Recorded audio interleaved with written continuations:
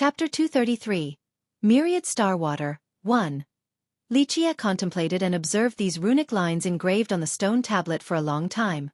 These patterns were extremely rare, but he had seen them before at a certain place, the heavenly ancient corpse burial ground. As the Dark Crow, he had entered the deepest area of the burial ground not just once since the start of time. One could even say that he was the authority in this regard, but he could not connect this stone tablet together with the burial ground's deepest area. That night, when the underworld river came out, Li Shuangyan and Chen Baojiao's conversation sparked a few lights in Li Qia's mind. At that time, he had a bold conjecture. This stone tablet was related to a legendary place, a place that even he had not been to before. One could even say that no one had ever been there since the beginning of time. The appearance of the underworld river signals the rise of rebirth. Countless people have heard this phrase in the mortal emperor world and had long been familiar with it. This referred to the fact that the chance for rebirth was possible with the arrival of the underworld boats. However, very few people knew that this was not the complete phrase. In fact, the completed version was, underworld appears, rebirth begins, heaven's path revealed, divine stone initiated, entered heavenly coffin, achieving myriad old, awaken corpse earth, heaven bringing eternality. But at this moment, Li Qia was certain that the underworld boat changed its direction. However, Li Qia was unable to tell where it was going. It seems like this gamble was a success. Li Qia murmured with happiness after clearly feeling the change in direction of the boat. It drifted even longer towards the new destination as the runic outlines on both the stone tablet and the boat became increasingly brighter. In the end, it was as if a dazzling splendor shot out from the patterns and intertwined together into a heaven and earth's written clause. Li Qia meticulously gazed at this worldly clause, but he could not understand its true content right away. Keep in mind that with countless years of experience, Li Qia was more adept at interpreting universal law clauses than anyone else. No matter whether it was the ancient Ming's chapters in the legends or languages from the mythical legendary era, he had seen them all. He had seen things that the world had never even heard of. However, the worldly written clause in front of him was completely different from anything he had seen before. This was outside of his comprehension, and this mere sheet of paper alone was more foreign than even the legendary languages seen in his past. Even though he could not understand this sequence in front of his eyes, he engraved it into his mind permanently. After a long drift, the boat eventually and slowly came to a stop. This excited Li Qia, for he knew he had finally arrived. At this point, his eyes narrowed, creating a dignified expression. No one knew the final destination of the underworld boat, and no one knew what they would face once they left its interior. After taking a deep breath, Li Qia carried the stone tablet and drove the tetra-war bronze chariot slowly out of the underworld boat. The moment he witnessed the scene before him, even as someone who had experienced countless hardships, someone who was once hailed as an immortal emperor's Tao master, and someone who was a mythical legend, he still couldn't help but become shocked. At this time, there were no mountains nor rivers before him, or even any resemblance of a world at that. There was only an empty and endless void, deprived of any life forms.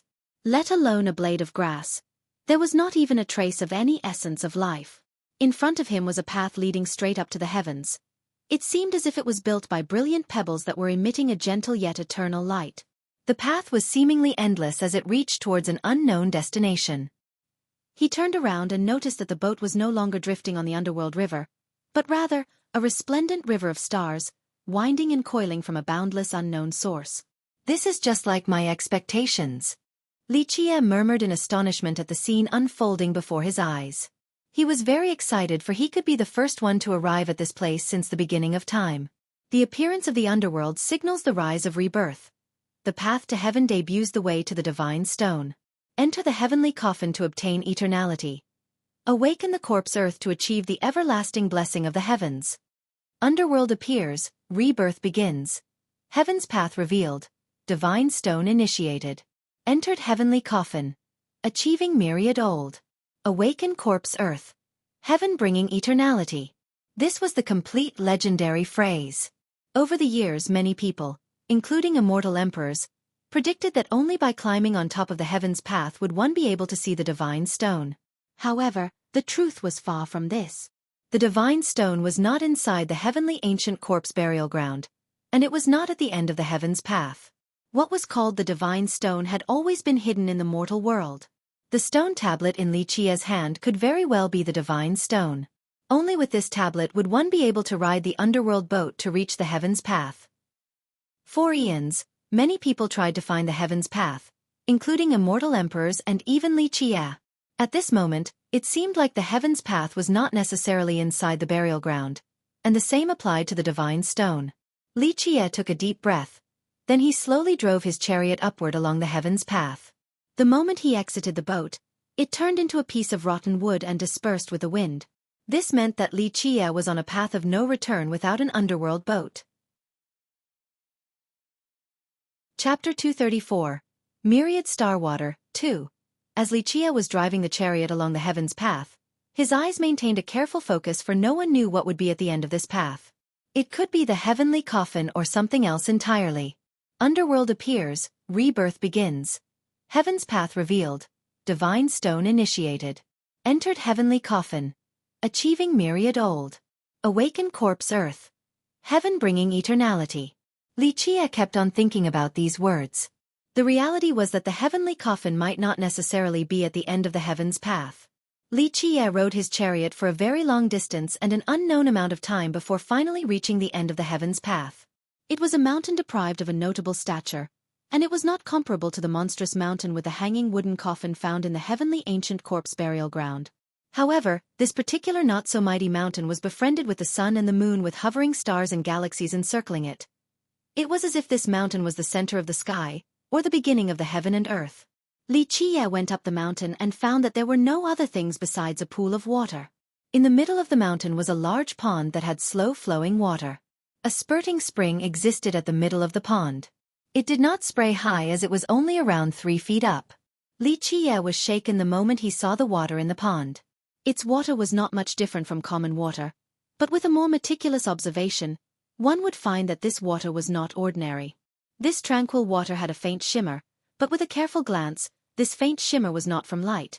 Instead, they were stars along with suns and moons. The Grand Tao accompanied each of these shimmers. To simply put it, this was its own heaven and earth. Inside the glossy lights, these heavenly bodies were hundreds of times smaller than a speck of dust. This was the reason why they looked like faint shimmers from a quick glance. Myriad star water. Even Li Qia was astonished at the sight of this pond. After living for such a long time, what type of treasures had he not seen? Even the treasure considered number one in the world by mankind had been bestowed with his gaze. Li Qia had only seen the myriad star water once, and it was a long time ago. It was just a single drop of myriad star water back then, but it brought about a war throughout the entire 9 worlds. At that moment, immortal emperors and immortal physiques at grand completion tried to seize this one drop of myriad star water, and it brought about an immortal emperor-level war. Li Qia took a deep breath as his gaze fell upon the spring in the pond. The spring was only 3 feet high. It was as if it was raising a piece of treasure metal. This treasure metal was filled with primordial chaos, as if it was born during the inception of the heaven and earth. Its voice was very, very indistinct, yet it sounded as if an immortal king was preaching the scriptures with the hymns of true gods. They exuded a majestic brass sound of majestic drums, allowing listeners to be enlightened with perfect wisdom. The even more frightening thing was that there were 9 runes upon this piece of treasure metal. They intertwined into one existence, a supreme true mantra. This one true mantra alone formed its own world and was turned into an unparalleled heavenly testament. However, this was only the first form of the heavenly testament. It was not yet at grand completion. Li Qia's eyes shot out a blinding brilliance to analyze the golden runes within the metal, resulting in his body shaking. In a flash, he clearly read the golden runes within this piece of metal. Pristine worldly metal. With a shocked expression, Li Qia took in a cold breath and couldn't help himself from murmuring. Li Qia had seen so many treasures throughout the ages. Regarding Grand Tao treasure metals with innate runic words to create life treasures, a 9 Grand Tao golden rune metal was the most valuable. However, a Grand Tao treasure metal with 9 Grand Tao golden runes was not the most invaluable. There was a saying amongst cultivators: treasure metals with 9 runes were not as great as treasure metals with 3 runes and 1 true mantra. If 1 Grand Tao treasure metal contained 9 Grand Tao golden runes, but if these golden runes were just fragmented pieces, it could only be considered a treasure metal reaching its own limit regarding golden runes. However, if this Grand Tao treasure metal contained 3 Grand Tao golden runes that were able to turn into 1 true mantra, In the eyes of many people, its value would be much greater than a 9 runic Grand Dao treasure metal. The reason was very simple.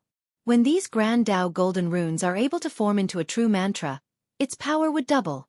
The power of 3 runic true mantra would be no less than a 9 runic Grand Dao treasure metal. Therefore, some people referred to these golden runes that were capable of forming true mantras as mantra treasure metal or true metal, and they even placed it above immortal metal. He couldn't wait for this pristine worldly metal to turn into a heavenly scripture or heavenly treasure. In the end, he couldn't wait for such a long time.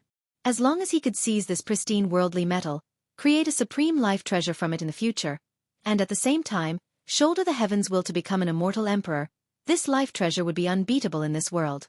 Even immortal emperor true treasures would not be able to compete with it.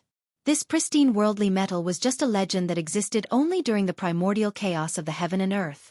However, Li Qiye didn't think that he would actually see one today. Boom, boom, boom. During his time of astonishment, thunderous noises appeared, causing Li Qiye to immediately turn around. Looking at the scene of the empty void ahead of him, even Li Qiye became dumbfounded as his eyes became wide open. Ants, one after another, were carrying a coffin from the mountain forward into the void. Ancient ants moving the coffin. Li Qiye murmured as if he was in a trance. Not long before this, he had seen these ants carrying a wooden coffin towards the deepest area of the heavenly ancient corpse burial ground. And that time was not the first time he had seen this phenomenon before, either. He just didn't expect to see these ants again at this time and place. Li Qiye was certain that these ancient ants were the same ones that he had met not long ago. Such a situation even caused Li Qiye, who had seen many strange things, to be stuck in a daze. Li Qiye felt an urge to chase after and open the wooden coffin, but he managed to calm himself because he had heard of a different legend, a legend with a bad ending. The moment the ancient ants and the coffin disappeared into the void, Li Qiye finally regained his wits and looked at the pond ahead.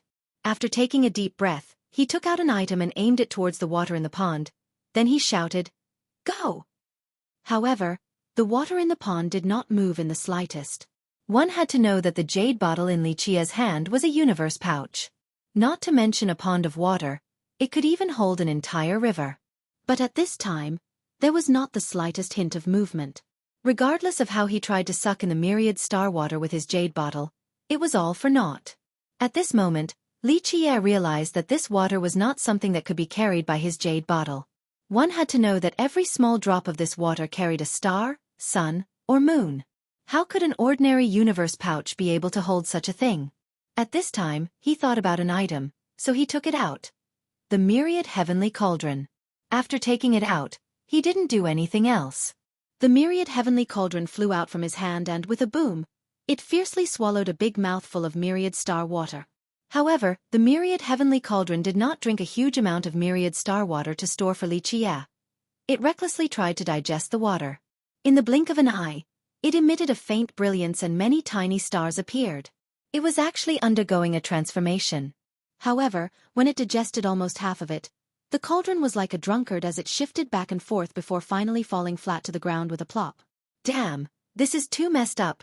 You're devouring such a treasure for only yourself. Li Qiye was speechless and had no choice but to recall the myriad heavenly cauldron. This guy was not trustworthy at all. It ate a large amount of the water and essentially left nothing for Li Qiye. Since it was impossible to rely on the cauldron, Li Qiye thought about a different item. He took out one immortal writ and folded it into a small cup. Then he used it to scoop the myriad star water.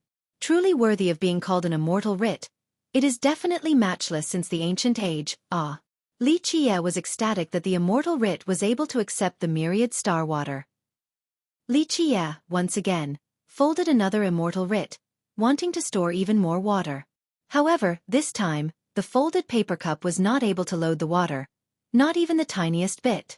It seems like this water has its own consciousness. Even the immortal writ could only load the water once, and only a small cup at that, before it was no longer effective. This caused Li Qiye to understand that this water had its own sentience. Chapter 235. A stone egg was born. 1. Li Qiye felt very helpless at this moment. If he could obtain this huge pond of myriad star water, then he would simply be the richest person in this world. It would be enough for him to squander crazily. At that point, it would be difficult for him not to rule over the world. However, He had nothing that could store such a large pond of myriad star water, so Li Qie could only let out a wry smile as he sighed. Finally, Li Qie gave up on the idea of capturing this pond of water. His gaze fell on the pristine worldly metal instead. This treasure metal could be considered the #1 metal since the ages. Li Qie took a deep breath and reached for the metal above the surging spring, but no matter how he tried to grab it, it wouldn't budge. Move! Li Qie screamed out and exerted his maximum strength to grab this piece of metal, but it still remained immobilized. His utmost effort was not enough to move this metal at all. Bang bang bang. Li Qie became riled up and decided to use his body to slam it, a sword to slash it, and a treasure to hit it.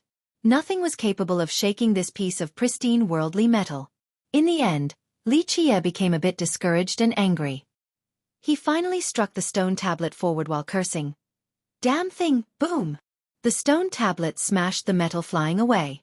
Fortunately, Li Qie's reaction was fast enough to immediately catch the soaring metal. Please don't fly away, my little treasure. Li Qie couldn't help but excitedly exclaim after catching it. Rumbly grumbly, a swallowing sound appeared right when Li Qie caught the metal because the stone tablet sank into the pond. It blocked the surging spring, and an unbelievable thing happened. The stone tablet crazily swallowed the water inside the pond as the water began to disappear at a rapid pace. What the hell? Li Qie was dumbfounded while watching the stone tablet sucking up the myriad star water. His myriad heavenly cauldron had a frightening origin, but it couldn't handle drinking the water, yet this stone tablet was able to crazily devour it. It was drinking the myriad star water as if it was just ordinary water that could be drank without any difficulty. Please, leave a little bit for me. I still want to try to see if my body can handle some myriad star water or not. Li Qie shook his body a bit and regained his wits as he immediately shouted, XSSHH.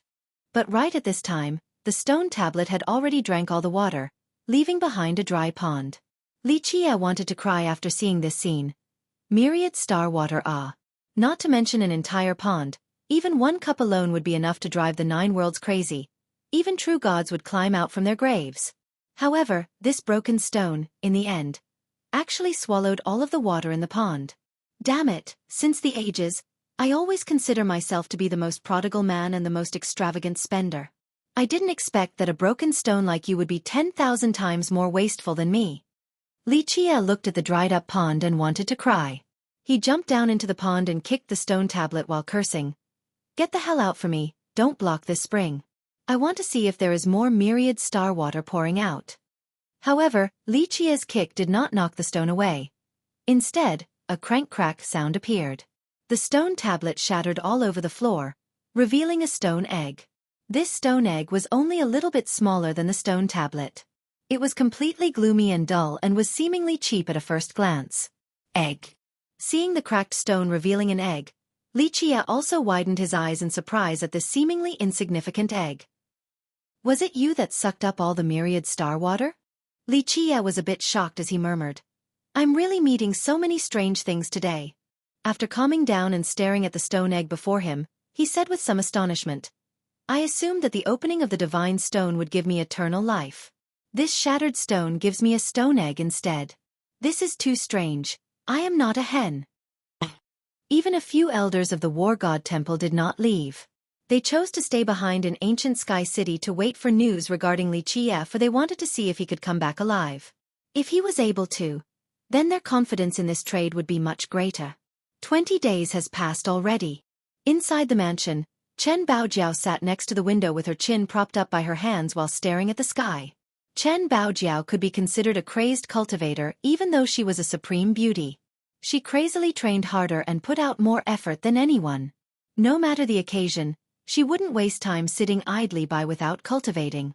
But in the last 20 days, Chen Baojiao was quite restless and had no desire to cultivate or to eat. Day by day, she waited for her young noble to come back. However, as the days passed by, she became increasingly worried about the absence of their young noble. He will come back. He is even more powerful than our imaginations. Li Shuangyan sat to the side with her cold and aloof demeanor. However, at this minute, there was a lingering sorrow unhideable in the middle of her beautiful brows.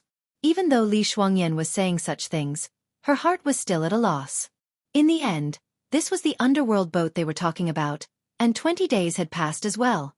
Li Qie told them that, if he did not return in half a month, they have to leave and bring the juniors back to the cleansing incense ancient sect.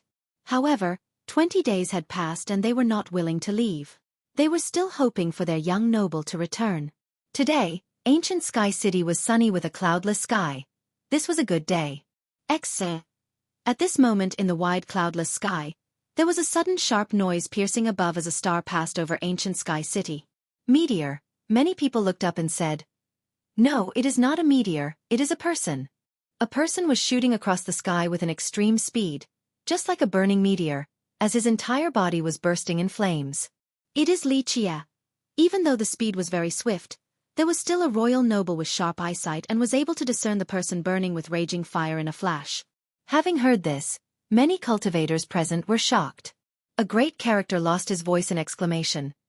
"Impossible, I clearly saw him ride an underworld boat, flowing away. It really is Li Qie." At this time, more than just one person recognized that the burning man was truly Li Qie. Momentarily, many great characters were amazed that Li Qie came back alive. This kid is truly too scary. No matter whether they were royal lords or sect masters from the previous generations, or even some secluded undyings, all of them were greatly alarmed.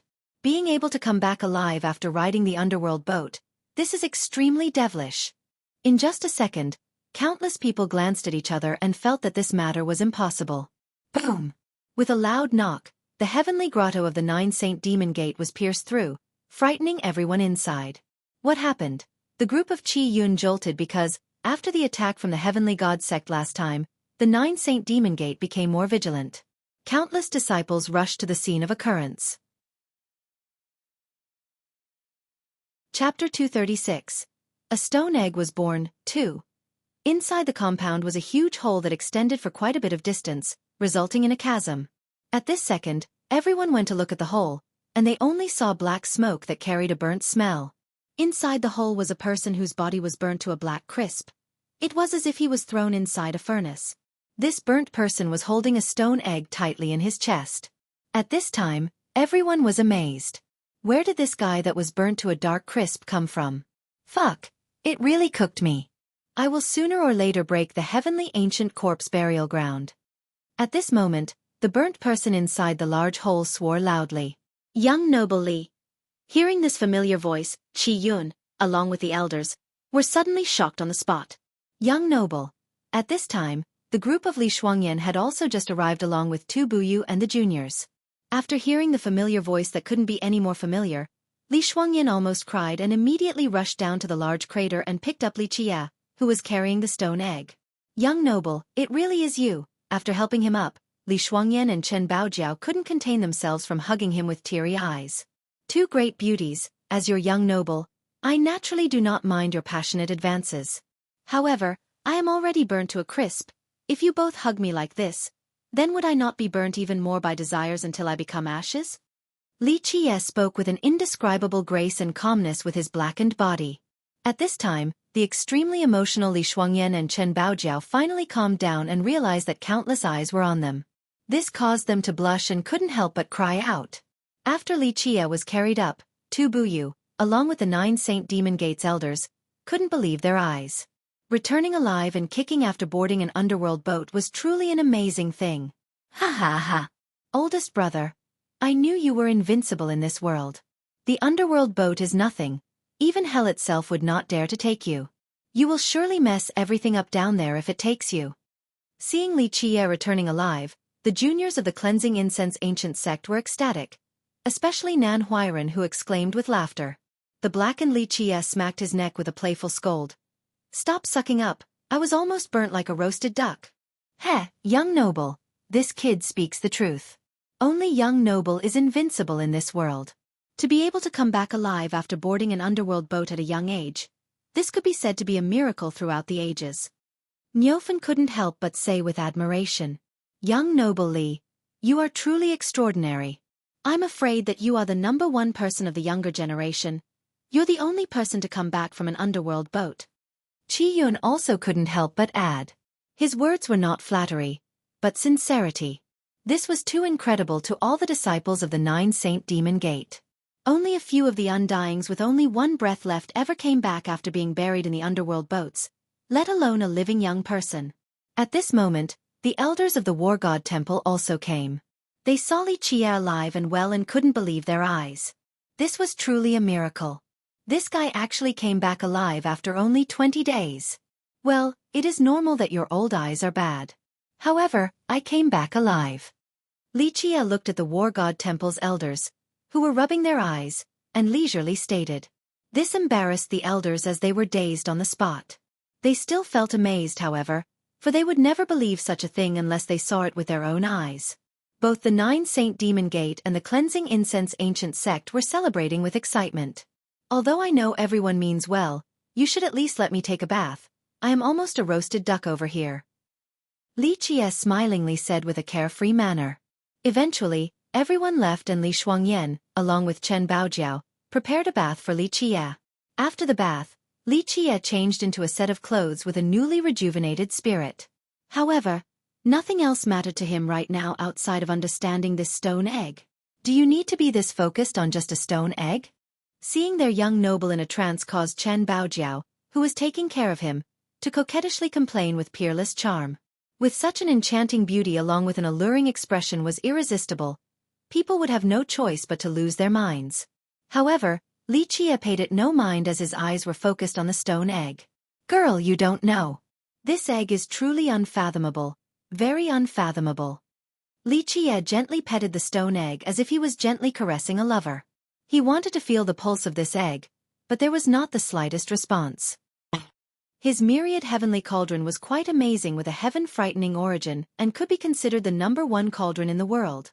However, it became drunk after just one big gulp of myriad star water. Yet this stone egg swallowed an entire pond without any reaction. He started to wonder if this egg had any life essence at all.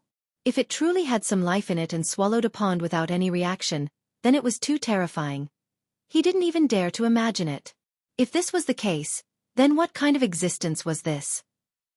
Li Qie would dare to say that there were no existences in this world that he had not seen before. However, if there was a creature in this world that could swallow a pond of myriad star water without any reaction, then Li Qie really had not seen it. Even an immortal emperor would not be able to do so, for they essentially could not refine the water without some time. What is this thing? Li Shuangyan noticed that Li Qie was not joking, so she meticulously looked again, but the result was still the same. Li Qie shook his head and answered, "It would be nice if I knew so that I won't have to think about how to break it. In fact, I still don't know what creature it is." After returning, Li Qie had always thought about this stone egg, but it remained a mystery. He was sure that this egg hid a great secret. It did not have any relationship with the burial ground, but with hell instead. However, this was the only thing he could come up with. Underworld appears, rebirth begins. Heaven's path revealed, divine stone initiated. Entered heavenly coffin. Achieving myriad old. Awaken corpse earth. Heaven bringing eternality. Li Qie kept on recalling this phrase and wanted to connect the stone egg with it, but he still didn't have a clue at this moment. On the second day since his return, Li Shuangyan told Li Qie, "An ancestor of the War God Temple wants to see you." "See me?" Li Qie batted his brows a bit before saying, "Let him come. Does he actually want me to go and see him? It is him asking me for a favor, not the other way around." Li Shuangyan became a bit speechless. Not to mention her, if the world heard this, they would be quite stunned. A War God Temple's ancestor was an invincible character. Even a virtuous paragon would not dare to act recklessly when facing this ancestor, but their young noble was an arrogant mess. In the end, the War God Temple's ancestor actually came. The truth was that the War God Temple didn't have just one ancestor. This ancestor stayed behind while the rest all went back to the temple. He came in and sat down. This time, he did not wear black and was dressed in a hemp robe instead. He suppressed his blood energy so that he was just like an ordinary old man. In fact, when one was at an invincible level like him, blood energy could be freely controlled. This old man's name is Mu Chen. Even though this ancestor was not arrogant, he was still a bit reserved. In fact, with his status and power, he was qualified to have a threatening arrogance. Mu Chen. If others heard this name, they would piss their pants from horror. Don't even mention existences like the Heavenly God sect, Even an ancestor of the azure mysterious ancient kingdom would lose his colors. Li Qia's eyelids simply lifted a little bit while looking at him. He was just a bit surprised. You being alive is outside of my expectations. That year when the old war god Mu was buried, I heard that you were one of the pallbearers. Old man Mu had always thought highly of you. Li Qia's words shook Mu Chen. Even the disciples of the war god temple did not know of such a tale, let alone an outsider. This was an extremely ancient matter. Besides the living ancestors, no one else knew about this matter. It was only through the usage of an era bloodstone to last till now. Mu Chen spoke. If it wasn't for bringing their forefather to this place, he would not pay such a monstrous price such as leaving the era bloodstone. At this point, Mu Chen looked at Li Qia and said, even though forefather Mu lived for another generation, he couldn't make it to the present. Li Qia waved his hand and said, don't try to test me. The old man from the hidden immortal hall didn't dare to inquire, do you really want to take this gamble? Mu Chen immediately turned silent.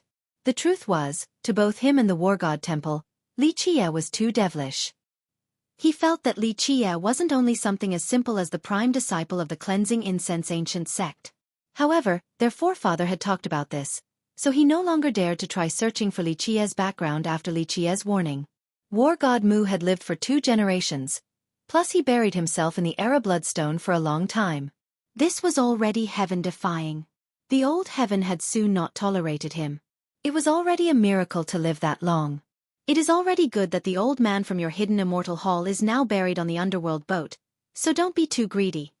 Li Qia glanced at Mu Chen once, then he continued on, your war god temple is great in all aspects, but its conservative air is too heavy. This has a lot to do with having too many old men alive. Li Qia's words caused Mu Chen to contemplate silently. Their war god temple had been standing strong since the desolate era until now, and it was due to 2 reasons. The first was because there were many great geniuses that appeared. The second was because they always had ancestors who were willing to be buried in the dark in order to protect the temple. The younger generation created the future while the old generation protected the heritage. Because of this, the war god temple continued to exist until this day. Well, we will not waste time. If you have something to say, go ahead. Out of respect for your war god temple's great contribution to the human race, I will let you know certain things as long as the situation permits. Li Qia slowly said. Li Qia's words, once again, shook Mu Chen's heart. These words were not simple. He became serious and looked at Li Qia to say, I want to ask young noble Li, the end of the underworld boat, what is that place? Could young noble Li describe the circumstances and details regarding the drifting boats? Chapter 237, Refining the Pristine Worldly Metal, 1. Regarding Mu Chen's question, Li Qia simply gave him a stare before finally answering. I know you want to inquire about the burial ground secrets. Unfortunately, I do not know the answer either. As for what I saw at the end of the underworld boat's destination, I'm afraid I can't tell you. War god Mu used to think highly of you. Did he tell you about the matters regarding the underworld boat and how he was reborn for another life? I'm afraid that he didn't tell you what he saw at the end of the trip. Mu Chen was shocked because Li Qia spoke the truth. The heavenly ancient corpse burial ground, the other 12 burial grounds, and even the 6 grands ancient immortal grounds. There are too many taboos. Unless you personally experienced it, it would be meaningless to hear about it. There are also a few matters that you wouldn't believe just by listening because they would break your common sense. Li Qia slowly explained. Mu Chen could only gently sigh after hearing Li Qia's words. He understood that Li Qia was not willing to tell him. Where is our forefather? In the end, Mu Chen asked for this was the most important matter to him. Li Qia slightly flicked his hand and spoke. If I dared to do this business with you, of course I am certain. The old man from the hidden immortal hall will come back sooner or later. 1 year if fast and 2 years if slow, but he surely will return. At that time, remember to bring me the items I want. There is no one in this world who can owe me anything and get away with it. That item. Mu Chen couldn't help but ponder for a moment when this transaction was brought up. Li Qia glanced at him and spoke. So? Your war god temple is regretting it? Unfortunately, it is already too late. This is not what I mean. Mu Chen wryly smiled. He pondered the question before answering. Regarding this item. I have only heard of a few rumors and I don't know if they are true or not. If you all don't even know if it is real or fake, I can only say that you bunch of old men have been living for so long in vain. Li Qie continued. You and the Heavenly Tao Academy should have worked together sooner. The War God Temple and the Heavenly Tao Academy are the most ancient heritages of the human race with great contributions. If you guys work together, then it wouldn't be the Azure mysterious ancient kingdom's turn to be so arrogant like this, and the soaring immortal sect would not consider itself invincible. Humph.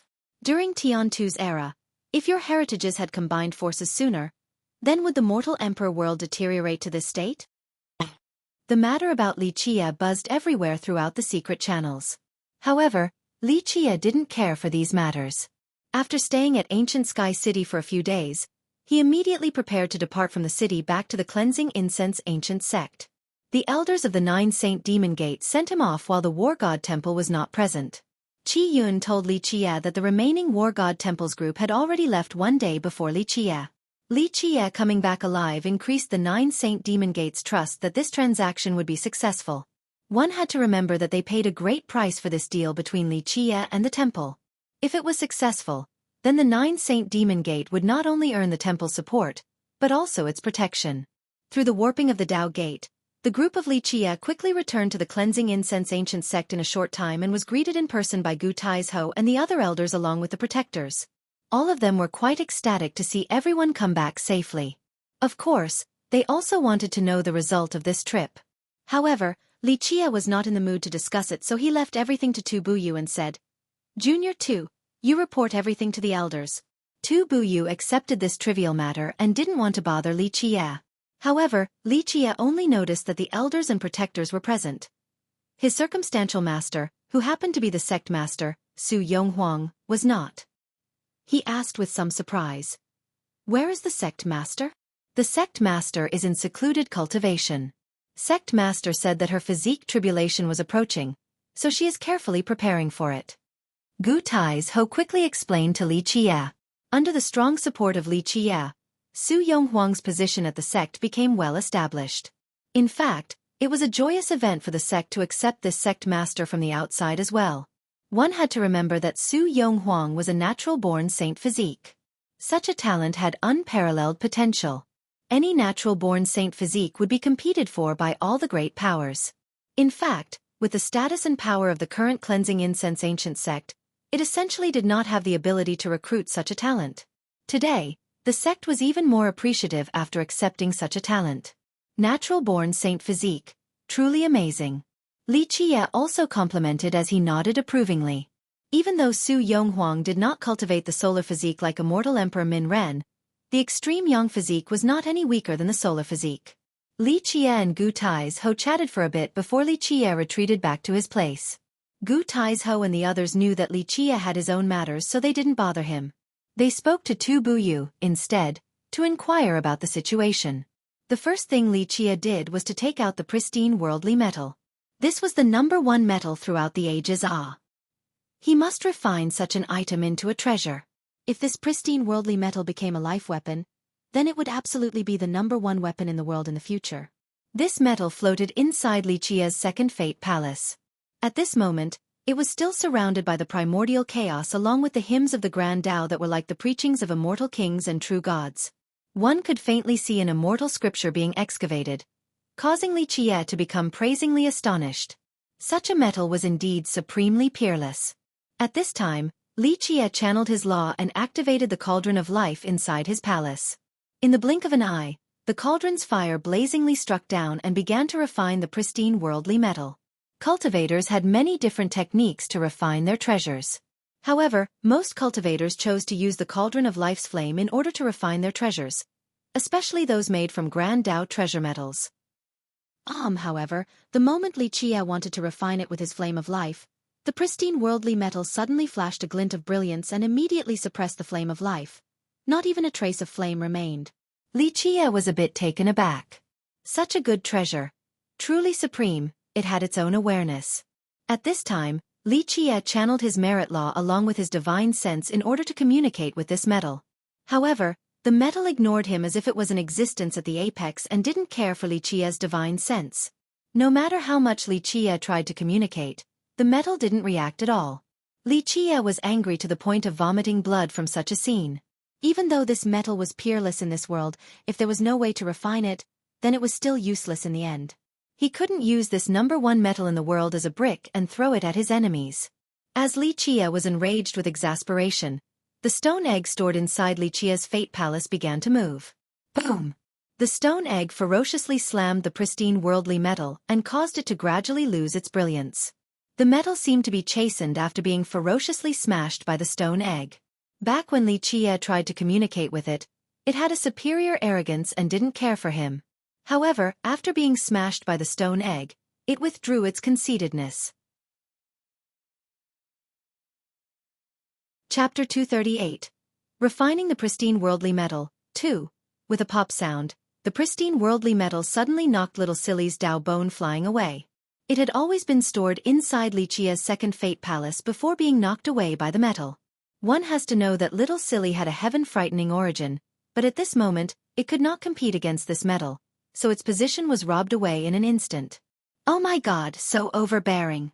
Li Qie didn't have anything to say and had no choice but to put away little Silly's Dao bone. One fate palace could only grow one treasure. There was no way around this.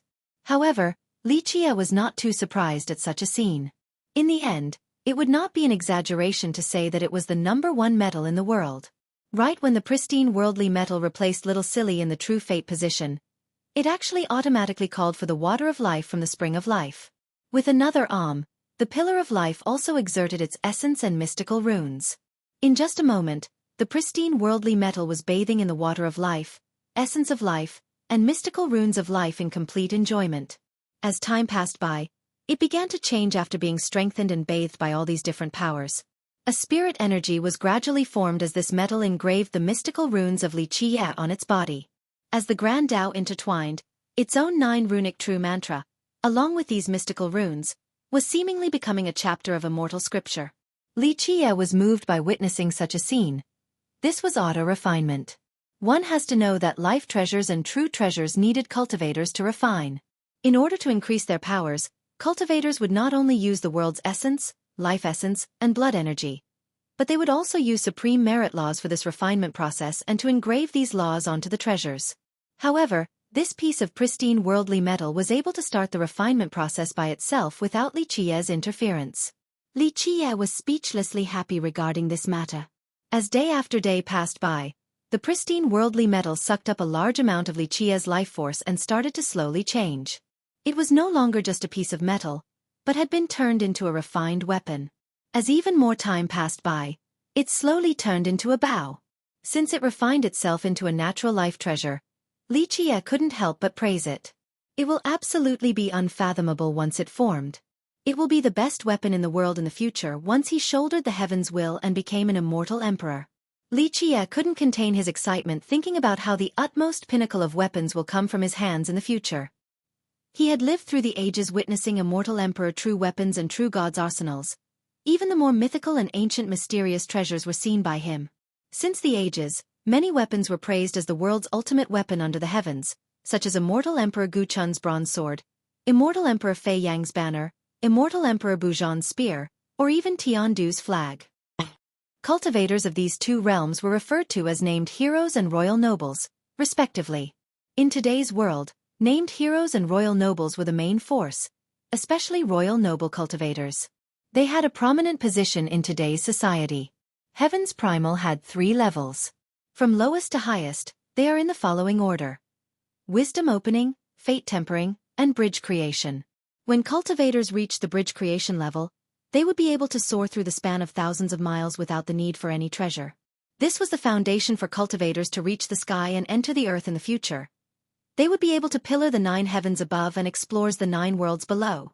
During his cultivation, Li Qie used the revolving crescent sun law to channel his life wheel while the Kuan Peng's 6 variants turned into a Tao foundation to raise his true fate. At this moment, this Tao foundation resembled a supreme Tao chapter. As it opened, magical runes started to move, and it seemed as if this Tao chapter was preaching the immortal scripture to the true fate. As the essence of the heaven and earth was poured in with the tapping of the fate merit, sounds of the Grand Tao resonated within the true fate, taking the shape of a Kuan Peng. However, Li Qie did not imagine that his four symbols and his fate palaces themselves were all affected by the pristine worldly metal. When the fate palace was growing the metal that was filled with primordial forces also affected the fate palaces. Unknowingly, Li Qie's fate palaces were filled with primordial power. This scene left Li Qie in shock.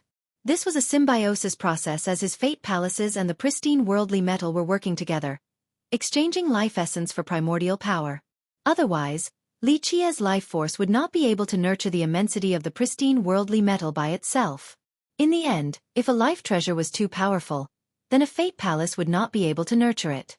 If a life treasure absorbed way too much life essence, then it would be a lose-lose situation, just like a fisherman draining the pond to get to the fish. At this moment, Li Qie's fate palace was growing this metal while the metal returned primordial energy back to the fate palaces. This was a win-win situation for both sides as they both reaped the benefits. Li Qie cultivated non-stop once he was back at the cleansing incense ancient sect. He did not care about foreign affairs. In the end, his cultivation was not powerful enough. Even if he had many schemes to destroy his enemies, the true and correct path was to have a powerful self-cultivation. Of course, Li Qie was not the only one practicing hard back at the sect. At the moment, the sect's atmosphere was great. All of its disciples, especially the younger generation, were extremely diligent. Luo Fenghua, Zhang Yu, Chu Daili, and Su Pei's groups were great role models for the other disciples. Zhang, zhang, zhang. Waves of melodious music rang back at the Zither Pavilion, formerly known as the Ghost Pavilion. Li Qie gently stroked his ancient zither as he played his tune. During his leisure moments away from cultivation, Li Qie couldn't help but come to this place to play a song. Today, his ancient zither was no longer an emperor's possession. The battle at ancient Sky City had completely expended its emperor's power and immortal intent. This ancient zither was given to immortal Emperor Min Ren by him.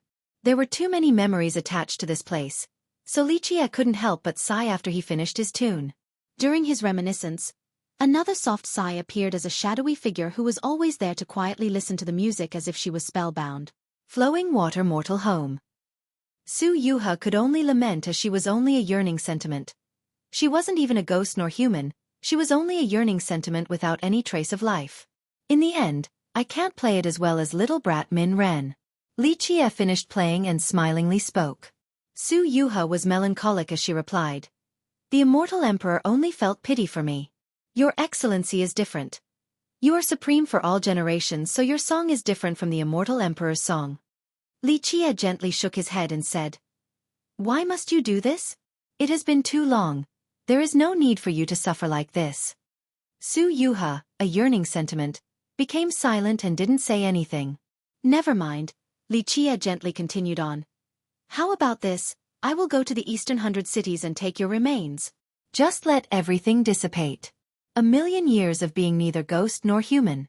Even if little brat Min Ren was here, he wouldn't want to see you like this. Thank you for fulfilling my wish.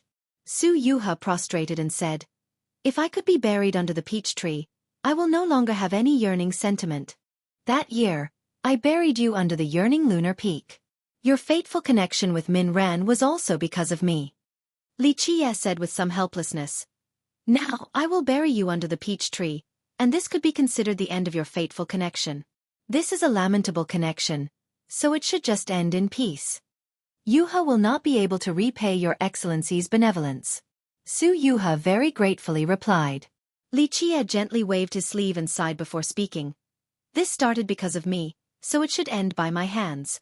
You should rest after being buried under the peach tree to avoid eternal lamentation. Little brat Min Ren. Ah. He didn't say anything else at this point. He didn't have much to say about immortal Emperor Min Ren.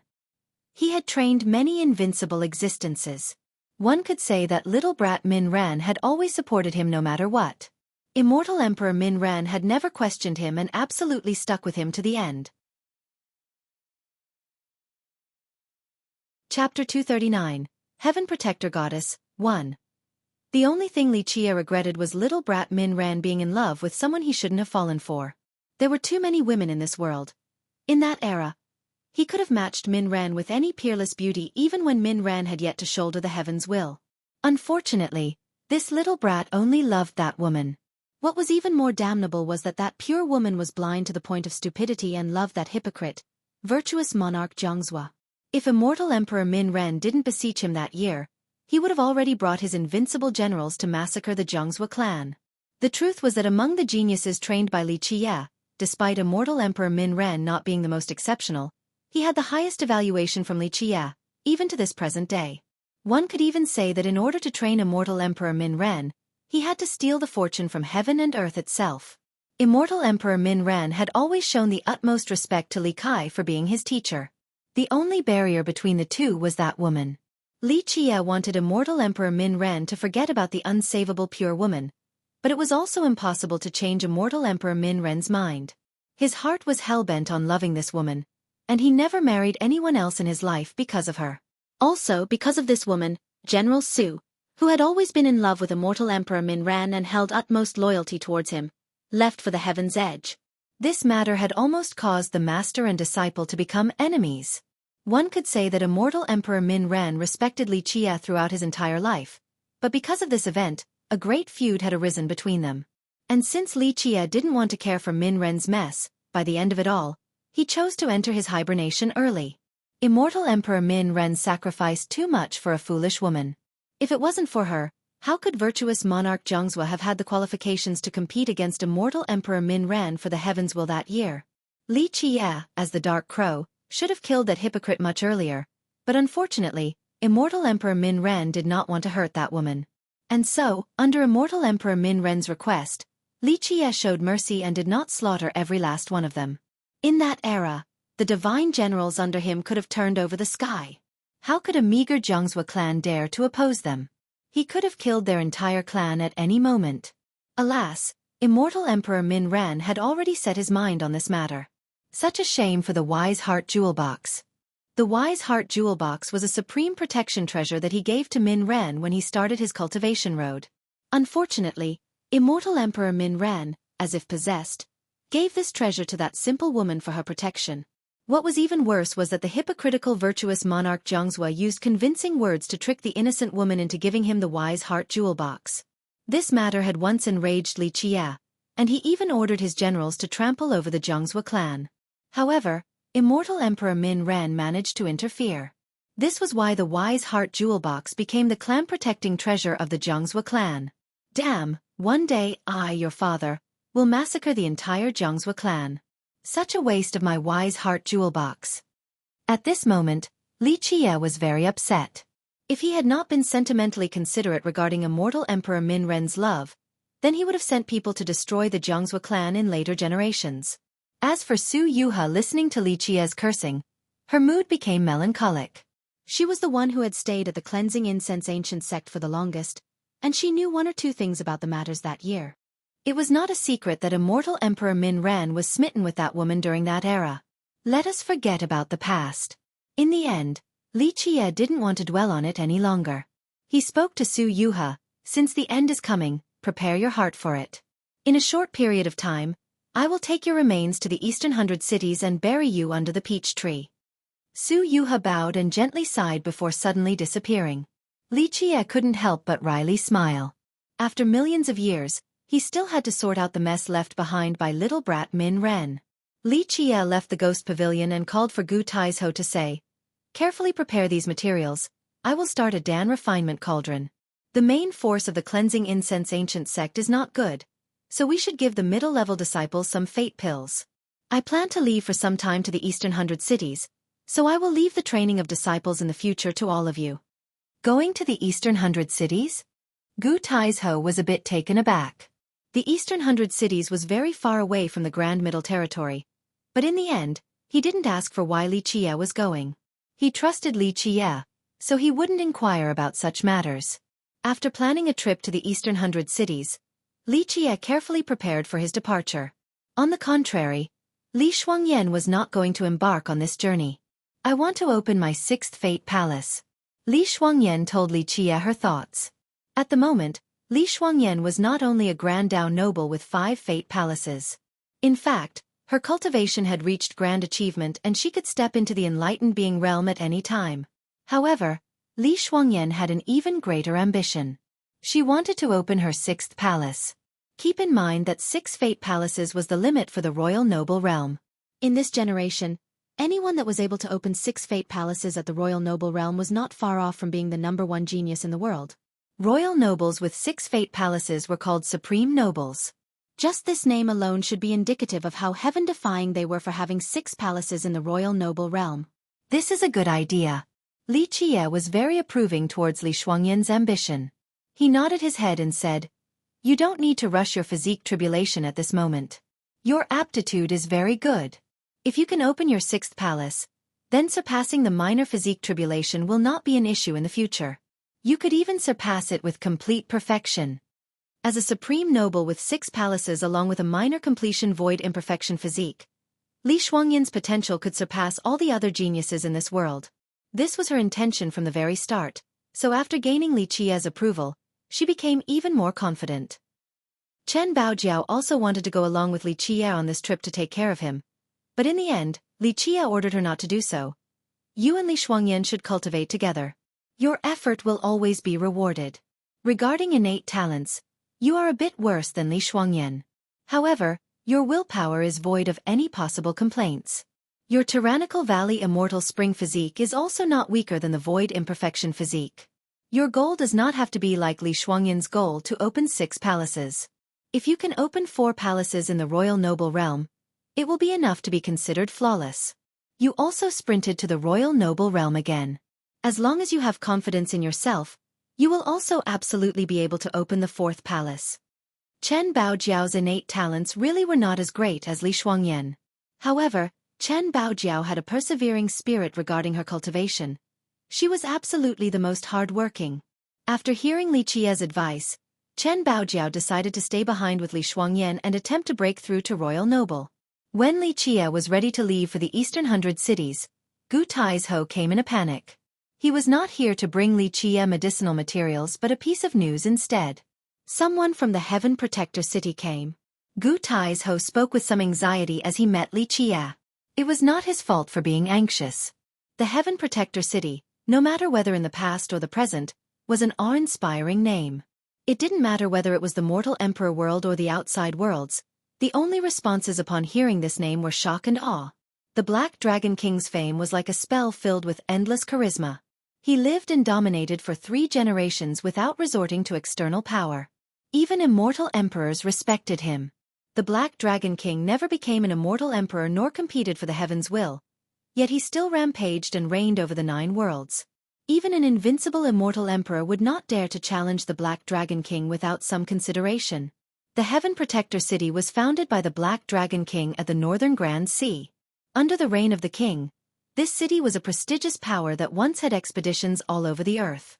Humans, demons, even heavenly devils, stone golems, and charming spirits, whom are considered the favored children of the heavens, all lost their brilliances during the Black Dragon King's era. There was a sect named Soaring Immortal that considered itself unbeatable. However, during the Black Dragon King's era, even the Soaring Immortal sect had to take a step back. From true gods to devil sovereigns, they all lost their colors from hearing his name. It could be said that during his era, for 3 generations, the Black Dragon King along with the Heaven Protector City was a giant palm that covered the entire world. Nothing else was comparable. 30,000 years ago, he fought against immortal Emperor Ta Kong and tore the heavens will apart. From then on, the Black Dragon King had disappeared from sight. Even though this era was no longer his, any heritage or great power, including immortal emperor lineages, still trembled from the words Heaven Protector City. At the present day, the people from the Heaven Protector City suddenly visited the Cleansing Incense Ancient Sect, so it was natural for Gu Taizhou to become worried. The Cleansing Incense Ancient Sect of today compared to the Heaven Protector City was like an ant to an elephant. Finally, just as they should. Li Qie simply smiled calmly and told Gu Taizhou, "Elder Gu, there is no need to panic. Even if the sky falls down, someone will shoulder it." Gu Taizhou was still an experienced character. Li Qie's words, to his ears, were like a calming medicine. He took a deep breath and finally regained his composure to say, "The people from the Heaven Protector City want to meet you specifically. Who came and how many people are there in total?" There were too many memories when he was the Dark Crow as he sat above the 9 heavens with the Heaven Protector City. Gu Taizhou continued on, "Only one person, the descendant of the Heaven Protector City, Heaven Protector Goddess, Xueqi. In fact, he was also confused. The northern Grand Sea was too far away from the Grand Middle Territory. Logically speaking, Lichia shouldn't know the Heaven Protector City's descendant, Xueqi. But today, Xueqi specifically wanted to meet Lichia. This greatly perplexed him. Descendant of the Heaven Protector City. Lichia narrowed his eyes after hearing this before resuming. If she has arrived, then let her come see me. Gu Taizhou was out of words after hearing this. This was the Heaven Protector City an existence that once ruled over the 9 worlds for 3 generations. Even though the Heaven Protector Goddess, as the descendant of the city, was part of the younger generation, she had an exceedingly high status in the mortal emperor world. Even mortal kings of ancient kingdoms and supreme saints from the great sects had to personally welcome her at the moment of arrival, let alone the younger generation. At this moment, Lichia's behavior was the exact opposite of the status quo, as he wanted her to come see him in person. This attitude was a bit too much. This was a descendant of a supreme heritage Even the Azure mysterious ancient kingdom would be dreadful of it. This is the descendant of the Heaven Protector City Gu Taizhou couldn't help but to remind Lichia. This was not giving her any face at all. Lichia looked at Gu Taizhou and still calmly spoke. I know she is the descendant of the Heaven Protector City. Chapter 240. Heaven Protector Goddess, 2. The helpless Gu Taizhou had no choice but to follow Lichia's wish. Although Lichia did not personally go to greet Heaven Protector Goddess Xueqi, Gu Taizhou, on the other hand, didn't dare to have the slightest sign of tardiness. All of the elders and protectors welcomed her in person while using the highest level of ceremonial reception. After Xueqi sat down, Gu Taizhou passed on Lichia's message. He naturally twisted the words with finesse in order to keep Xueqi content. After he finished speaking, his hands were filled with cold sweat out of fear that Xueqi might suddenly wave her sleeve in anger and leave. But to his surprise, Xueqi showed no signs of dissatisfaction. She simply pondered for a bit and agreed to go meet Lichia. At the Lonely Peak, Xueqi finally met Lichia while he gauged her with a glance. The girl's aura was vast and calm like a mountain, yet roaring powerful like thunder. She was like a goddess with an ethereal mighty ocean roaring behind her with its torrential waves. Meanwhile, Xueqi also observed Lichia. He was absolutely ordinary with nothing noteworthy. However, there was an indescribable calmness like the water in a well. It was as if even when the heaven and earth was meeting its demise, he would still be able to maintain his composure. The focus of his eyes was an unfathomable depth. A pair of eyes that were seemingly able to surpass time itself and see through all generations. At this time, Gu Taizhou also silently retreated and didn't dare to disturb them. You are Lichia? Heaven Protector Goddess Xueqi's voice was very pleasant to the ears, just like the gentle ocean waves cleansing a lustrous jade fragment. She handed a piece of paper with engraved magical runes over to Lichia and asked, Do you recognize these magical runes? Lichia looked at these magical runes and did not answer her question. He instead stared at Xueqi and inquired in the most serious of tones, Is the Black Dragon King still here in this world? Tell me the truth. At this time, Lichia's voice was filled with majestic authority. He was like an unquestionable, solemn true god. Her eyes turned serious after hearing these words. She had met countless illustrious characters, but Lichia's austere expression, at this moment, had an authority that left others with no chance for denial. Xueqi glanced at him in silence for a while before finally answering. The patriarch has not appeared after the fight with immortal Emperor Ta Kong 30,000 years ago. This was not a big secret at all. Everyone in the world knew that the Black Dragon King had not shown up again after the fight that year. In fact, even immortal Emperor Ta Kong never appeared again as well. Lichia sighed softly after getting the confirmation from Xueqi, even when he had this premonition beforehand in his heart. However, after getting such a definite answer, his heart was still not at peace. He was clear on one thing. Immortal Emperor Ta Kong wouldn't have been able to kill Little Black. Is High Elder Lu still around? After a long period of silence, Lichia recomposed himself with a deep breath and asked. Xueqi was taken aback because very few outsiders knew this name, yet this seemingly ordinary young man said it without any gravity. If it was someone from their Heaven Protector City, they would absolutely not use this title in such a frivolous manner. Sacred Ancestor underwent his death cultivation seclusion a long time ago and did not come out in the end. If it was necessary, She would definitely kill without any hesitation. Her origin was a secret even within the Heaven Protector city. Even though she grew up in the city, unless they were people who had the authority to touch such a matter, her origin was something that couldn't be discussed. Only a few people at the Heaven Protector city had such clearance. However, an outsider just easily revealed this secret. How could Xueqi's urge to kill not be aroused? Since you came from the little sea village, you should be aware of your mission. Who I am does not matter, and what I know does not matter either. The most important thing is your mission. Even as the blade edge met his neck, Lichia still maintained his composure. Xueqi's soft body quivered as she took a deep breath. In the end, she withdrew her blade and looked at the young man ahead while feeling even more perplexed. Take out the black dragon spear, Lichia demanded while staring at Xueqi. Another earthquake shook her heart. After looking at Lichia for a long time, she finally took out the black dragon spear. The moment it was free, an aura permeated the sky as if a true god was descending down, or as if an immortal emperor had just arrived. It suddenly shocked the entire cleansing incense ancient sect. What is that? The group of Gu Tai's Ho felt the supreme aura and became astonished. He had an illusion as if the cleansing incense ancient sect's immortal emperor true treasure had returned. You still haven't mastered the black dragon spear. Lichia shook his head and said after seeing the spear. He then flicked his hand and the black dragon spear fell into his palm. Right when he was gently caressing it, its momentous aura slowly converged back to the spear and disappeared. It was as if an arrogant and haughty stallion had met its fateful master, suddenly becoming docile. A light jumped around as if it was showing intimacy in the hand of Lichia. The black dragon spear was completely black with a faint violet shimmer. It resembled a black dragon, one that could fly up to the 9 heavens at any moment. From a black shade changing to violet, this was a symbol for a flood dragon turning into a true dragon, the spear of the heavens itself. Xueqi couldn't believe her widened eyes, for this was unbelievable. One had to know that when the black dragon spear was passed down to her, it had an invincible and arrogant aura. It had followed her since her youth, but she still couldn't force this spear to accept her as its master even now. But today, a stranger was able to tame it like a haughty stallion meeting its master. This was truly an incredible sight.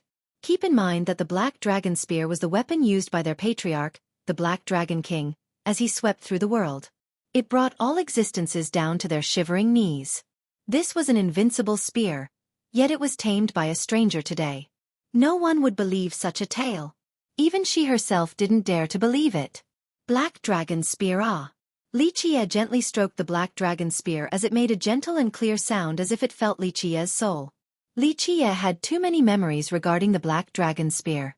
It originally came from him and was with the Black Dragon King as he fought against the world, sending chills down all of his enemies' spines. Clang clank clank. At this moment, there was a transformation in the black dragon spear in Lichia's hand. Even Xueqi was not able to clearly see the technique employed. After the sounds of the spear resonated, the black dragon spear became smaller then larger, and even its color was changed. In the blink of an eye, Lichia was a magician, and the black dragon spear finally became a short spear. The short spear had a crimson shade that was pretty and alluring. Its sharp brilliance carried a heaven-frightening murderous intent that caused even the heart of Xueqi to turn cold from horror. However, with a gentle tap from Lichia's right hand, this frightening murderous intent suddenly calmed down. However, the pretty crimson shade on the tip of the spear was still shiver-inducing. Xueqi sensed a bloody presence and could even smell the stench of blood as she looked at this shade. A vicious weapon. This was the first impression this short spear gave to her.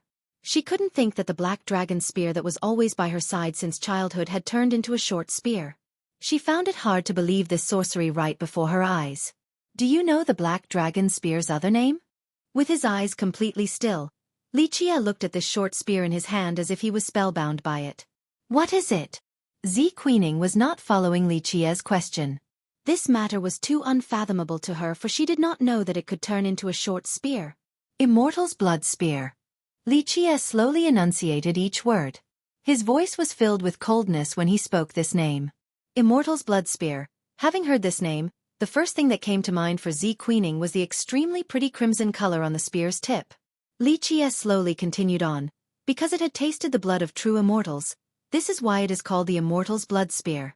True immortal. Xueqi's pretty eyes condensed into amazement as she heard such a phrase. She then looked at Lichia and asked, "There are really true immortals in this world?" Lichia did not answer her question. Instead, he carefully spoke. "This is a vicious weapon, and I hope that you will one day be able to grasp it. Otherwise, you are not worthy of it." Finished speaking, he returned the immortal's blood spear back to Xueqi. Xueqi accepted the immortal's blood spear as her expression became solemn and dignified. The moment the spear was in her hand, she felt an unprecedented destiny right before her that had not been there before. "Don't ruin the prestige of the immortal's blood spear." Lichia spoke to Xueqi with a serious tone. "It is not only a weapon. It has massacred true gods and pierced through the neck of an immortal emperor." "What?" Xueqi was in a stupor with a shocked expression. This phrase to her was too overwhelming. True gods were such powerful existences, yet the immortal's blood spear was able to massacre them. An immortal emperor was someone who shouldered the heaven's will and obtained the meaning of true invincibility. Piercing the neck of an immortal emperor was an unthinkable matter. It was simply the most ridiculous statement in this world. Yet Lichia's expression was telling her that these were not blustering and crazy words. Rather, it was a fact. In just a moment, Xueqi was in a daze. The black dragon spear was left behind by their patriarch and finally fell into her hands. She knew that this spear was unbeatable and had dominated the 9 worlds. However, she had never thought that this spear actually massacred true gods and pierced an immortal emperor's neck. However, today, it seemed that this unthinkable matter was the truth. Chapter 241. Immortal's Blood Spear. 1. Xueqi was extremely shaken. Just what kind of weapon was the immortal's blood spear? She had previously assumed that it was a weapon refined by their ancestor, the Black Dragon King. However, this did not seem to be the case after listening to Lichia's story. Even a supreme genius who had seen torrential storms like Xueqi needed time to calm down. The matter today was completely beyond her expectations. And it wasn't just that. This had great implications for the Heaven Protector City as well. Lichia leisurely spoke while looking at Xueqi, who was holding onto the immortal's blood spear. "Since you wield the black dragon spear and came from the little sea village, I do not need to say much about your responsibility. Just who are you, really?" At this moment, she didn't believe that Lichia was only the prime disciple of the cleansing incense ancient sect. "This does not matter. What matters is your mission." Lichia leisurely continued. "I have something back in the little sea village. You should know what to do since it is your mission. Go meet the elders of the village and bring that item here for me." Xueqi tried her best to see through Lichia, and didn't know the right words to say at this moment. Her mission was something unknown to the disciples and even the upper echelons of the Heaven Protector City. The black dragon spear was the symbol of her identity, but she didn't expect for it to turn into the immortal's blood spear. "I want to report this to the elders." In the end, Xueqi solemnly declared. Lichia lightly nodded his head in agreement to say, "You should do so. Otherwise, you wouldn't be able to take that item. However, do not let the people from the Heaven Protector City know about my matter, including any of the remaining high elders." Xueqi took a deep breath and inquired, "Since you want this item, why not come with me to the Heaven Protector City?" She knew that her mission had to do with a particular item, but she did not know what it was. "You want me to go to the Heaven Protector City?" Lichia smiled a bit before speaking. "It is not a difficult matter for me to visit the Heaven Protector City. However, I'm afraid my trip will turn the rivers into blood and create mountains of bones in your city. Your patriarch, the Black Dragon King, surely does not wish for me to personally massacre countless Heaven Protector disciples." Such bold words. Xueqi's countenance turned austere as cold glimmers flashed in her eyes, just like an angry goddess as her aura danced in the sky. Looking across the entire mortal emperor world, or even the 9 worlds, how many people dared to bluster about massacring their Heaven Protector City? Even an immortal emperor lineage would have to retreat in front of their might in dread. Lichia looked at Xueqi and smiled. "You don't need to be emotional or angry, I merely spoke the truth. With your current cultivation and power, it is enough to tower over the rest of the same generation in the mortal emperor world. You could even challenge existences from the last generation. However, in my eyes, killing you is very simple. With a single thought of mine, the Immortal's Blood Spear will slay you." The Immortal's Blood Spear is an unparalleled, vicious weapon in this world. It wouldn't pale in comparison against even Immortal Emperor true weapons. "Why did I give you such a treasure? It is because I do not need it. Just like how I do not care about the might of your heaven protector city. I do not wish for rivers over there to turn into blood because your patriarch, the Black Dragon King, was an excellent character. I do not wish for his disciples to die in my hands. Li Qia's words were as gentle as the blowing breeze and floating clouds, but they caused Xueqi to shiver. Without a doubt, the Black Dragon Spear, the Immortal's Blood Spear, was an invincible weapon, but Li Qia clearly did not place it in his mind. If it was someone else, would they be willing to give such a peerless weapon back to her after having it in their possession? Go back there and return my item to me. In the end, Li Qia left these words to Xueqi. Xueqi took a deep breath to compose herself and put away the Immortal's Blood Spear. Then she eventually said to Li Qia, I will complete my mission, but I'm not sure when I can give you the item that you want. I can wait, but do not test my patience. I do not wish to personally visit the Heaven Protector City. I especially do not want to see a scene where a rain of blood descends when I visit the city. Li Qia leisurely answered. Xueqi snorted and was clearly dissatisfied with Li Qia's words. If it was someone else provoking the Heaven Protector City like this, she would have taught them a good lesson. Heed my words, be careful of Gu Zun. Li Qia gave his caution right when Xueqi was exiting through the door. Xueqi immediately turned around and coldly glared at Li Qia before speaking with a harsh tone. Is this you trying to drive a wedge between us? Gu Zun was an ancestor of the Heaven Protector City, as well as the most powerful existence in the contemporary times. He was once unbeatable in the mortal emperor world and had previously swept through the 9 worlds. And it didn't stop there. He was also a supreme genius that was qualified to become an immortal emperor. Even though their ancestor, Gu Zun, rarely appeared, he still had the most power at the Heaven Protector City. Some people even considered him the prime existence of the mortal emperor world in the current era. Xueqi was a disciple and descendant of the Heaven Protector City. It was truly absurd for Li Qia to tell her to be wary of her ancestor. Li Qia had no reaction towards Xueqi's attitude. He simply smiled a bit and continued. Whether you believe it or not, my impression of Gu Zun compared to the Heaven Protector City's view on Gu Zun. Never mind, it is meaningless to tell you these things. Xueqi only glared at Li Qia and finally left in a hurry without saying a single word. Li Qia simply sighed after Xueqi's departure. The items he left behind at the Heaven Protector City did not number at just 1. He had an incomparable treasury at the city. The world would become crazy if they knew about the existence of such a wonderful treasury. If Lu Chong's son was still alive, then it would not be a difficult matter for him to open the treasury. Unfortunately, Lu Chong's son, as the oldest disciple of the Black Dragon King, was no longer alive, and Gu Zun was now the one in control of the Heaven Protector City. Unless he washed the Heaven Protector City with blood, it would not be easy for him to bring his supreme treasury away. Since the Black Dragon King paid such a high price, Li Qia, as his master, did not wish to personally destroy his continuously growing foundation in the future. Meanwhile, Gu Tiesho's entire body was in a cold sweat. The descendant of the Heaven Protector City personally arrived. This was such a grand matter.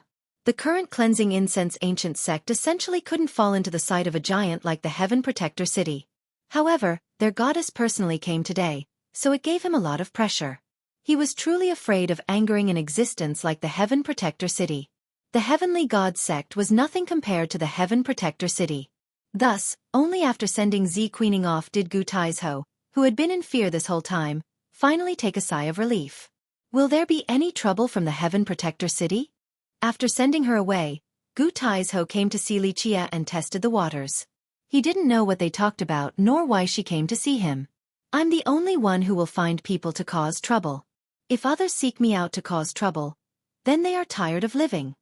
Li Qia nonchalantly replied. Gu Taizhou could only stay silent and wryly smile at Li Qia's arrogant words. This was the Heaven Protector City, damn. But alas, he was already used to Li Qia's arrogance. Li Qia looked at Gu Taizhou and shook his head a bit to say, Our cleansing incense ancient sect's real power is too weak. We didn't have a lot of resources before. Gu Taizhou replied with some helplessness. As someone who had protected the sect for so long, how could he not wish to see the sect grow stronger? Unfortunately, his heart was willing but his capabilities were insufficient. Keep working hard. We are starting to gain some resources now. Li Qia could only speak such words of encouragement. One cannot become fat from just one bite. There was still a long way for the cleansing incense ancient sect to go, and the most important thing was to train the young talents. I will bring the spirit medicines and Dan grass here for you in 2 days. Gu Taizhou had tried his best for the cleansing incense ancient sect. Li Qie nodded his head and replied, "We should start to recruit more disciples. Let Luo Fenghua take care of training the new disciples. This brat is rather gifted regarding this matter." Gu Taizhou nodded and agreed with Li Qie's course of action. In fact, compared to before, there had been big improvements in the sect in the last 2 to 3 years. Many newer disciples were not bad, especially the group of disciples from the cleansing Jade Peak. They were particularly excellent. At the same time, the group of disciples brought back by Su Yonghuang also increased the sect's power quite a bit. However, there was still a long way to go and they required good governance before they could compare to existences like the Heavenly God sect and the Azure Mysterious Ancient Kingdom. Gu Taizhou brought the medicinal materials desired by Li Qie 3 days later. It was enough to fill an entire hall. One could say that the sect's entire inventory was all in this one place. Having heard that Li Qie wanted to refine some pills, Elder Sun, as the best alchemy master of the sect, was the first to come running. One had to know that Elder Sun greatly valued Li Qie's talents regarding Dan creation, and he even wanted him to become an alchemist master of the sect. In fact, Li Qie also wanted to teach Dan refinement methods to Elder Sun and the others, so he not only allowed for Elder Sun to come observe, but also the other alchemy masters that had a high aptitude as well. Take all the medicinal materials for the first and second transformations and prepare them well. We will place them in soon. Li Qie directly commanded after seeing the arrival of Elder Sun's group. Putting in the materials so soon? Elder Sun glanced at the mountain of herbs and said, there are so many materials here. This would take 2 or 3 years to refine all of these into first and second transformation fate pills. I have a plan. Li Qie commandingly spoke. Seeing Li Qie filled with confidence, Elder Sun did not dare to linger and commanded the disciples to follow Li Qie's command. He wanted to see what miracle Li Qie will pull off. Chapter 242, Immortal's Blood Spear, 2. For alchemy masters, the hardest thing to create was the fate pill, not longevity medicines nor physique pastes. This was due to the very stringent requirement for fate pills regarding an alchemist master's power along with their ability to control flames. Then there were the Dan refinement techniques along with flame controlling techniques as well as the Dan synthesizing art. Any mistakes throughout any of these steps would result in a swift failure during the creation of a fate pill. At the same time, one cauldron with a batch of medicinal materials could only be refined into one fate pill. Also, out of the 3, fate pills were the most demanded by cultivators. Keep in mind that not all cultivators needed longevity medicines or physique pastes, but all of them required appropriate fate pills. This was the reason why fate pills were so much more valuable compared to the other 2. Fate pills had 9 transformations, and there were several deciding factors. For example, if the leading soulgrass ingredient along with the main materials were only of the 3rd transformation, then the created fate pill would also only be at the 3rd transformation and would absolutely not become the 4th transformation. Another factor was the skill of the alchemy master. If they were lacking, then even if the ingredients were of the 3rd transformation, the resulting fate pill could only be at the 2nd transformation. With a mistake in the process, it could even result in a cauldron explosion.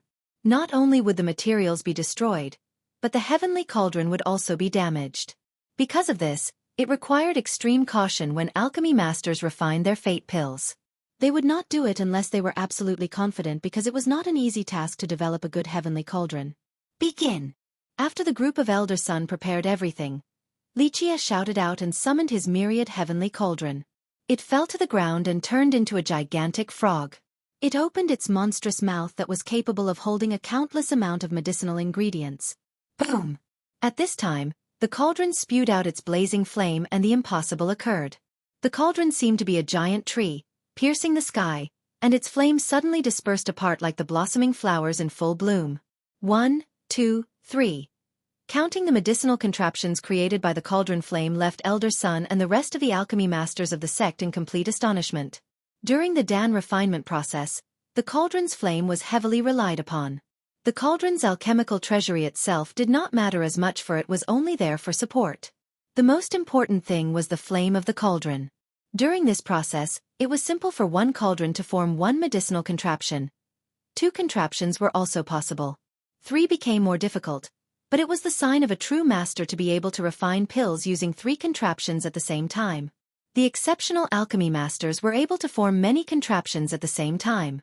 Even though the medicinal contraptions that were basked in the cauldron flames had a lot to do with the cauldron's rank itself, this was not all there was to it. The real skill was determined in how proficient the alchemist was able to control these contraptions, not just creating them. But at this moment, Xueqi's myriad heavenly cauldron was like a gigantic tree blooming with flowers. Flame contraptions appeared one after another like the coming of spring, creating a spectacular scene. Impossible! This is impossible. At this time, all the alchemy masters of the sect were dumbfounded at such a display with their eyes wide open. No one would believe that the scene unraveling before their eyes was the truth even if they were told. It was impossible for a cauldron to form 100 flame contraptions, unless this was the heavenly cauldron left behind by the alchemy god. However, let's take a step back with the assumption that one cauldron was able to create 100 flame contraptions. Controlling these contraptions was not up to the rank of the cauldron, it was due to the flawless mastery of the alchemy master. The flame contraptions before them were all the same size and they all glowed with the same hue. Even their sparks and movements, along with the transformations, were all the same. This meant that not only was the cauldron powerful, but Xueqi's flame mastery was even more impressive. 1003.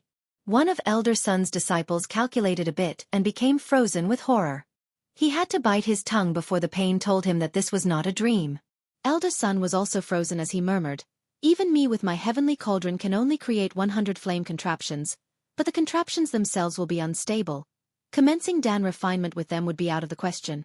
The aghast Elder Sun thought that even if he risked his life to form 100 flame contraptions, they would be unstable with different sizes and flame sparks. Their unstableness would make it impossible to refine pills. However, Xueqi's first move was to create 1003 flame contraptions with ease. They even had the same shade and size. This was indicative of his peerless alchemical technique and supreme skill. Even if Elder Sun had the myriad heavenly cauldron, he would not be able to form 1003 flame contraptions so quickly.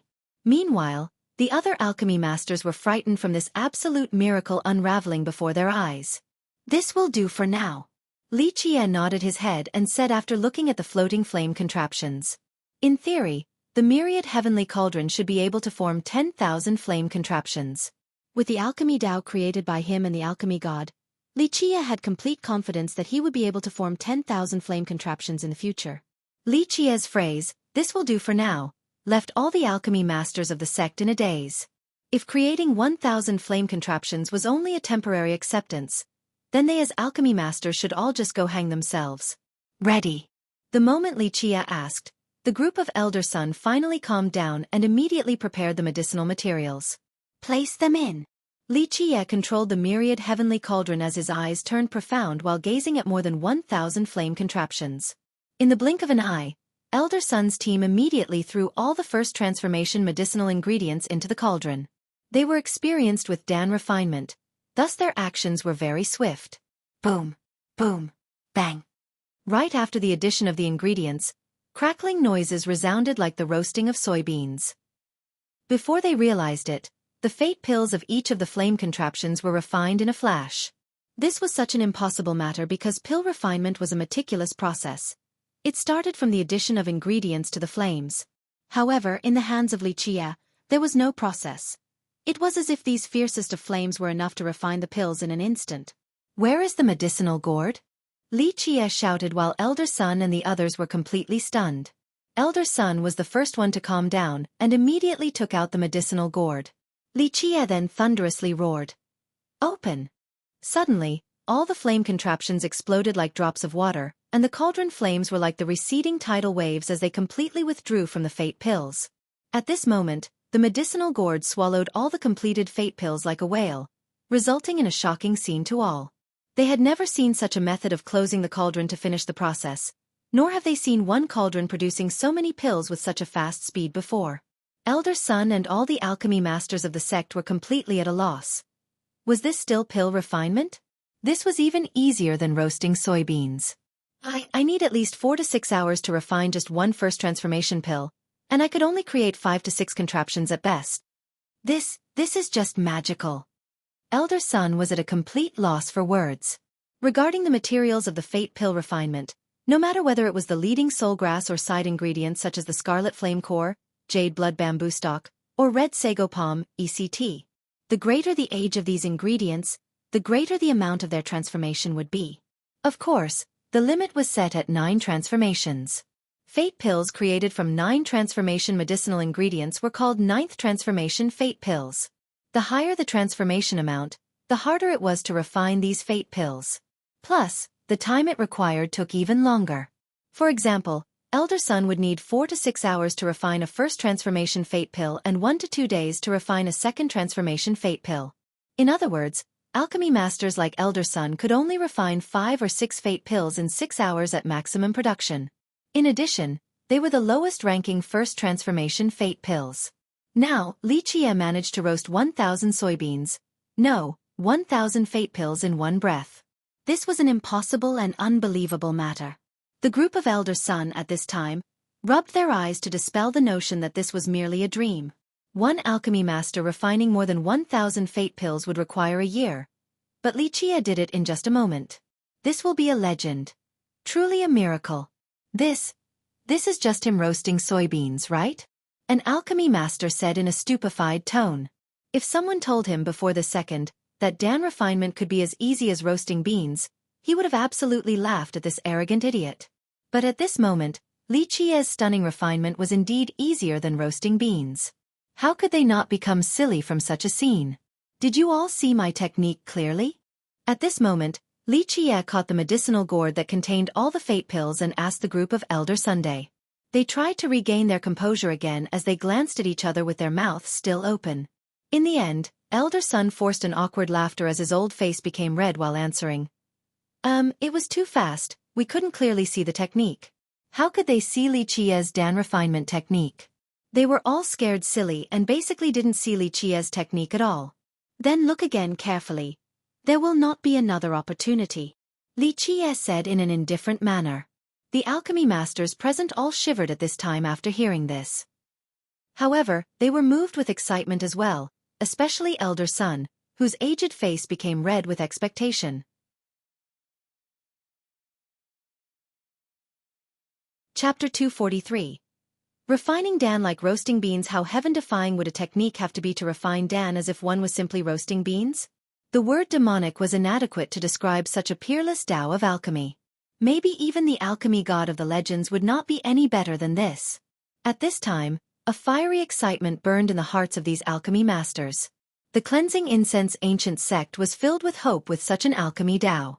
Even if the cleansing incense ancient sect could not use force to compete for the world in the future, it will surely be able to control the world with alchemy.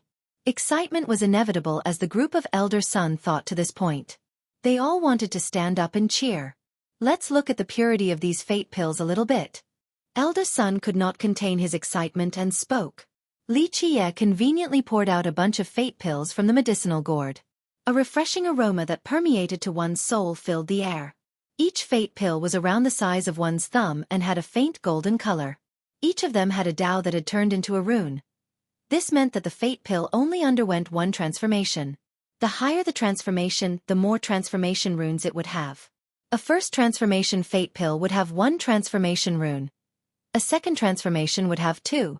Barely has the purity of 4 attainments. Xueqi looked at the faint golden fate pill for a little bit before speaking. If it has a 5 attainments purity, then it could be considered to be of the finest rank.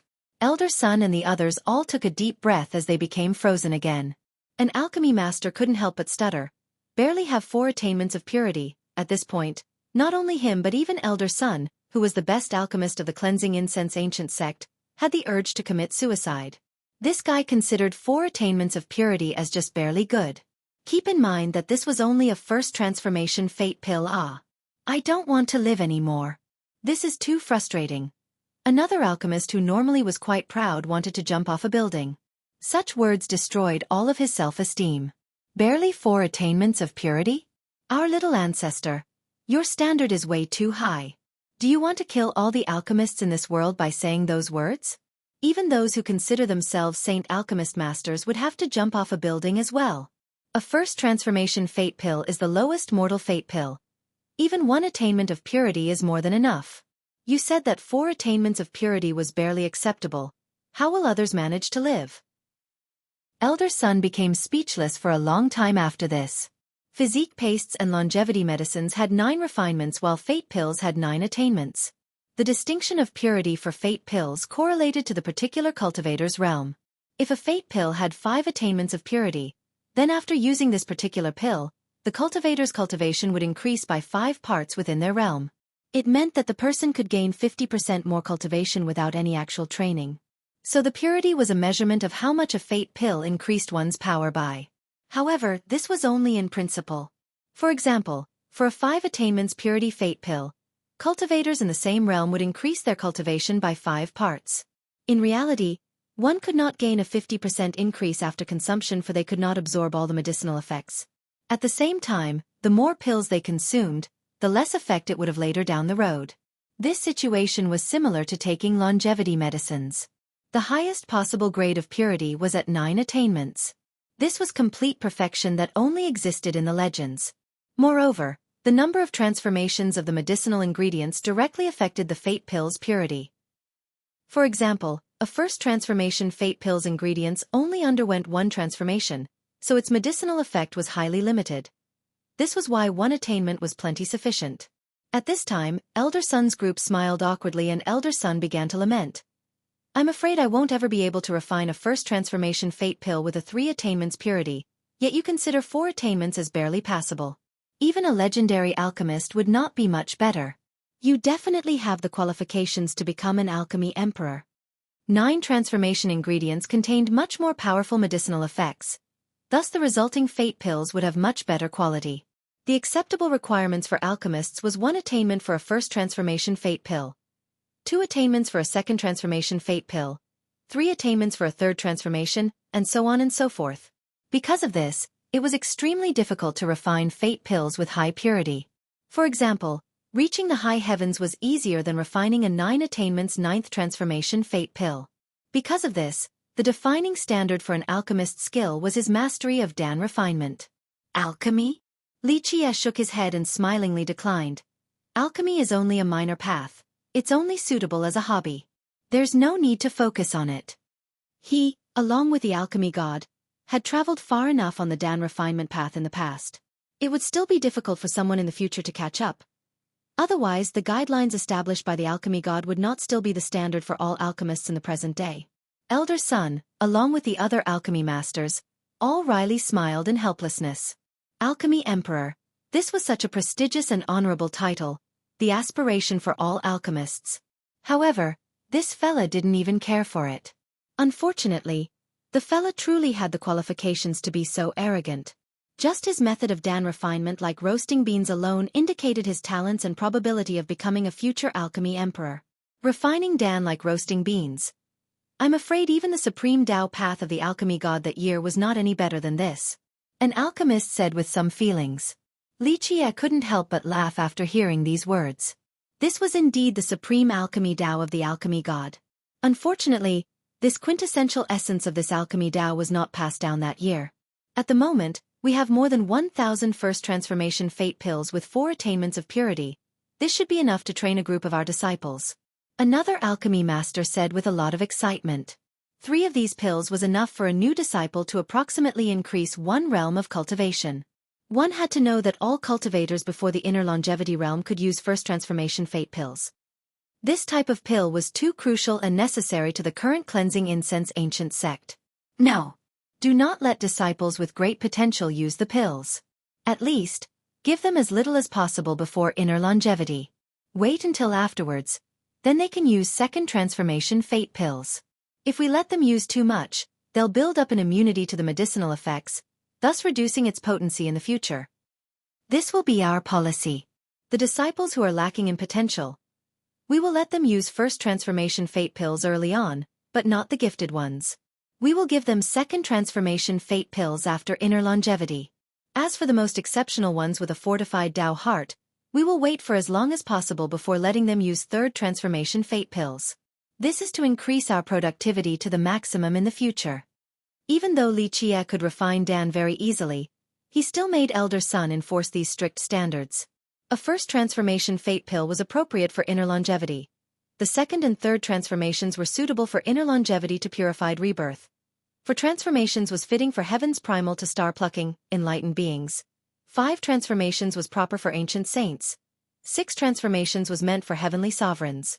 Any promising cultivator would limit their fate pill usage early on to avoid early resistance to its medicinal effect. Because of this, many geniuses with great talents only started taking fate pills during the royal noble realm. This arrangement is indeed necessary. Elder Sun was very supportive of Li Qiye's arrangement. Good. Then forget about this matter for now. Watch closely at my technique. I do not wish to demonstrate the same technique twice. Li Qiye handed the medicinal gourd to Elder Sun as he spoke. After hearing his words, all the alchemy masters present shivered inside and gathered their focus. They did not want to miss a single detail of Li Qiye's actions. This was a supreme alchemy Tao in their eyes, one that was comparable to the alchemy god's Tao. This was the dream and desire of all the alchemists in this world. They would rather be beaten to death than miss this opportunity of learning such a rare alchemist technique. Li Qiye then refined pills for the next 3 months, including longevity medicines and fate pills. The higher-ranking ones required a much longer time. To Li Qiye, if first transformation fate pills were as simple as roasting beans, then second transformation pills were akin to cooking rice, while third transformation pills resembled stirring up a pot of soup. The higher-ranking ones did not require a long time, but they were also much harder to refine. Even so, Li Qiye's showcase of his alchemy Tao was still enough to horrify the group of Elder Sun. It was truly the showcasing of a miracle. Li Qiye not only refined all the alchemy ingredients of the sect within these 3 months, but he also imparted his knowledge to the group of Elder Sun that crazily tried to absorb everything. Regarding alchemy, Li Qiye's alchemy Tao was like a palace filled with treasures for them. Even though they couldn't absorb everything, it was a benefit that will last them their entire lives. After 3 months, the tired Li Qiye closed his cauldron and stopped the refinement process. At this point, the other alchemy masters reluctantly left the lonely peak. They simply wished to stay at the peak forever to watch Li Qiye refine Dan through the days and nights. In fact, Li Qiye was so sick of Dan refinement that he started to feel nauseous whenever he saw any medicinal ingredients. So after withdrawing his cauldron, the thought of further Dan refinement escaped his thoughts completely. After hanging around the sect for 2 more months and noticing that everything was well prepared, he intended to leave for the Eastern 100 cities. But before he could leave, Li Shuangyan came with bad news. The situation over at the War God Temple is not good. They not only refuse to let go of Master, but they expressed their dissatisfaction with our 9 Saint Demon Gate.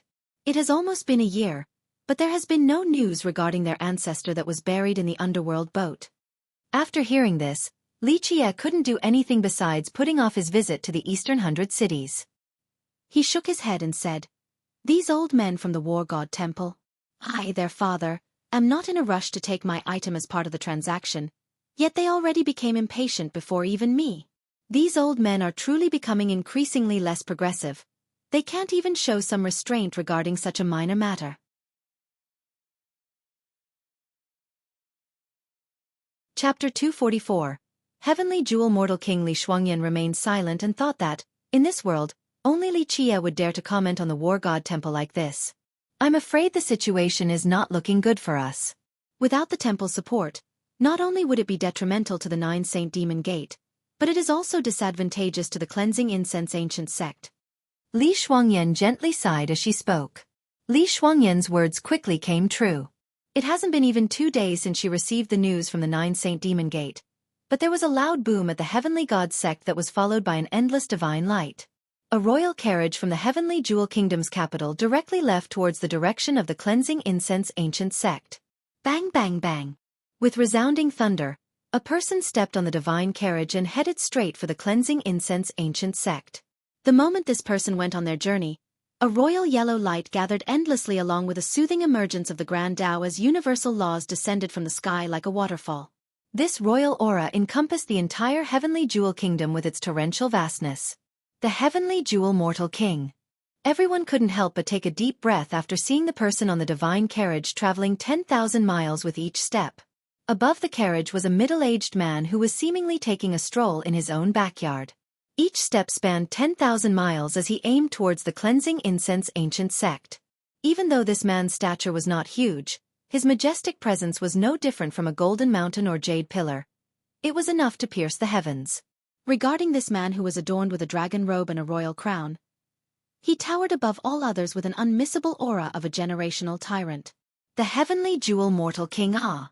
Seeing as how this person's domineering aura was filling the sky with his tyrannical presence, people couldn't help but murmur. In the Grand Middle Territory, many lords, sect masters, and even the undying old men from the previous generation were very wary of the heavenly jewel mortal king. Previously, there were two great geniuses in the Grand Middle Territory. The first was the mortal king of the heavenly jewel kingdom, and the second was Demon King Luan Ri of the Nine Saint Demon Gate. Even though they were born during the difficult Tao era, they still powerfully trod forward with their cultivation paths. Both had looked down on the world before as they traversed the mortal emperor world. During their era, even the seclusive old men that accomplished ancient saint or heavenly sovereign had nothing but praises for them. Some people commented that if they didn't live during the difficult Tao era, the mortal king and the demon king would have been able to aim for a mortal emperor. Another one said this about the two. The heavenly jewel mortal king, with his despotic aura, was an overlord of a generation. Demon King Luan Ri, with his penetrating insight, was a wise ruler of a generation. Many people were attracted to the sudden journey of the mortal king, for they knew that a storm was coming. The mortal king who once dominated the world had been silent for 100 years. And now, he suddenly began to take action. How could people not become shocked? Cleansing incense ancient sect. I will give you 1 day to hand over Li Chia. Otherwise, I will annihilate all of you. As he stood on the sky outside of the cleansing incense ancient sect, he looked down on everything with a mighty expression as if he was an emperor sitting in the clouds. The warning bells of the sect instantly resounded loudly as the entire sect quivered. All the disciples and upper echelons were preparing for war. In a short period of time, lights pierced the sky from inside the sect as defensive formations were initiated. Unfortunately, the sect was no longer the same compared to its past. The Emperor Foundation of the sect had been lost. If its old Emperor Foundation could be activated, then a Supreme Grand Formation would activate. Even a virtuous paragon would not be able to break through. Many great powers and heritages also arrived after hearing the news that the mortal king was outside of the cleansing incense ancient sect and demanded for Li Chia.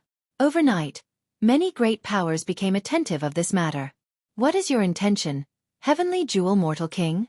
Su Yonghuang was still cultivating in seclusion, so Gu Taizhou, as the first elder in charge, stepped forward and stood above the sky as he gravely inquired.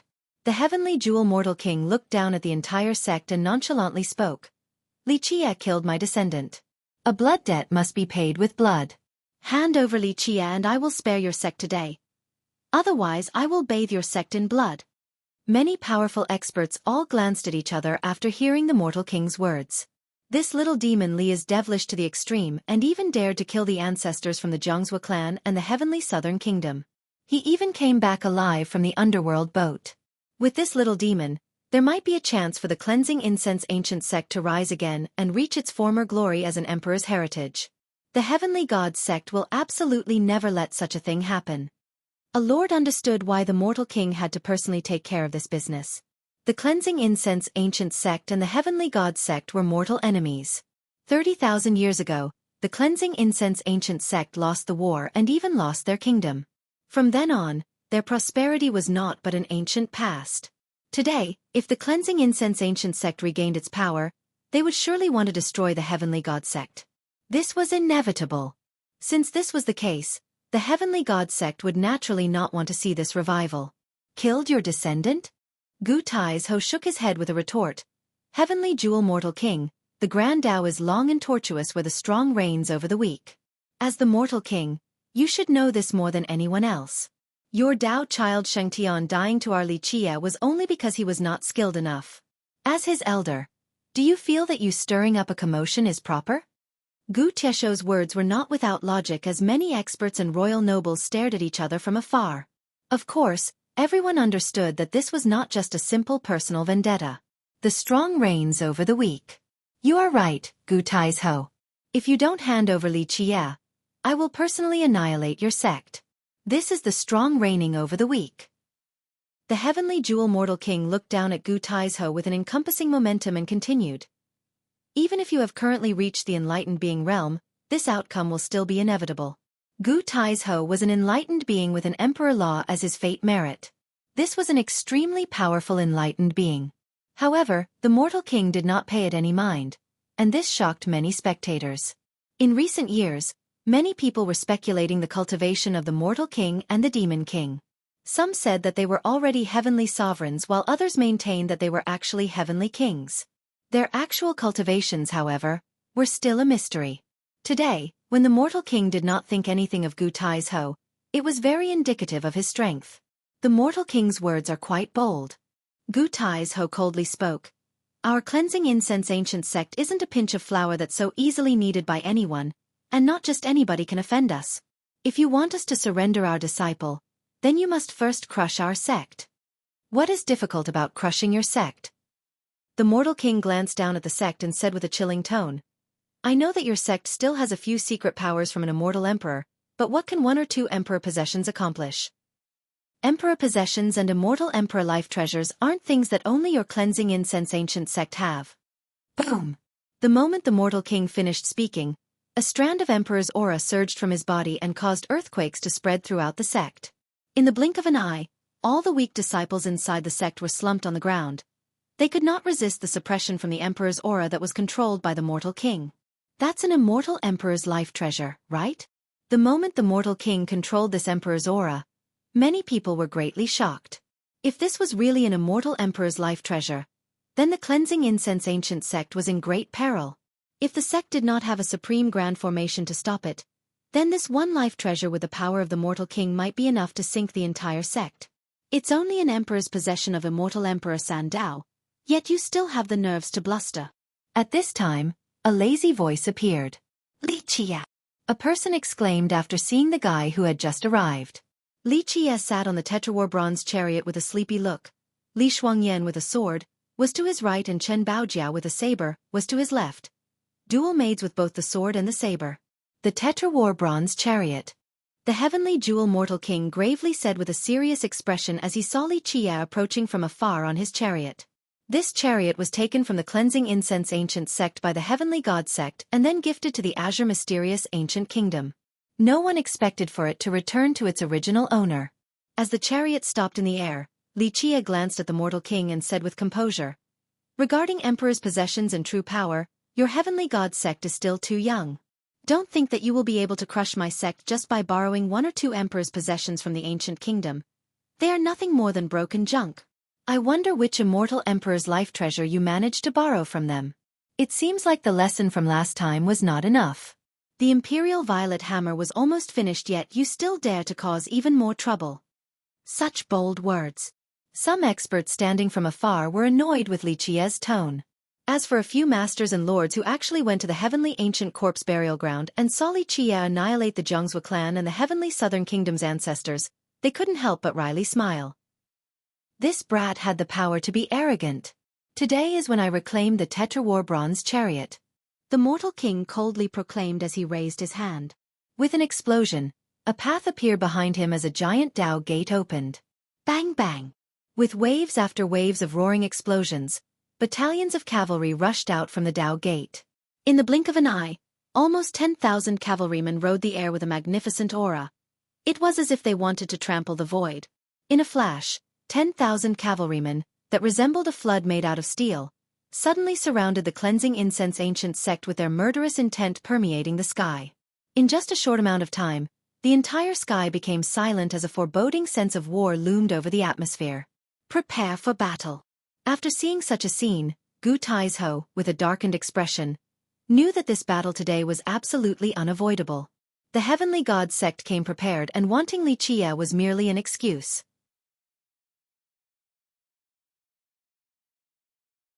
Even though the cleansing incense ancient sect had declined, in the end, it was still an immortal emperor lineage.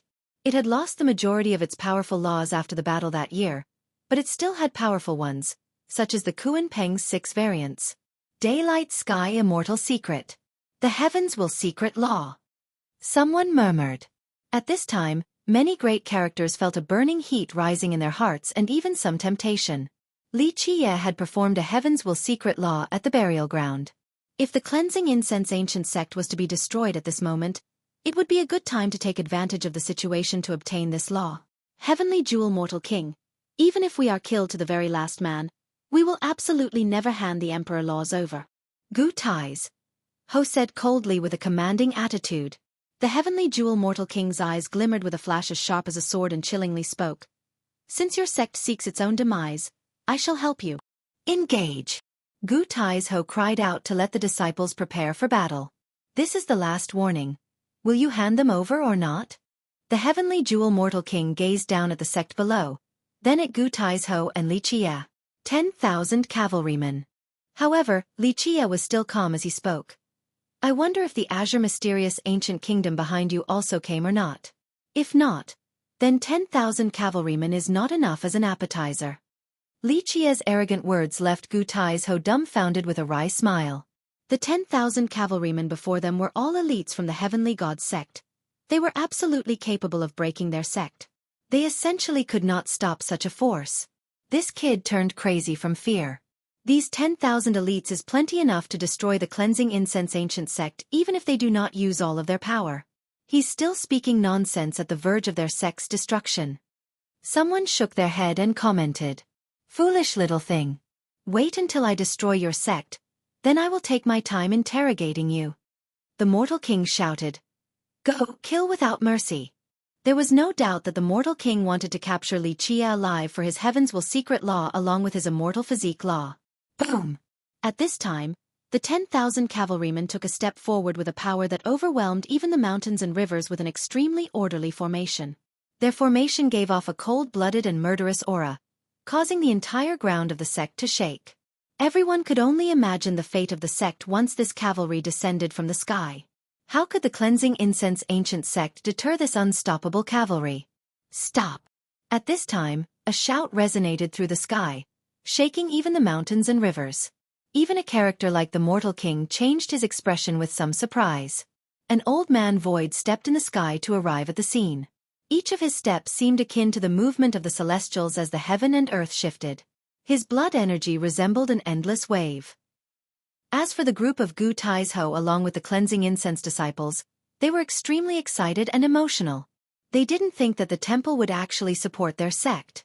It was unbelievable that they have obtained the temple's support even though they had never managed to get into such a giant power's grace before. Even Chen Baojiao and Li Shuangyan glanced at each other. At this moment, they seemed to be aware of something. Only Li Chia was calm and nonchalant and no one knew what he was thinking. Your war god temple's heroic spirit can even devour the heavens, ya. Imperial advisor Qingxian Xiong of the ancient kingdom snorted and continued on. I'm afraid that even your war god temple in the present day cannot protect yourself. Your temple is too rotten. You should worry about yourselves first, don't reach out beyond your grasp. The Grand Middle Territory is not a domain for just yourselves.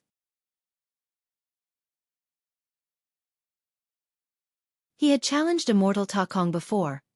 Even though he was flicked away by just one finger from immortal Emperor Ta Kong, it was a defeat filled with honor. In contemporary times, some people place the ninth ancestor of the ancient kingdom on the same level as the ancestor of the heavenly god sect. Today, the ancestor of the heavenly god sect was considered invincible and unreachable by the royal nobles all the way to the ancient saints. Why did he come here? A few old undyings exclaimed as they noticed Mu Chen, sending shivers all over their bodies and draining their faces of color. This is a monster of the legends. Shouldn't he be suppressing his blood in the Era Bloodstone right now? Why did he come here today? A previous generation supreme elder of a great sect took a deep breath with chills running down his spine as he started to murmur. What is the current situation of this cleansing incense ancient sect? To actually make a war god temple's ancestor personally take action for them. This is really unexpected. Go back from where you came. At this time, Mu Chen decisively spoke. In his eyes, even the 10,000 cavalrymen and the absolutely talented mortal king of the heavenly god sect and even the azure mysterious imperial advisor could not stop him. He threw in one carefree phrase that symbolized his supreme will. With an aghast expression, the heavenly jewel mortal king didn't dare to say anything. Even if their ancestor came here today, he would not be able to change the situation. You want to leave? However, the forever calm Li Chia, at this time, spoke. Since you have arrived, don't think about leaving. The moment his words came out, many named heroes and royal nobles who were spectating became confused.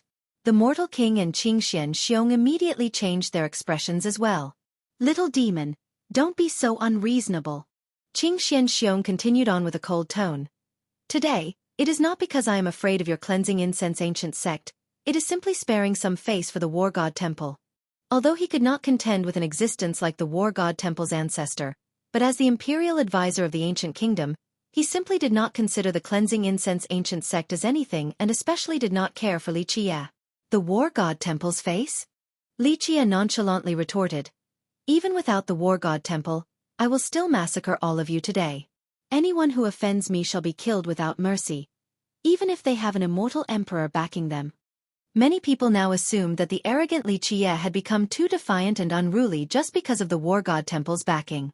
However, no one dared to say anything in the presence of an existence like Mu Chen. Qing Xiong quickly glanced at Mu Chen, but Mu Chen did not reveal any attitude. He then glared at Li Qie with a fierce gaze and coldly asked, "Little demon, if we want to leave, you think you can stop us with just you? Kill all of them." Li Qie was too lazy to glance at Qing Xiong and slowly declared, "Let everyone in the Grand Middle Territory know that there is no mercy for those who offend me." After his words fell, no one took any action. Gu Taizhou was in a daze for he was without any option at this point. He then bit his teeth and shouted, "Go, kill all of them! Is the cleansing incense ancient sect crazy? They just avoided a calamity yet now they want to go on the offensive?" A sect master couldn't help but murmur, "Just with your cleansing incense ancient sect?" Qing Xiong snorted while the mortal king's gaze also turned cold. If the War God Temple chose to not interfere, then their 10,000 experts would absolutely massacre all of these people. "I'm not talking about you guys." Li Qie shook his head towards Gu Taizhou, then he signaled with a hand wave to tell the cleansing incense disciples to stop. Boom boom boom boom. The moment he finished speaking, 4 stone giants descended from the sky and stood around Li Qie's tetrawar bronze chariot. After seeing these 4 stone giants, Demon King Luan Ri was astounded and almost cried out. Even Mu Chen was shaken as his eyes became serious with a profound light. Tetrawar stone protectors. Today, I shall let you experience the true power of my cleansing incense ancient sect. Li Qie calmly stood above his chariot and declared, "Kill all of them. Kill." The 4 stone giants actually spoke in human language and took action in the blink of an eye. They walked forward step by step before stomping down. Open the formation. The feet that were as gigantic as the heavens itself rendered the mortal king in horror. He crazily roared and commanded his disciples. The grand formation initiated as the 10,000 cavalrymen of the heavenly god sect chanted their battle cry. Kill. In an instant, blades and blades of gigantic divine sword light soared into the sky, wanting to stop the monstrous feet from stomping down. Boom! But after an explosion shattering the heaven and earth itself, all the gigantic divine swords were broken. They could not repel the 4 giant stone feet. Ah! Miserable screams resounded through the sky as a rain of blood poured down when the giants' feet stomped on more than 1,000 experts of the heavenly god sect, crushing them into minced meat. At this moment, no life treasures nor foreign Dao mysterious weapons were able to stop the 4 stone giants. Retreat, retreat, retreat. With a horrified expression, the mortal king realized that he greatly underestimated the terrifyingness of these 4 stone giants. He opened a Dao path into a Dao gate and ordered the cavalry to immediately retreat into the Dao gate in order to teleport away from this place. We reign over the 9 worlds and sweep through the 8 desolaces. Even though Li Qie maintained a nonchalant expression, his heart was quite moved. He recalled when his tetrawar bronze chariot soared in the sky with the 4 tetrawar stone protectors as its defense. In the battle to massacre the immortals, it was a bloody battle all the way until the heaven's destruction. How great was that battle? How many legendary existences lost their lives?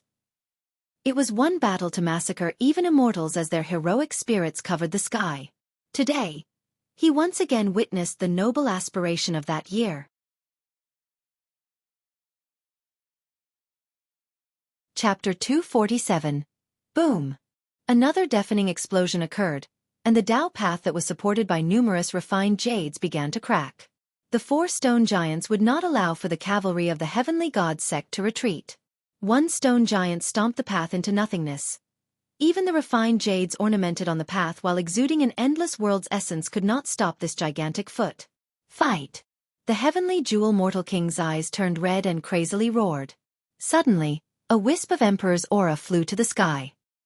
He held an Emperor's possession as its Emperor's power and immortal intent turned into a warhammer as he mustered an invincible force to slam it towards this stone giant. The Emperor's aura filled the sky the moment this Emperor's possession appeared, sending shivers to all the spectators. They knew that, even if they were more powerful, death would be inevitable once they were to be struck by this Emperor's power. Zhang! However, this stone giant exuded universal laws in the shape of stars flying to the sky. It was like a heaven-defying waterfall pouring down on this stone giant's hand. At this time, it ferociously unleashed a fist and split even the heaven and earth. The primordial void appeared as the stars in the sky fell down while the earth began to crack.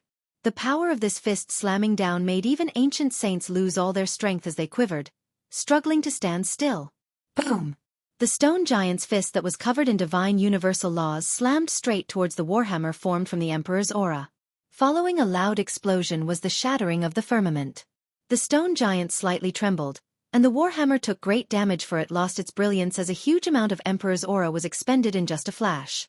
This immediately prompted the mortal king to use his Emperor's possession for protection instead. His Emperor's possession could not slay the stone giant in front of him. What is this thing? Such a display of might quaked everyone's hearts.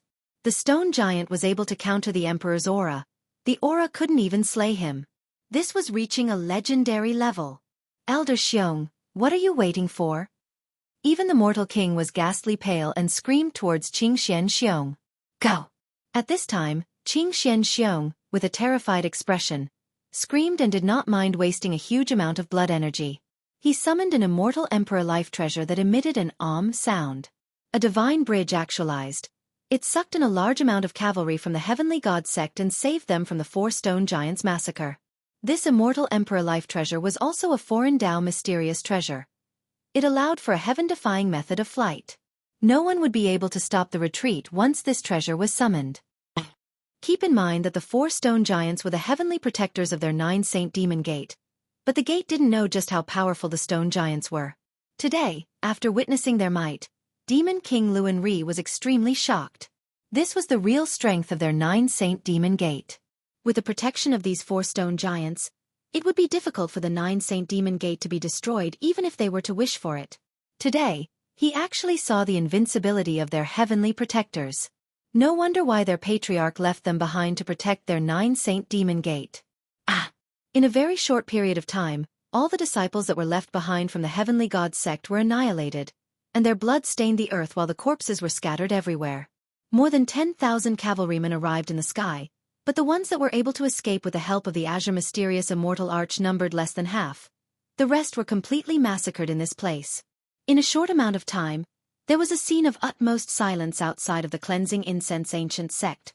Everyone held their breath and didn't even dare to make a single noise. Tetrawar Stone Protectors, Tetrawar Bronze Chariot. At this point, Mu Chen couldn't help but murmur while staring at the protectors surrounding Li Qie's chariot. He had heard his senior brothers talk about a legend. This legend stated that the Tetrawar Bronze Chariot was the carriage of a supreme existence, and the Tetrawar Stone Protectors were the vanguards that opened the path. In an era long ago, even gods had to retreat at its sight and immortal emperors quickly gathered to personally greet its coming. He never thought that these 2 things would both appear today. The more frightening thing was that they swore their allegiance to a young disciple of the cleansing incense ancient sect. This was truly inconceivable. Mu Chen couldn't understand why a young disciple like Li Qie was able to control the chariot and the 4 protectors from the legend. Even a legendary character like him could not master such existences. Go back now. Li Qie's heart was filled with numerous sentiments. Ever since he brought the 4 protectors from that area, they had always been together with him. Later on, he bestowed them to the 9 Saint Demon Gate because of the prestigious merits of 9 Saint Virtuous Paragon. Ever since then, the stone protectors had been sleeping inside the earth vein of the sect and borrowed its essence to power their hibernation. Whoosh! The 4 stone giants traversed the sky in a flash and disappeared. Even though the 9 Saint Demon Gate was very far away, this distance was nothing at all to existences of their level. Within the 9 Saint Demon Gate, all the elders, protectors, and even the supreme elders were in a daze. The 4 stone giants suddenly left, so they thought a great matter had happened, but not long after, all 4 returned. They didn't know what event had actually transpired. In fact, Even the cleansing incense ancient sect at the scene didn't know the exact details. They didn't know who the 4 stone giants were, outside of Nan Huiran and Protector Mo. The outsiders, however, were greatly alarmed.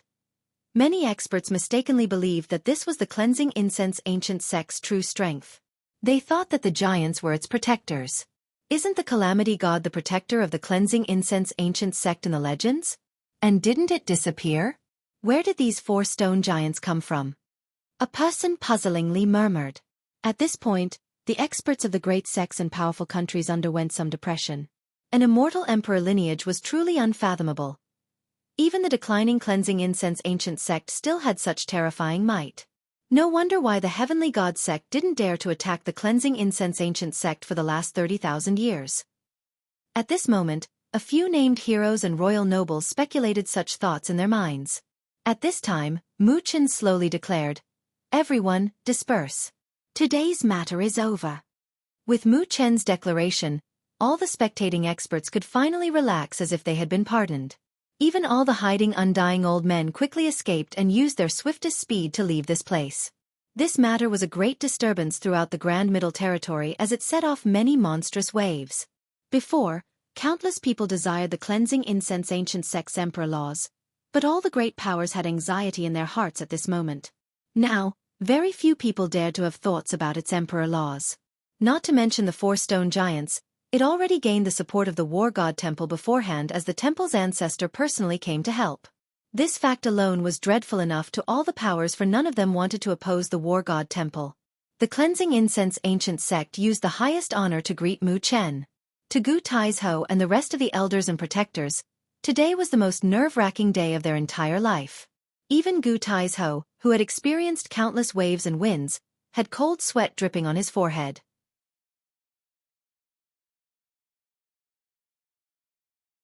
Chapter 248.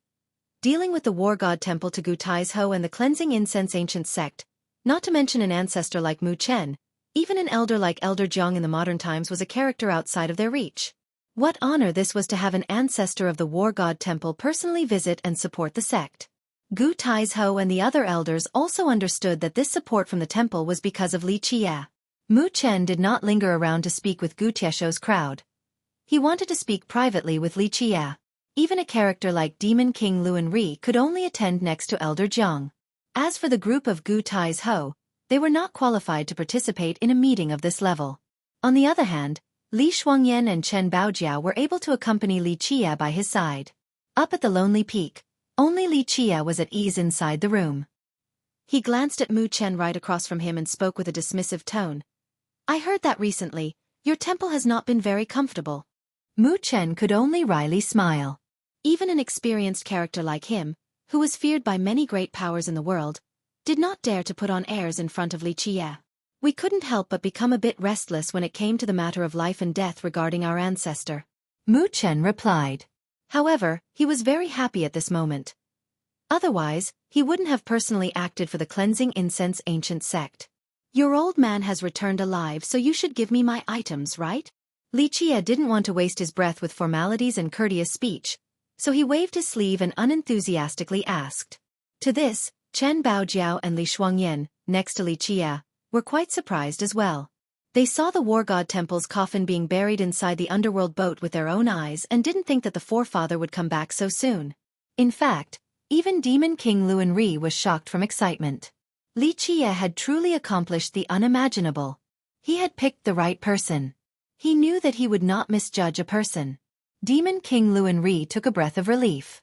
Their 9 Saint Demon Gate had exerted everything for this transaction, including all of its wealth, and he, himself, as the assurance. He bet that he had not picked the wrong person, for he trusted his own insight. It might seem as if the 9 Saint Demon Gate did not have any direct benefit from this transaction, but Demon King Luan Ri was still extremely ecstatic. Their indirect gains were apparent the moment ancestor Mu Chen personally came out for support. This was something that he would have never dared to imagine before. Even with their hardest efforts, they would not be able to invite an ancestor of the War God Temple to protect the 9 Saint Demon Gate, but they might have won that chance today. All of this was because of Li Qia. Luan Ri's wisdom in judging people was the reason why this transaction was successful. The 2 kings chose 2 different sides. The heavenly jewel Mortal King chose to win the favor of the Azure mysterious ancient kingdom, while Demon King Luanri aimed for the support of the War God Temple. Without a doubt, Demon King Luanri was more successful. At this time, Mu Chen handed a treasure box to Li Qie. After accepting it, Li Qie opened it for a look and noticed 3 keys inconspicuously lying inside. Li Shuangyan and Chen Baojiao right beside him were taken aback because of this. This transaction could be considered a grand exchange. Li Qie extended the life of a supreme character inside the War God Temple. They assumed that Li Qie's item would also be a supreme treasure. It could even be of the immortal emperor ranking. However, they never expected that it would be 3 keys. It is them. Li Qie looked at the 3 keys for a bit and became quite satisfied. In fact, he had always wanted these 3 keys before, but the War God Temple had always considered them to be their treasure child. This time, the War God Temple had met a dead end and became willing to use these 3 keys for the deal. Before our forefather went into a deep hibernation within the Blood Era Stone, he wanted to ask whether if young Noble Li was interested in joining the Hidden Immortal Hall or not. At this time, Mu Chen asked with a serious expression. Hearing this left Demon King Luanri shaken. Joining the Hidden Immortal Hall was an amazing matter. Even the disciple with the highest aptitude of the War God Temple was not qualified for such things. The forefather of the Hidden Immortal Hall had always been hibernating and basically never took in disciples. Take me in as a disciple? Li Qie smiled for a bit and shook his head. Your Hidden Immortal Hall is indeed amazing. I also know the items hidden inside are craved by everyone. However, I don't want to be tied up by a bunch of stinky rules of the War God Temple. Plus, if I have to live with old men like all of you, maybe one day, I will become rotten with outdated doctrines as well. Young Noble Li, this is a once-in-a-lifetime opportunity. At this time, Demon King Luanri couldn't help himself from trying to convince Li Qie. No one should be able to reject such an opportunity. One had to know that the Hidden Immortal Hall was the most mysterious and fear-inducing existence of the War God Temple. If the Hidden Immortal Hall wanted him, he would join it without any hesitation. I know the level of the Hidden Immortal Hall, but I am not interested. Li Qie gave a smile towards Demon King Luanri and shook his head. Demon King Luanri couldn't help but wryly smile as he lamented the irritating unfairness of this world. The rest of the world dreamed about joining the Hidden Immortal Hall while Li Qie essentially didn't care for it. If young Noble Li is interested, how about becoming a disciple in name for our War God Temple? You will not be restricted by our temple. And I trust that young Noble Li could always use our assistance. Mu Chen did not give up and gave Li Qie another offer. You finally understood. At this time, Li Qie's eyes narrowed while looking at Mu Chen as he slowly spoke. I am a bit interested in an offer like this from you. Mu Chen was quite glad to hear Li Qie's reply. The War God Temple, of course, would not let go of such a talent like Li Qie. He was someone absolutely worthy of an investment in their eyes. If young Noble Li becomes our War God Temple's disciple in name, we are willing to protect your path of Dao. Mu Chen expanded his offer. Li Qie slightly waved his sleeve and shook his head. No need for Dao protection. How about this? I will register my name under your War God Temple as a disciple in name. After I travel the 9 heavens and shoulder the heaven's will, the future glory will have a part of your War God Temple. In my generation, I will protect the War God Temple. I promise that I will lend you a hand in the future if your War God Temple becomes rotten. In return, I need your people. Even though your old men are a bit conservative and outdated, there is no doubt that your teachings are great, just like the Heavenly Dao Academy. My cleansing incense ancient sect wants to borrow a few old men to teach our younger generation. How about it? Li Qie looked at Mu Chen and slowly continued. This deal is definitely worth it for your side. Demon King Luanri was amazed at Li Qie's confidence. To be able to say without any sense of doubt about ascending over the 9 heavens and carrying the heaven's will. Keep in mind that there will only be one immortal emperor with the heaven's will for each generation. Mu Chen stared at Li Qie in silent contemplation. In this short period of time, the focus of everyone was on him. In the end, not many young people could barter with an ancestor of the War God Temple. In the end, Mu Chen slowly placed a token on the table and slowly pushed it before Li Qie as he spoke. This is the order of our War God Temple. There are only a few of these. How about we make another little bet? Our War God Temple has enough resources, and we can support you. We don't want a lot. In the future, once you shoulder the heaven's will and reach the peak, Just leave behind one immortal physique law, one emperor weapon, and some karma. What do you think? Mu Chen's words truly shocked everyone present. Today, Li Qie was but a mere junior. Mu Chen's condition was truly unbelievable. Could it be that Mu Chen really thought that Li Qie will be able to climb to the peak and accept the heaven's will in the future? At this time, even Elder Jiang was quite astonished and needed to take a long breath. This bet was a bit too grand.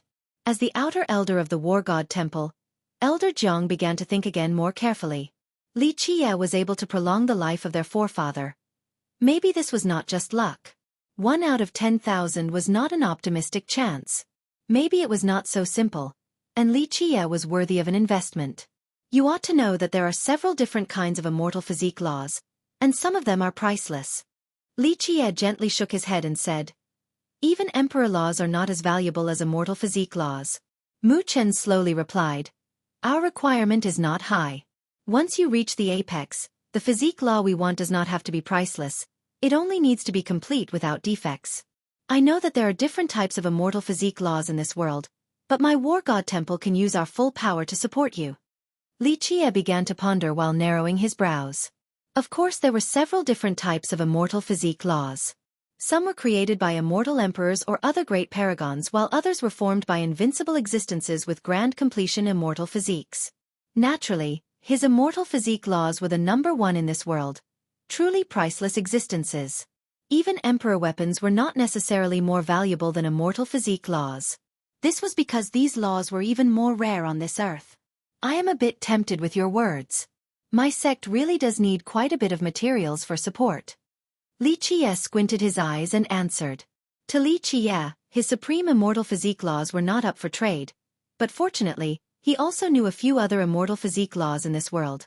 Even though he did not have them in his memories at the moment, but one day, he will be able to find those created by someone else.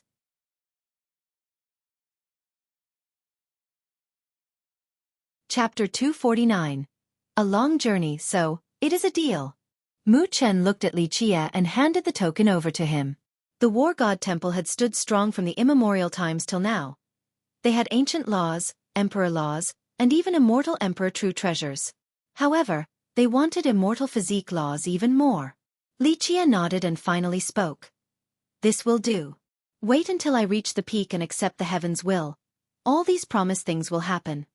Li Qie made such a deal not for himself, but for the cleansing incense ancient sect. He couldn't spend too much time training the sect, so he needed a heritage with power and experience, like the temple, for its protection. Regarding disciple training, the War God Temple was truly great. Eventually, Li Qie and Mu Chen settled on a deal and Li Qie used his true fate to formalize it while Mu Chen used the prestige of the War God Temple. This time by coming into being, I have spent enough time in the mortal air. I'm afraid I will be spending time and suppressing my lifespan again inside an era bloodstone. Before leaving, Mu Chen told Li Qie, however, the War God Temple will still be able to satisfy your demands. Just directly communicate with Elder Jiang from now on. A person who had lived through eras like Mu Chen could not last so long by just relying on himself. He needed to borrow the era bloodstone to seal himself and suppress his blood. The price necessary for an ancestor like Mu Chen to come into being was inconceivable. This time was because Mu Chen wanted to bury their forefather. Moreover, before sealing himself again, he wanted to do a good job negotiating with Li Qie for this young disciple was completely worthy of the temple's support. To someone like Mu Chen, time was gold and he didn't want to linger around much longer.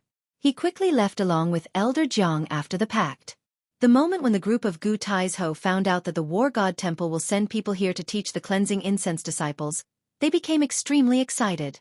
The sect of today was not only lacking resources. The most crucial thing was the absence of wise teachers. Even though they had lost many emperor laws, there were still numerous virtuous paragon and heavenly king laws. These were enough to strengthen the sect. However, they still needed good teachers.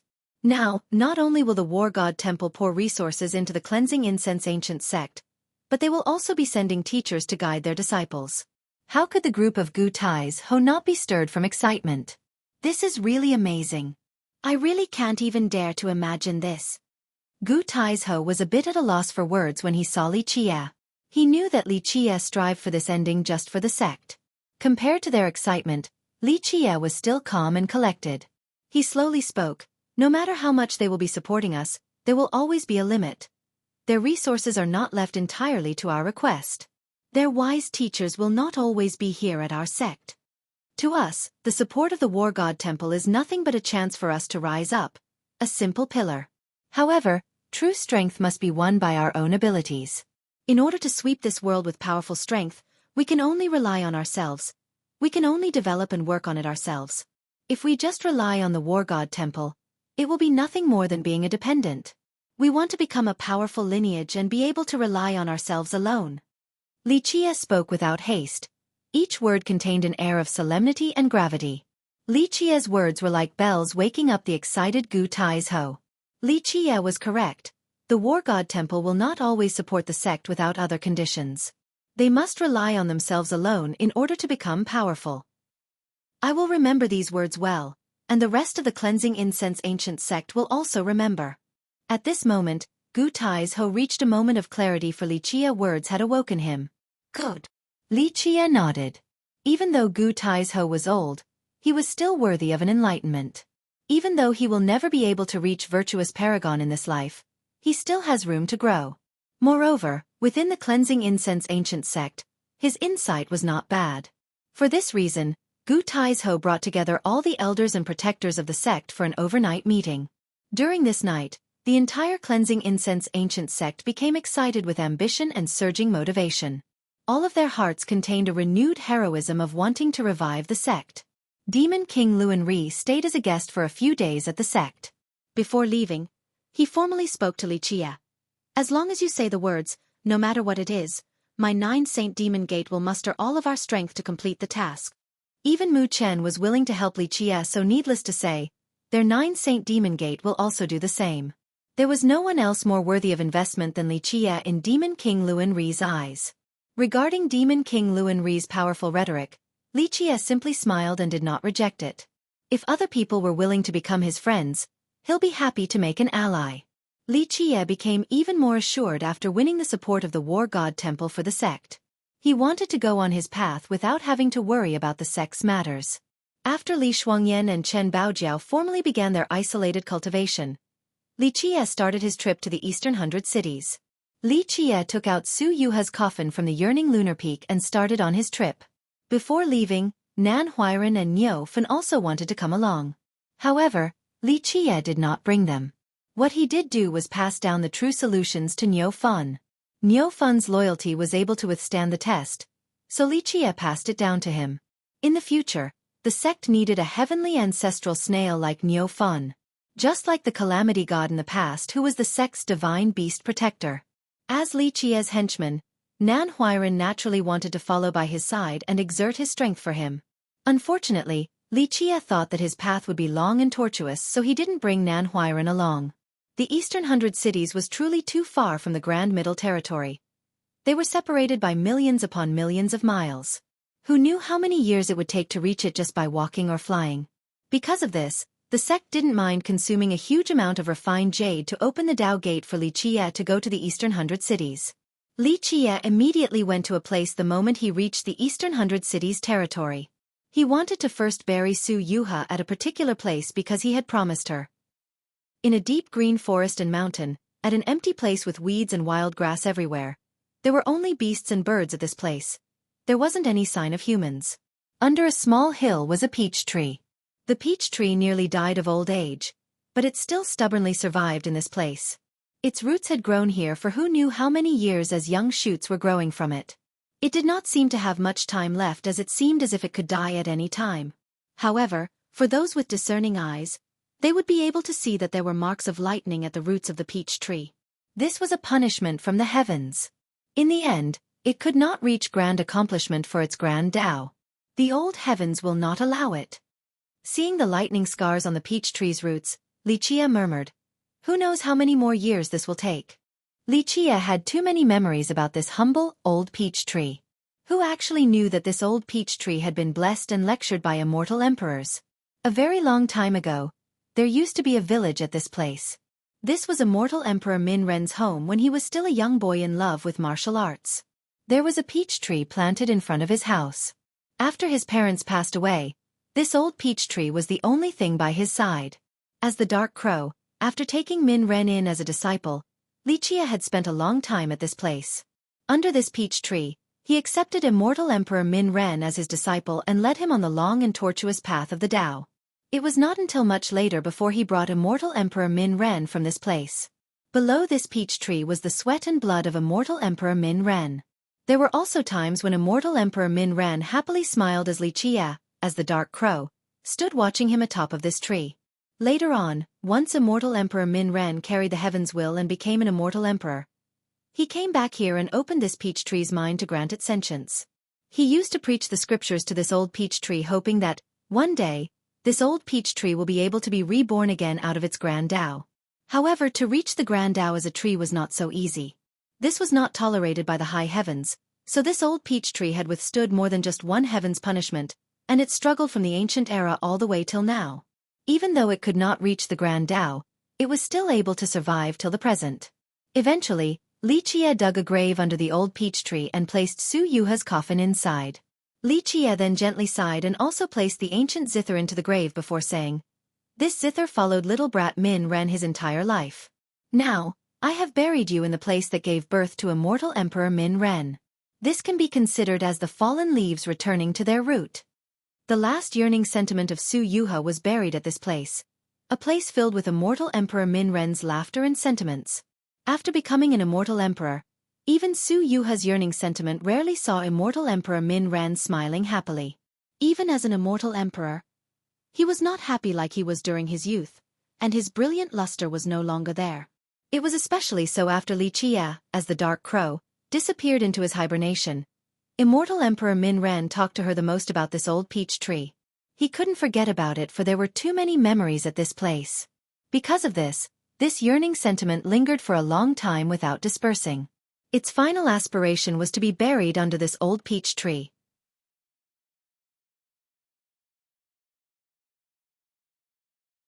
Chapter 250. Remembrances at the Eastern Hundred Cities. At this point, the yearning sentiment emerged once again as Su Yuha's figure came out from the coffin. She prostrated before Lichia and bowed before speaking. "This is the second time Your Excellency Dark Crow buried me. I am very grateful. No, this bond was formed because of me, so I should be the one to end it." Even the most devastating war came to an end as all became nothingness in the gentle breeze from the inevitable decay. The sword maid that had followed him to all of his battles, a woman that was loyal to him for life. She didn't want to be like those who lingered on a borrowed life with their last breath. She was willing to leave this world in her most graceful bearing and carefree attitude. In the end, he buried his lifelong sword maid at the place of their first meeting. During that era, who knew that the goddess with one sword that frightened the 9 worlds used to be a daughter of a fisherman? Because of the training from a crow, she eventually became the most amazing sword goddess in the 9 worlds. Fallen leaves returning to their root. This is but an impossible wish for me. With one final glance at this resting place for all eternity, Lichia eventually drifted away. Above the mountains on a high peak, Lichia silently stared at a shattered column. This used to be a monstrous and prosperous city. Unfortunately, the heartless torment of time had turned this place into a wilderness with towering trees. Pictures of the grand heaven appeared one after another in his mind. This was the area where he met Empress Hong Tian for the first time. At that point, she was just a stubborn girl and nothing more. Who would have guessed that she would eventually become an invincible character in all the domains? As the Dark Crow, an eternal existence, Lichia had developed many invincible characters and not just one immortal emperor. However, the most exceptional was still Empress Hong Tian. An entire generation as an invincible empress who put an end to the 1000 Emperor Gate. This was one gate with 4 emperors in a row. At that time, even the soaring immortal sect would not dare to compete with the 1000 Emperor Gate. This was the 1000 Emperor Gate that reigned over the 9 worlds, yet it was ended in the hands of Empress Hong Tian. Even a genius with the highest talents and probability to become an immortal emperor was killed in the hands of Empress Hong Tian. This was a time when they were always together and shared many experiences. In the end, because of conflicting ideologies, because they aimed for different paths, they were separated and even became enemies. Lichia stood in this place with a heavy heart. It seemed that there were some things that couldn't be helped, for there was no other option. He had his own principles, and so did she. The master and disciple. Lifelong friends became enemies in the end and never met each other again. Why must you pick such a route? Li Qie finally murmured, "Time is endless. There will be a day when even the ocean dries up and the mountains erode, a time where even the blue seas turn into mulberry fields. Why the need to suffer like this?" In the end, Li Qie dejectedly sighed before leaving this place. Empress Hong Tian had become a legend forever. There were too many secrets buried behind her that were not known to the world. Li Qie walked and contemplated some more. Cultivating and traversing the mortal world while heading eastward, he was not only thinking about the past. By walking along this land, it immersed him in a mysterious state of selflessness. This indescribable state allowed him to lay down a solid foundation. After several days, Li Qie's heaven's primal had reached grand accomplishment and he began to step into the soul creation realm. Soul creation was another big step for cultivators. Soul creation cultivators were considered experts, and even vagrant cultivators could join and accept the title named hero from many countries. They were quite welcomed and could even be bestowed their own territory to become lords of their own domain. Named heroes and royal nobles could be considered the temporary masters. During the difficult Tao era, all the enlightened beings and ancient saints were living in seclusion. As for the legendary heavenly sovereigns and heavenly kings, they were even more hidden inside their blood era stone, for they did not want to endure the torturing difficult Tao era. Because of this, the contemporary world was a battle stage for named heroes and royal nobles, especially before the end of the difficult Tao era.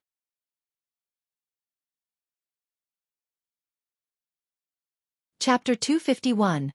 Qi Xiaodao. While traversing the eastern 100 cities, he was cultivating while also honing his treasures. Inside his second fate palace was the auto-refining pristine worldly metal turning itself into a bow. The speed at which this bow was forming shocked even Li Qie.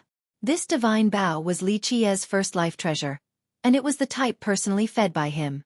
In fact, Li Qie originally wanted to grow little Silly's Dao bone inside his second fate palace. Unfortunately, the pristine worldly metal was too domineering and took over the spot. Li Qie gave this divine bow a name: the 9 words True Bow.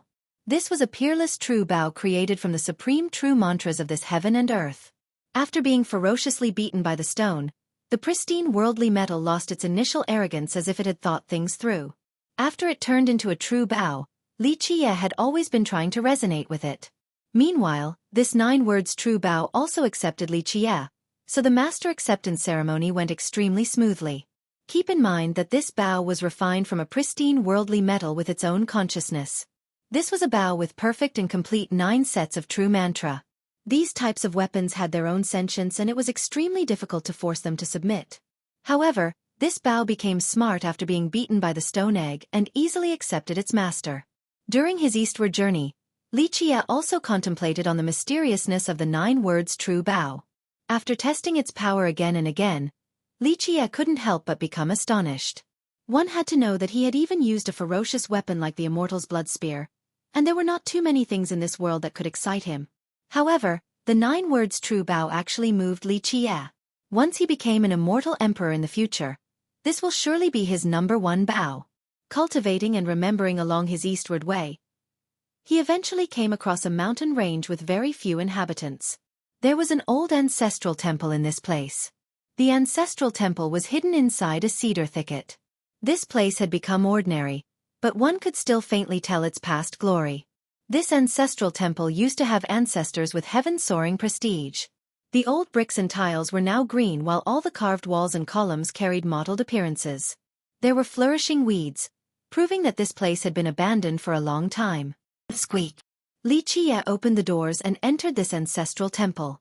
This hall was worshipping a mighty and majestic stone statue of an old man. Even though it had not been taken care of for a long time, one was still able to see that when this old man was alive, he was an awe-inspiring figure capable of disdaining all directions. Even the Qi clan has fallen. Li Qie lamented after seeing the empty incense burner without any signs of recent visitors. This was the ancestral temple of the Qi clan. Its ancestor used to be one of the most powerful generals under him. However, the immortal massacre war was too cruel and countless people died in the battles.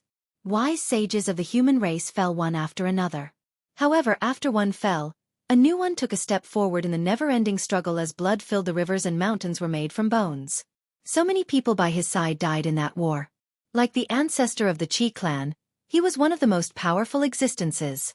During the immortal massacre war, the The Qi clan ancestor was the commander protecting the rear. He stayed behind in order to protect and allow Li Qia's Tetra-War bronze chariot to reach the center of the battlefield. He used his blood to stop one flank after another. Because of this, Li Qia was able to reach his destination. In the end, it was a victory, so the sacrifices of all the human wise sages were not in vain. The Qi clan ancestor had a great contribution in this matter, but he also died in battle during this war. As the Dark Crow, Li Qia had agreed to protect the prosperity of his Qi clan for 3 generations. Then he brought the ancestors' remains back to the Qi clan's ancestral ground. For the next 3 generations, the Qi clan was protected by the Dark Crow, so they prospered for its entirety. After millions of years, he came here again today to look at this old ancestral hall. The Qi clan that was once protected by him for 3 generations had fallen. Time was heartless, and even an immortal emperor lineage like the Cleansing Incense ancient sect would eventually fall. The years are so relentless in the end.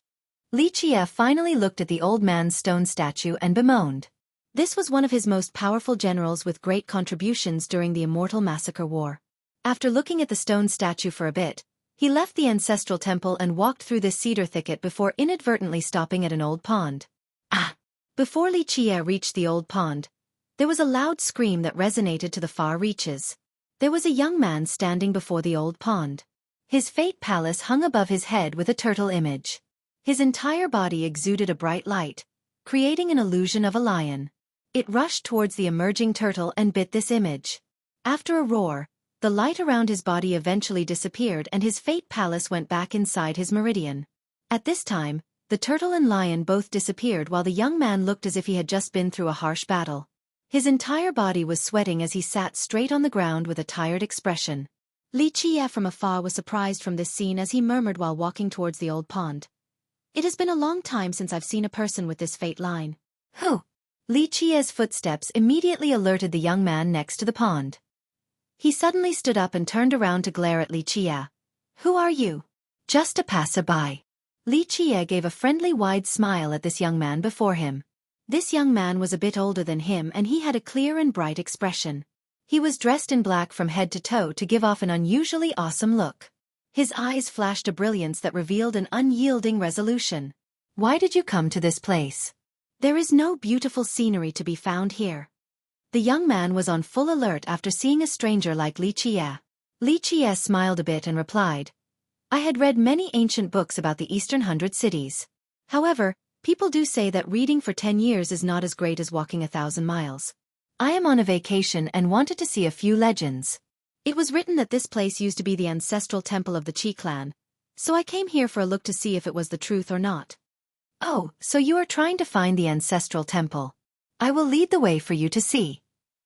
The young man became relieved after hearing Li Qia's answer. Li Qia did not look like a bad person, so he had a good impression of him. This young man was truly friendly and immediately led Li Qia to the ancestral temple. He was walking while talking. "My name is Qi Xiaodao, what is your name?" So it was a descendant of the Qi clan. Li Qia smiled and was a bit surprised. He didn't think that he would meet a descendant of the Qi clan. Li Qia then told the young man his name. "Where are you from?" Qi Xiaodao was a talkative person and immediately struck up a conversation after meeting Li Qia. "The Grand Middle Territory. It's very far from here. I went on this trip so that I could see this world." Li Qia calmly and leisurely responded with a smile. "The Grand Middle Territory, wow!" Qi Xiaodao was quite surprised and became even more curious as he struck up even more small talk. A few moments later, Li Qia followed Qi Xiaodao back to the ancestral temple. While looking at the stone statue, Li Qia glanced at Qi Xiaodao once and smiled. The Qi clan's ancestor. So the ancestral temple of the Qi clan was at this place. "Yep, this is the ancestral temple to honor my maternal ancestor." Qi Xiaodao looked at the statue and said with some emotion. Li Qia acted as if he was in a daze. He looked at Qi Xiaodao and asked, "Your maternal ancestor? But your last name is also Qi." Qi Xiaodao smiled and explained. "My grandfather was a live-in son-in-law at the Qi clan. My grandfather's last name initially was not Qi, but we all followed our grandmother's last name so it is now Qi. You know, my grandfather's clan before was not any lesser than the Qi clan. My grandfather's ancestor was also an unfathomable character, and people called him Lion Monarch Ba Xian. Legend has it that he was an invincible existence, And some rumors even stated that he was a grand completion immortal physique. Qi Xiaodao loved to talk, so he chatted up about his clan story to Li Qie. Lion Monarch Ba Xian. Li Qie was a bit taken back after hearing this. This world was really too small.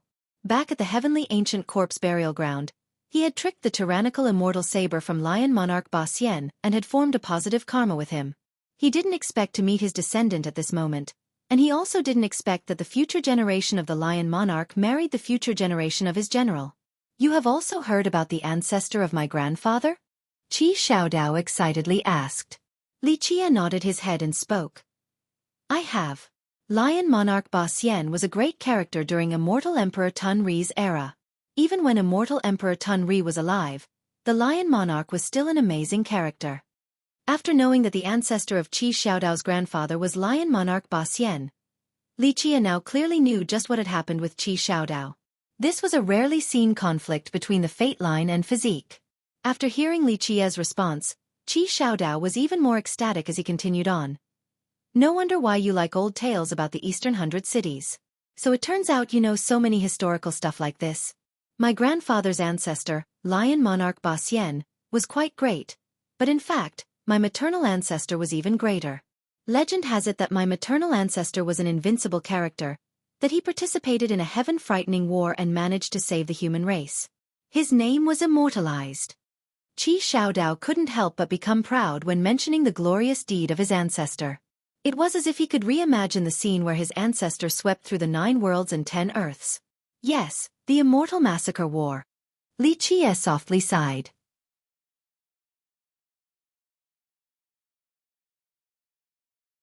Even though you didn't inherit his furious immortal tyrannical physique, you obtained the Hotian physique, the tyrannical lion physique. Coincidentally, your fate and physique oppose each other. Lion biting the turtle. This results in your true fate not being able to control your physique, thus you are stuck in the soul creation realm. Li Qie elegantly explained as if he had it memorized just like the palm of his hand. Is this curable? After hearing him outline his situation so clearly, the emotional Qi Xiaodao stared at Li Qie and urgently asked after witnessing a sign of hope. Li Qie pondered for a moment and said, in a different old book about alchemy, I had seen a method that can change one's fate. Your fate is a turtle and it cannot suppress a lion physique. If we can change your fate and upgrade it 1 level to a heavenly turtle fate, then it will be able to suppress your lion physique. Fate changing. Qi Xiaodao was in a daze. He had heard of such theories before, but they were out of his reach. Fate changing was a technique that belonged to the legends. Only legendary alchemists and even emperor alchemists would be able to change one's fate. It was because this was the most profound technique of the alchemy Dao. After hearing this, Qi Xiaodao was like a deflated ball as he lost all strength in his body. He bitterly smiled and said, Fate changing. This is an alchemist technique only found in the legends. Who will know of such a technique in this world? This is such a coincidence. Li Qie calmly spoke. I coincidentally am practicing a few alchemy arts and maybe I will be able to change your fate for you. Really? Qi Xiaodao's heart trembled after hearing Li Qie's words, but he quickly regained his mind and cautiously asked, What are your conditions? What do you want? Qi Xiaodao was very cautious. It was as if he was watching out for thieves. This made Li Qie unable to hold back his laughter. It seems like you don't believe me and think that I am swindling you. Qi Xiaodao was a straightforward person. He embarrassingly smiled and said, You and I met by chance, and it is indeed a bit too coincidental. I have found many alchemists and I was swindled badly by a little thief. He cheated a large number of medicinal materials along with refined jades from me when he swore that he would fix this issue of mine. Thus, you cannot blame me for this. After being fooled once, I have learned to be more cautious. I don't blame you. Li Qie smiled and said, I would be cautious as well. At this moment, the two of them had arrived at the old pond. Even though Qi Xiaodao was wary of Li Qie, he still didn't give up. He couldn't hold it back and asked, My problem can really be fixed? Do you trust me? Li Qie smiled. This, Qi Xiaodao hesitatingly stared at Li Qie before finally replying, Frankly, we have just met once. It would be a lie if I were to say that I trust you. Li Qie let out a smile and then looked at Qi Xiaodao to say, How about this, you will swear for me. Then, I will let you know a secret. You will never tell anyone about this. Not even your closest family members. Use your true fate to swear. This is not possible. Qi Xiaodao shook his head and rejected the idea. Using a true fate oath is too serious. A true fate oath was not ordinary and would have implications throughout one's life. They were just strangers, so how could he make this oath? I understand. Wait for a while until you trust me.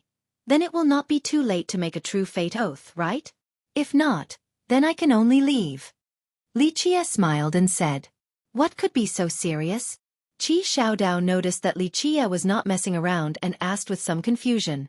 At this time, Li Qie was staring at the old pond ahead and leisurely said, Have you ever been down this old pond? I have.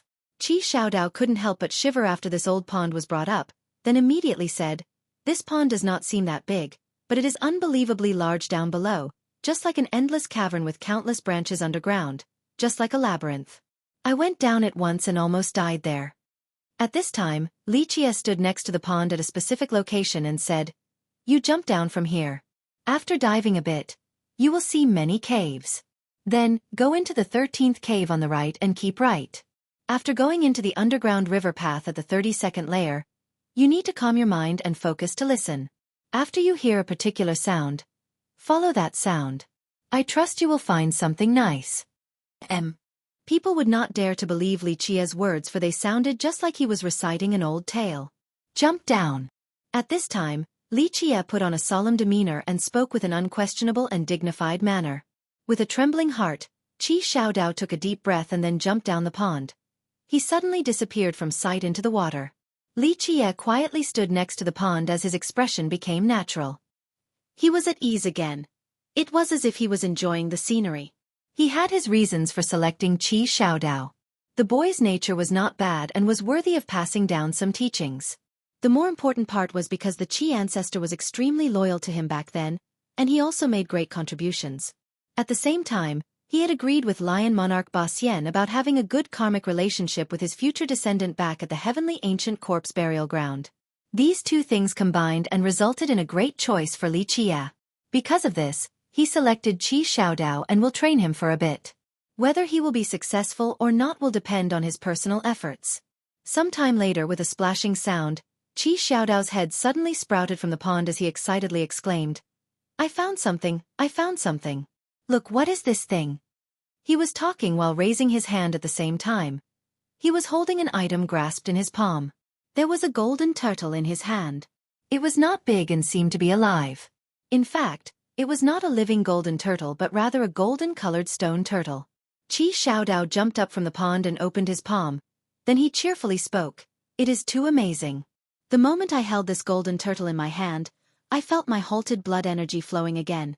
It was as if this golden turtle was made by the heavens just for me. Compared to the excitement of Qi Xiaodao, Li Qie, on the other hand, was quite calm. This was within his expectations.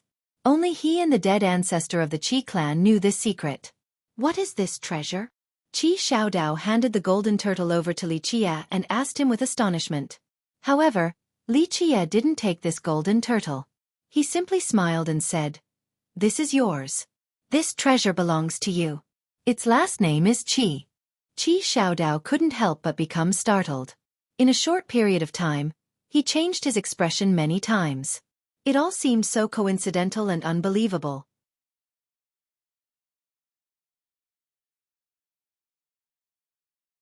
Chapter 253. Qi Xiaodao took a deep breath before asking, What is this treasure? He had an indescribable feeling when he grasped this golden turtle in his hand. Just like what Li Qie had said. It was as if this golden turtle's last name was really Qi. How did you get it?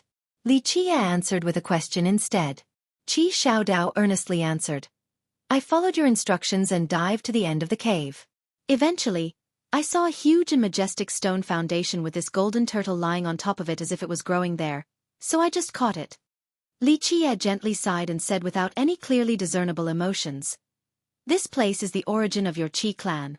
There is a golden turtle earth vein down below, and the entrance is precisely this old pond. A golden turtle earth vein can give birth to a heavenly stone golden turtle. Outsiders might not be able to use this heavenly stone golden turtle, but it is a different case for a Qi descendant, especially you. At this point, he continued on, keep carrying this heavenly stone golden turtle on you.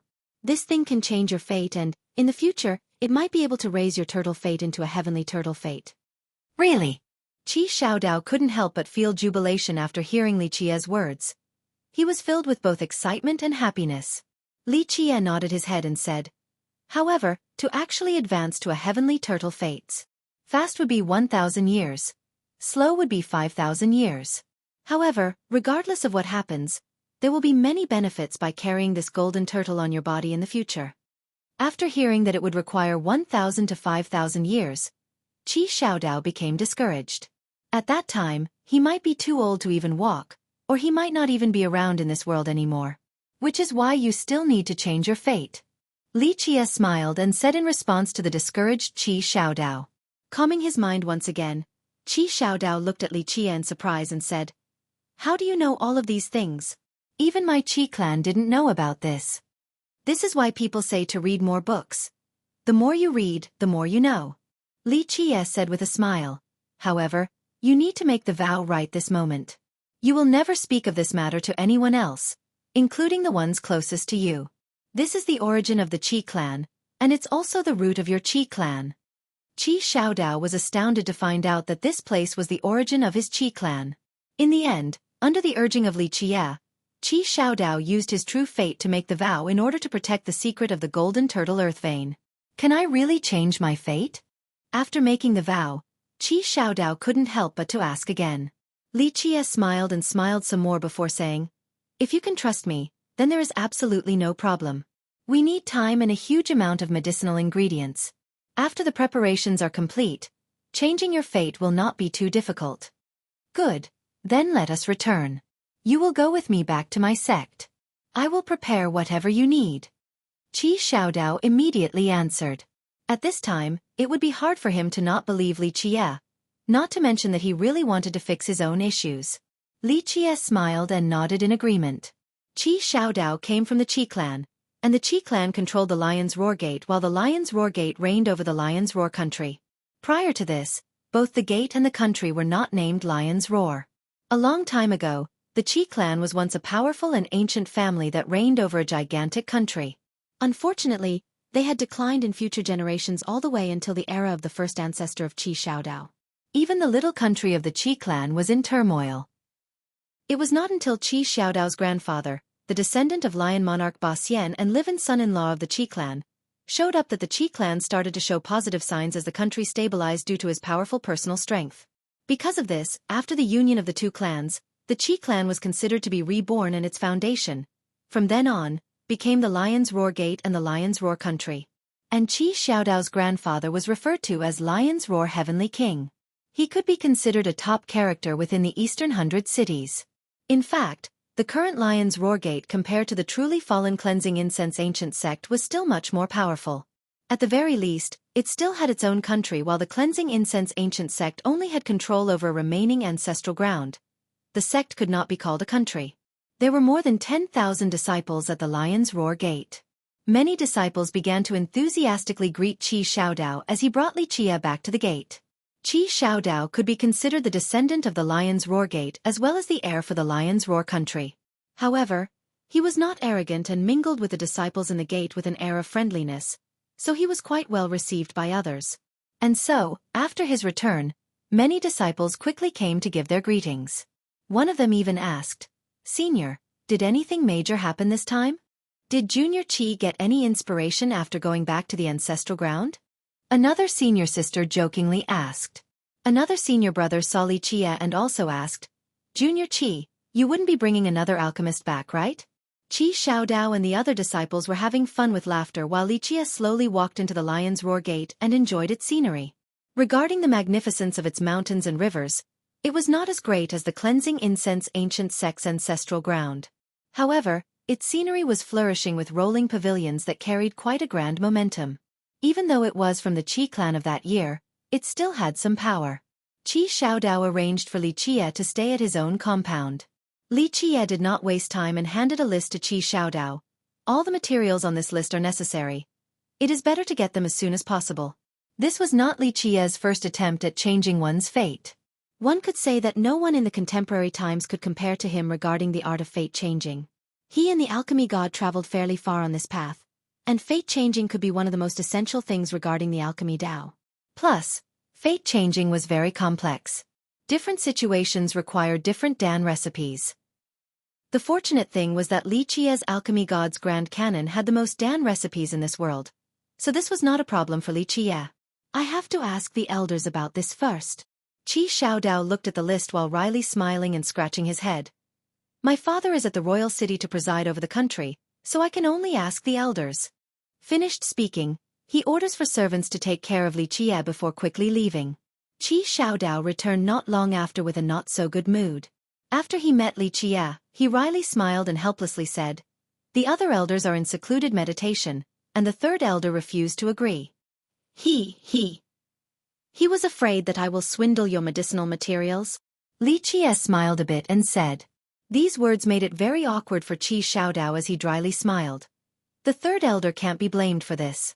I was truly cheated by a little thief last time, so if the elders don't forgive my debt, I don't even know how long it will take for me to get these herbs and refined jades. So this time, there was no way the third elder would have agreed for me. Li Qia couldn't help but smile. This was understandable because the medicinal materials he needed were extremely valuable. There was no chance for consideration if it was someone else. However, since Qi Xiaodao was the descendant of the Lion's Roar Gate and the heir of the Lion's Roar country, Li Qia gave him such an opportunity. I still have a little savings left. Qi Xiaodao violently gripped his hair and made a decision. So be it, I will go borrow from the senior brothers and senior sisters. I'll see if I can gather enough money to buy this group of materials from the gate or not. Then go. Li Qia smiled and replied. In fact, he had the ability to obtain these medicinal materials because of the War God Temple's support. It was not a difficult matter if he truly wanted them, but he didn't want to make a move at this particular juncture, for he wanted to first test Qi Xiaodao. In the next few days, Qi Xiaodao busily borrowed money from the senior brothers and sisters everywhere in the Lion's Roar Gate. He even borrowed money from the uncles. Many seniors reminded him with good intention to not be tricked by someone else again. Despite the warnings, Qi Xiaodao was quite loved at the sect. So many brothers, sisters, and uncles all lent him money. In a few days, it was enough for him to buy half of the medicinal materials. While Qi Xiaodao was busy trying to get money, Li Qia, on the other hand, was enjoying the scenery of the gate. On the 5th day, Qi Xiaodao quickly left to go borrow more while Li Qia stayed behind in his grand hall. He didn't expect to have a visiting guest who directly went to meet him. Please leave the Lion's Roar Gate. The moment they met, these were the first words this female guest spoke to Li Qia. Li Qia, with his always nonchalant expression, lifted his head and looked at the girl in front of him. The girl before his eyes was adorned with a complete phoenix garment. This was not a traditional phoenix dress, as the upper dress was more like a phoenix spreading its wings. These two wings accentuated the towering breasts of this girl, while the lower portion of the dress revealed a narrow and soft waist as white as snow, extremely tender and smooth. The skirt was like a phoenix that had its white feathered tail fanned out, swaying and flowing. It created a very beautiful scene that matched quite well with its wearer. The woman before him was the embodiment of both nobleness and arrogance. With their faintly golden pupils, her bright eyes easily moved others. What was even more charming was that her hair resembled strands of golden silk, creating an exotic allure. She was just like a canary, both elegant and full of pride. There was somewhat of an overbearing style, but her appearance still contained a dignified air that dispelled any trace of shallowness. Leave the Lion's Roar Gate? Li Qia couldn't help but laugh after hearing the first sentence of this girl. After seeing her golden hair, he immediately knew her identity. Without a moment of delay, he thought of Lion Monarch Ba Xian quickly after, for his hair was also golden. This girl in front of him sharply glared at Li Qia and deepened her voice. I have heard of the matter between you and my little brother. Changing one's fate is an impossible matter. My little brother might be fooled by you, but the Lion's Roar Gate will not be subjected to your trick. Fooling him? Li Qia smiled and understood why she wanted to chase him away. She assumed that he was cheating Qi Xiaodao.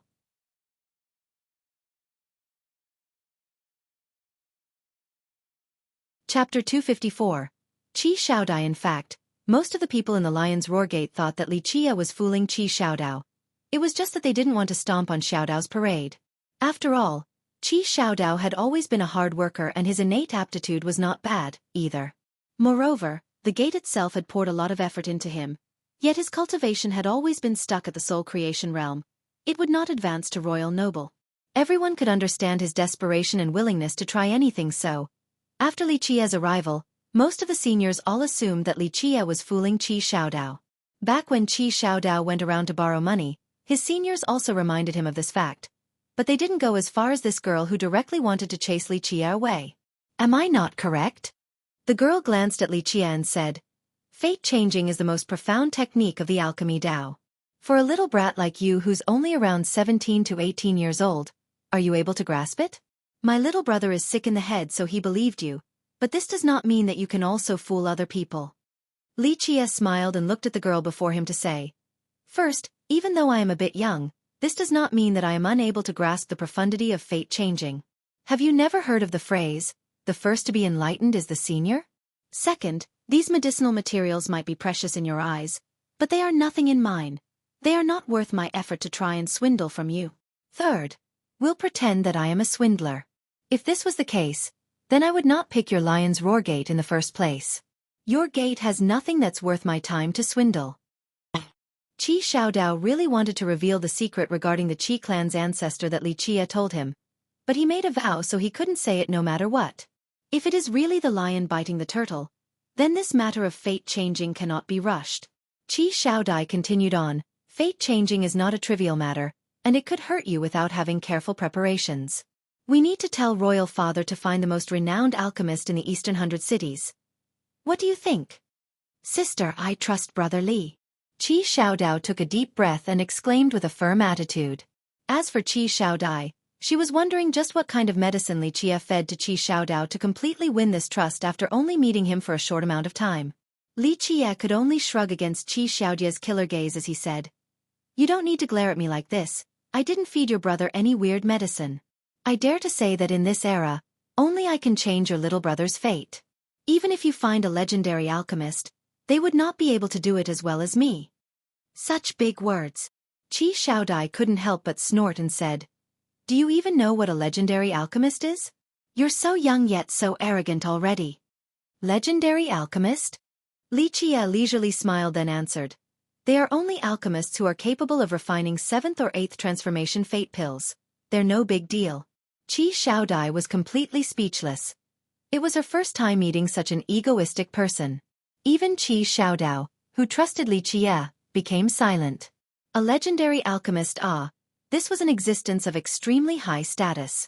Even a heavenly king would have a hard time inviting such an existence even if he personally went to do so. At this moment, Li Qia made it sound as if they were only chefs who could make decent meals. Well, I don't care if you believe it or not. Li Qia lightly waved his sleeve and said, This time, the reason why I am helping him is purely to form a positive fateful bond with your lion's roar gate, and it's also to end a karmic fruit. I have not obtained any benefits from you, yet you feel afraid of the possibility that I might swindle your little brother's materials. You all can just keep the materials then. The moment when I need to use them, you can stay and watch. Of course, if you feel that I am not trustworthy, then this matter concludes here. The opportunity is in your hands. Whether you can seize it or not is up to you. Li Qia's words caused Qi Xiaodai to be a little bit lost. What was this about forming a positive fateful bond, and what was this about ending a karmic fruit? No one would be able to understand such a thing. Qi Xiaodao took a deep breath and earnestly spoke to Qi Xiaodai. Sister, I trust Brother Li, and I have confidence in him. Li Qia didn't even hesitate the slightest bit when he told him a secret like the ancestral vein of the Qi clan. Even a great treasure like the heavenly stone golden turtle was not worth a glance to Li Qia. Xiaodao believed that Li Qia would not swindle his medicinal materials. Seeing her brother show such determination caused Qi Xiaodai to gently sigh. As his big sister, she naturally wished for his problem to be solved and, no matter what, she wouldn't want his cultivation to always be stuck at the soul creation realm. The elders will never give you these medicines. Qi Xiaodai became soft under the firm resolution of Qi Xiaodao. She couldn't do anything but to say this. Qi Xiaodao nodded his head and replied, The elders have already rejected my request, but I will gather enough refined jades to buy it from the gate at whatever the market price is. Qi Xiaodai looked at her little brother and asked, How much did you manage to borrow right now? A little more than half. Qi Xiaodao wryly smiled and didn't answer. The medicinal ingredients that he needed were all very precious. He pretty much borrowed from all the seniors in the sect, but it was still not enough. Qi Xiaodai paused for a moment, then she said, I still have a little savings. If you still don't have enough, then take from my treasure trunk until you have enough. Sister, the items in the treasure trunk were given to you before grandfather went into secluded meditation. They are meant to be your future dowry. I absolutely cannot touch them. Having heard this, Qi Xiaodao shockingly replied. Once Qi Xiaodai made up her mind, there was no way to change it. She deepened her voice, just take it for now. You can return it to me later. If you delay any longer, then you will miss out on the best time to cultivate. Besides, I'm not going to marry, so there is no need for a dowry. In the end, Qi Xiaodai coldly spoke.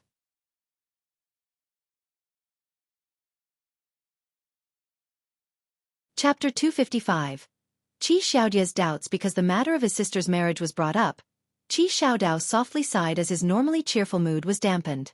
Even though his sister was the princess of the Lion's Roar country, and was made out of golden branches and jade leaves with her high status, she couldn't decide her own fate. After winning the support of Qi Xiaodai, Qi Xiaodao finally gathered enough money and went to buy the medicinal ingredients from the sect. After he left, Qi Xiaodai glared at Li Qia with her golden eyes, revealing a cold glimmer. She said with some gravity, If you dare to trick my little brother, I will be the first one to kill you. Li Qia didn't care as he shrugged and smiled. You want to kill me? You are welcome to try, but unfortunately, you have to wait in line. There are too many people who want to kill me at this moment. But no matter how this line was formed, you're definitely not the first in this line. Qi Xiaodai simply snorted at Li Qia's attitude. Without a doubt, she didn't trust Li Qia as she was maintaining her antagonistic and cautious attitude towards him. On the other hand, Li Qia essentially didn't care for her attitude. He smiled and left the yard to take a stroll throughout the Lion's Roar Gate's territory. At the same time, Qi Xiaodai scowled and followed Li Qia. Of course, she was not friendly enough to be his guide. It was more accurate to say that she was supervising him. There's no need to be my tail and follow me like this. This much property of your Lion's Roar Gate is really not enough for my taste. Li Qia nonchalantly stated his thoughts about Qi Xiaodia's supervision. Qi Xiaodai was very unhappy with Li Qia, so she drily retorted, You don't know the immensity of the heaven and earth, so conceited and ignorant. A dog's mouth will never be able to spew out ivory. Of course Qi Xiaodai was annoyed with Li Qia's response. Even though their Lion's Roar Gate was not a grand heritage, it still had a considerable amount of strength and their outlook was still quite optimistic. At the moment, Li Qia spoke as if it was not worth a single coin, so how could Qi Xiaodai remain at ease?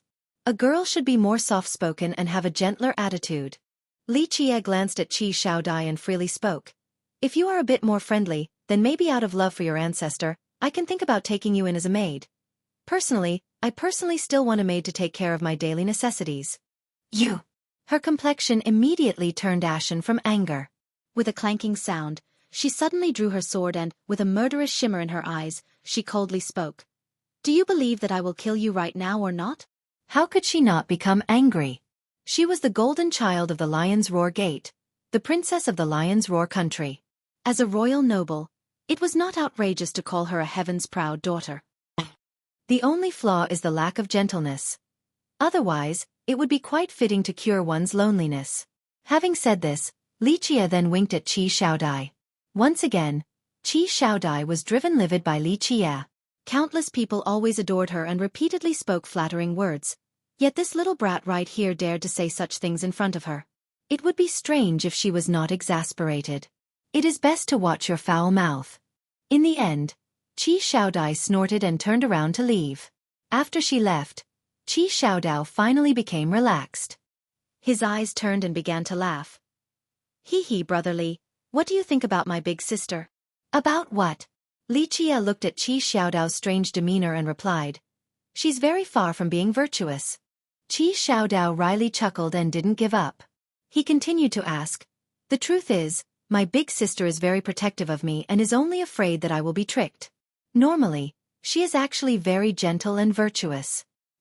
In my opinion, Big Brother Li is talented and knowledgeable. Definitely a dragon or phoenix amongst men. You'd make the perfect pair with my sister. Qi Xiaodao actually wanted to pair his sister together with Li Qia. Li Qia glanced at him and only smiled without saying anything else. He didn't want to diminish Qi Xiaodao's goodwill. With his requirements and expectations, taking in Qi Xiaodai as his maid was already very forced. Out of sentiments for the Qi clan ancestor and lion monarch Ba Xian, he could still train her for a bit. However, as for becoming his wife, since Brother Li did not object, does that mean you are interested? Heh, do you want me to say one or two good things about you to her? Even though my big sister may say some harsh words, her heart is very soft. Maybe it won't take too long to change her opinion of Brother Li. Since Li Qia did not voice his disagreement, Qi Xiaodao kept on trying to pair the two of them together.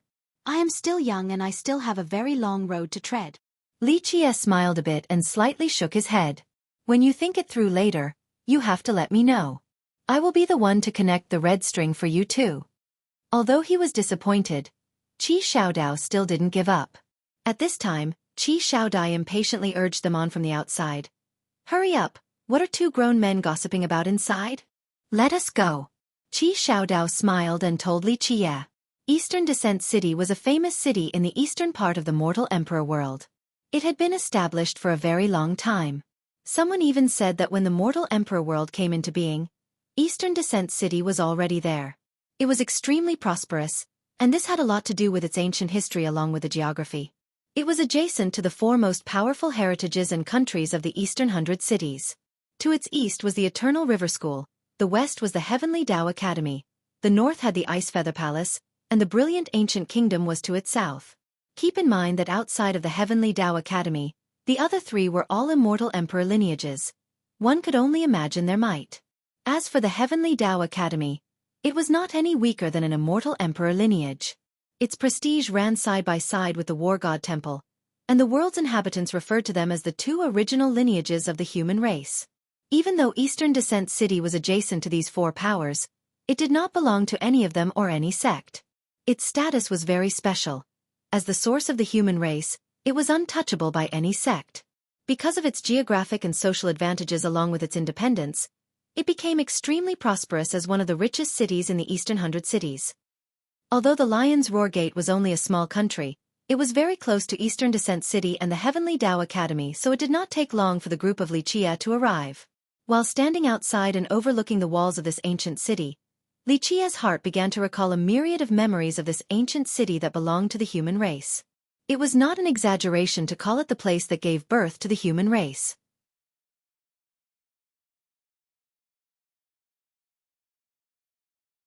Chapter 256. 9981 Transformations. Eastern Descent City was extremely vast and there was no end in sight for its city walls. The citadel pillared all the way to the clouds.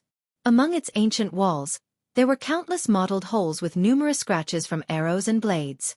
Even up till now, one could still find broken arrows nailed to the walls. Even though it was old and tattered by the arduous workings of time, the walls still had flowing lights running throughout. Each brick and boulder contained Tao runes, for these walls were reinforced by countless wise sages of the human race. Because of this, it was able to withstand countless years without falling. Li Qia started to recall the past while looking at this ancient city. Did modern society understand the past where the human race lived in a dark and tortuous era? At the mortal emperor world, the human race was once driven away with no place left to go. During that era, Eastern Descent City was one of the last bastions of the human race. In the present times, how many people knew about the plethora of bloody battles that occurred right outside these walls during the human race's darkest times? The enemy attacked one after another while the human race endured time and time again. The city had been shattered many times, but the human race never stopped rising again to rebuild these walls and reinforce them again and again while holding out to the very end. Sad emotions filled Li Qia's heart, for this city carried many memories for him. However, he didn't want to think about the era of the ancient Ming again, the darkest time of the human race. At that time, how many people by his side died in battle? In that era, how many invincible beings under his banner fought till their death? He went on like this while standing in a daze outside of the city. No matter the occasion, his heart always dimmed down when he recalled the darkest era. Brother Li, what's wrong? While he was in a daze, staring at Eastern Descent City, Qi Xiaodao called for him several times, but no response was found. Qi Xiaodai looked at the stunned Li Chia and angrily said, "What are we waiting for? Don't tell me you have never seen such a huge and prosperous ancient city like this. Weren't you boasting all the way to the high heavens earlier? Are you finally nervous now?" Li Chia was in a bad mood, so after hearing such words, he coldly glared at her and slowly said, "Even if you don't talk, no one will think that you are a mute. One is without all criticisms regarding a gentle and virtuous girl." This seemingly ordinary middle-aged man amongst the crowd was completely different from the street vendor from earlier. But the moment Li Chia's hand approached, this middle-aged man lost his colors and immediately retreated. He then disappeared into the crowd without the same figure as the fat man just now. "Keep on running then." However, Li Chia immediately followed into the crowd and reached for an old hunched-over woman. This shocked old woman suddenly shifted her position and rushed into another avenue filled with people. She went out of sight once again while Li Chia was in hot pursuit. This left Qi Xiaodao and Qi Xiaodai, who were right behind Li Chia, dumbfounded with stars in their eyes. The escaping street vendor once again transformed into a pretty girl with jade-white skin, then a sickly person who coughed after every 3 steps, and then a buffed heroic man. This street vendor always naturally became a part of the crowd without any openings. No one could ever relate his new transformation to his previous street vendor form. Even if it happened right before their eyes, the sister and brother duo would still not be able to tell that this was the little thief who swindled Qi Xiaodao. However, regardless of his transformation and how he blended in with the crowd without any flaws, Li Chia could easily find and distinguish him. This really amazed the two who were following right behind him. It was as if this little thief's transformation could not hide from Li Chia's eyes. The 4 of them kept on running from one street to another. As for the pedestrians, they did not find this to be strange, for this kind of thing occurred many, many times every day. Eventually, the vendor stopped after entering a small alley, and no longer tried to escape after all of his transformations failed to elude Li Chia's gaze. "How is this possible?" The little thief stared at Li Chia in astonishment with a pale expression and said, "This is not possible. My 9981 transformations have never failed before. Even an old undying would not be able to figure out my 9981 transformations. How did you do it?" The little thief believed that his 9981 transformations was extremely magical, and no one would be able to guess his transformation. He turned from one person to another and no one would be able to link the two. Even with a magical pair of eyes, one could not see any flaws in this technique. It would be as if his transformation was a real person. However, his time-tested 9981 transformations had met its nemesis.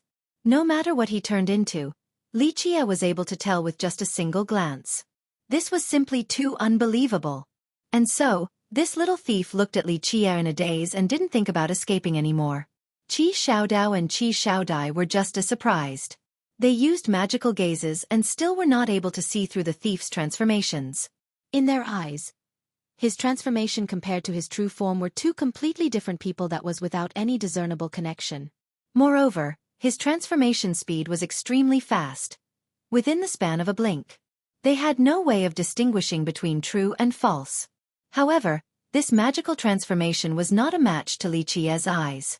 This was simply inconceivable to the utmost extent. 9981 transformations. Do you know its true origin? Li Chia gave him a glance and lightly said. The thief was stunned by Li Chia's words. He obtained this 9981 transformations by chance. After he managed to cultivate it, it proved to be very useful. He could escape completely unscathed from many dangerous situations, but he knew nothing about its true origin. Don't tell me you know its true origin? The confused thief answered with a question.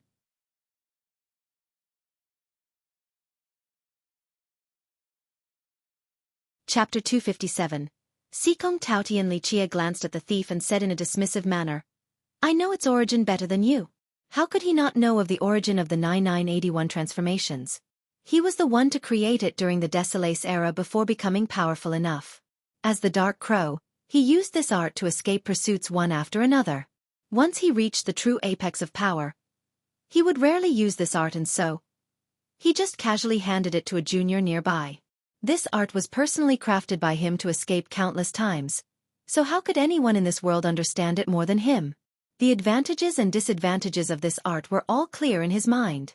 This little thief using the 9981 transformations before him was simply displaying one slight skill before an expert, merely seeking his own doom. But of course, the little thief in his wildest dreams would never expect the person who created the 9981 transformations to be right in front of him. If he did, he surely would have not used such tactics. Reveal your true body. Don't play games in front of me, Li Qie nonchalantly demanded. The little thief stared at Li Qie without saying a word. Keep in mind that he would not easily expose his true body in front of outsiders. He had many enemies, and once people knew his true form, it would then be an unpleasant time, for he would be chased by people all over the world. Li Qie noticed the hesitation, so he casually added, "Are you going to reveal your true form, or do I have to personally force you?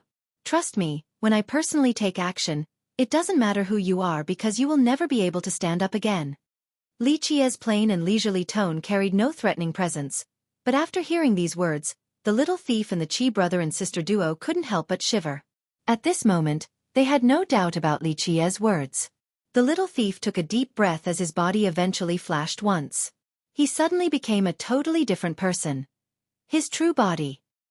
He would not easily reveal himself in front of strangers, but his intuition was telling him that this seemingly young man before him was far more dangerous than he could imagine. Just like the young man's words, if he didn't reveal his true body, then it would be big trouble. The moment his true body came to light, both the brother and sister were stunned. In their mind, this little thief was a swindler, so he should have a wretched and lowly appearance. However, in actuality, this little bandit before them had a handsome and proper appearance, making it difficult to connect him to a swindler. The little thief bowed down before Li Qie with his true body and said, "Brother is truly amazing. My 9981 transformations has never failed before. I can turn into a different person in just a second. It is essentially impossible for anyone else to discern it, yet brother could do it with just a glance. This still leaves me perplexed even now. Because you are simply displaying your slight bit of skill before a true expert." Li Qie spoke while narrowing his eyes towards the little thief. "I don't care how you received the 9981 transformations, but from today on, remember two things for me. Make sure to be smart when standing in front of me. If you are a dragon, then coil yourself and behave. If you are a tiger, then lie down peacefully. Don't play games with me. Second, I don't care what you do, whether they are good deeds or crooked matters, I will not question your tricking and swindling behavior. However, remember to keep a bottom line in mind and never cross this particular line. If you cannot do these two things, then from now on, never use the 9981 transformations again. You must obey my two rules if you want to keep using this art. Otherwise, I will personally remove your bones one by one, understand?" Li Qie uttered these words with a flat tone, but, at this moment, Li Qie had changed. It was as if he was sitting on his throne above the 9 worlds and grasped the entire universe as he looked down on the rest of the world. At this very second, even the gods and devils would be in awe from his aura. It was not only the little thief. Qi Xiaodao and Qi Xiaodai were also intimidated by Li Qie's grandeur, as their hearts shivered with a chilling sensation. An instinctive primal fear appeared from the depths of their souls. At this moment, all of them trusted that Li Qie would do anything he said, and they could even imagine Li Qie personally removing the little thief's bones one by one. They couldn't help having their hair stand on end as they coldly trembled. Especially the little thief. His background was amazing, and he had experienced even more waves and winds compared to the Qi sister and brother duo. However, although he was much more mature, the fear remained irrepressible deep within his heart. He felt that he had met an unfathomable person who was even younger than him, and his terror was absolutely there. He trusted that if he provoked this young man, he would die without a grave. Having thought to this point, even his self-proclaimed courage doubted itself. In her daze, Qi Xiaodai was also perplexed. Li Qie's aura did not resemble someone who would trick her brother's medicinal ingredients. With such an aura, maybe it was just as he said. He did not care for the treasures of the Lion's Roar Gate. All three of them were shocked. If the 9981 transformations of the little thief could turn someone into someone else, leaving others unable to recognize them, then Li Qie's aura, this divine might high above the 9 heavens, was not something that could be replicated. Even the little thief's transformation art could not turn into such a thing. "I will bear brother's words in mind." The little thief turned cautious and didn't dare to act presumptuously. He bowed towards Li Qie. In his eyes, messing with this young man before him was absolutely akin to dying without a proper burial. Li Qie glanced at him and asked, "What is your name?" At this time, His earlier aura that was capable of dominating the 9 heavens had completely dissipated as he resumed his ordinary teenager appearance. People call me Xueqi Taotian. So many people curse you as a wicked merchant, grave digger, thief, shameless dirty thief. Miss, rumors like this are not credible and shouldn't be trusted. Xueqi Taotian was quite embarrassed after Qi Shaodai listed so many nicknames like that and retorted. I am only a street vendor, although I sometimes coincidentally pick up a few things that are thrown away by other people. I am not a wicked merchant and definitely not a thief. Bullshit. Then what about when you swindled my materials? You still dare to say you are not a little thief, but you clearly stole a lot of medicinal ingredients from me. Little thief, you really caused a lot of trouble for me. I'm not gonna let you go today. Qi Shaodao jumped up and cursed Xueqi Taotian while pointing at his face. Xueqi Taotian was quite embarrassed after being cursed at by Qi Shaodao. He wryly smiled and said, Brother Qi, I really didn't want to deceive you. The truth is like this. At that moment I really wanted to treat your problem. At that time when I had just started, I thought that your physique and blood energy were too powerful and hard to control, so I thought about calming down your blood energy. But when I actually started your treatment, I found that it was not the case. At that point, I understood that your issue was not just a simple overpowering physique and blood energy, it was an extremely rare condition of the lion biting the turtle. The truth is, my heart really wanted to treat you, but I was powerless. Your condition must be treated by changing your fate, but this is very difficult. You should also know about this. This matter is even harder than traversing to the high sky, and it needs a supreme and appropriate Dan recipe. Not to mention, you also need a supreme alchemy Dao to treat it. Xueqi Taotian was very embarrassed as he defended himself. Xueqi Taotian's words stunned the sister and brother for a bit. Especially Qi Shaodai. She was shocked, for Taotian's words were exactly the same as Li Qi's. But this isn't an excuse for you to swindle my ingredients. At this time, Qi Xiaodao's anger had dissipated quite a bit, but he was still very upset and spoke.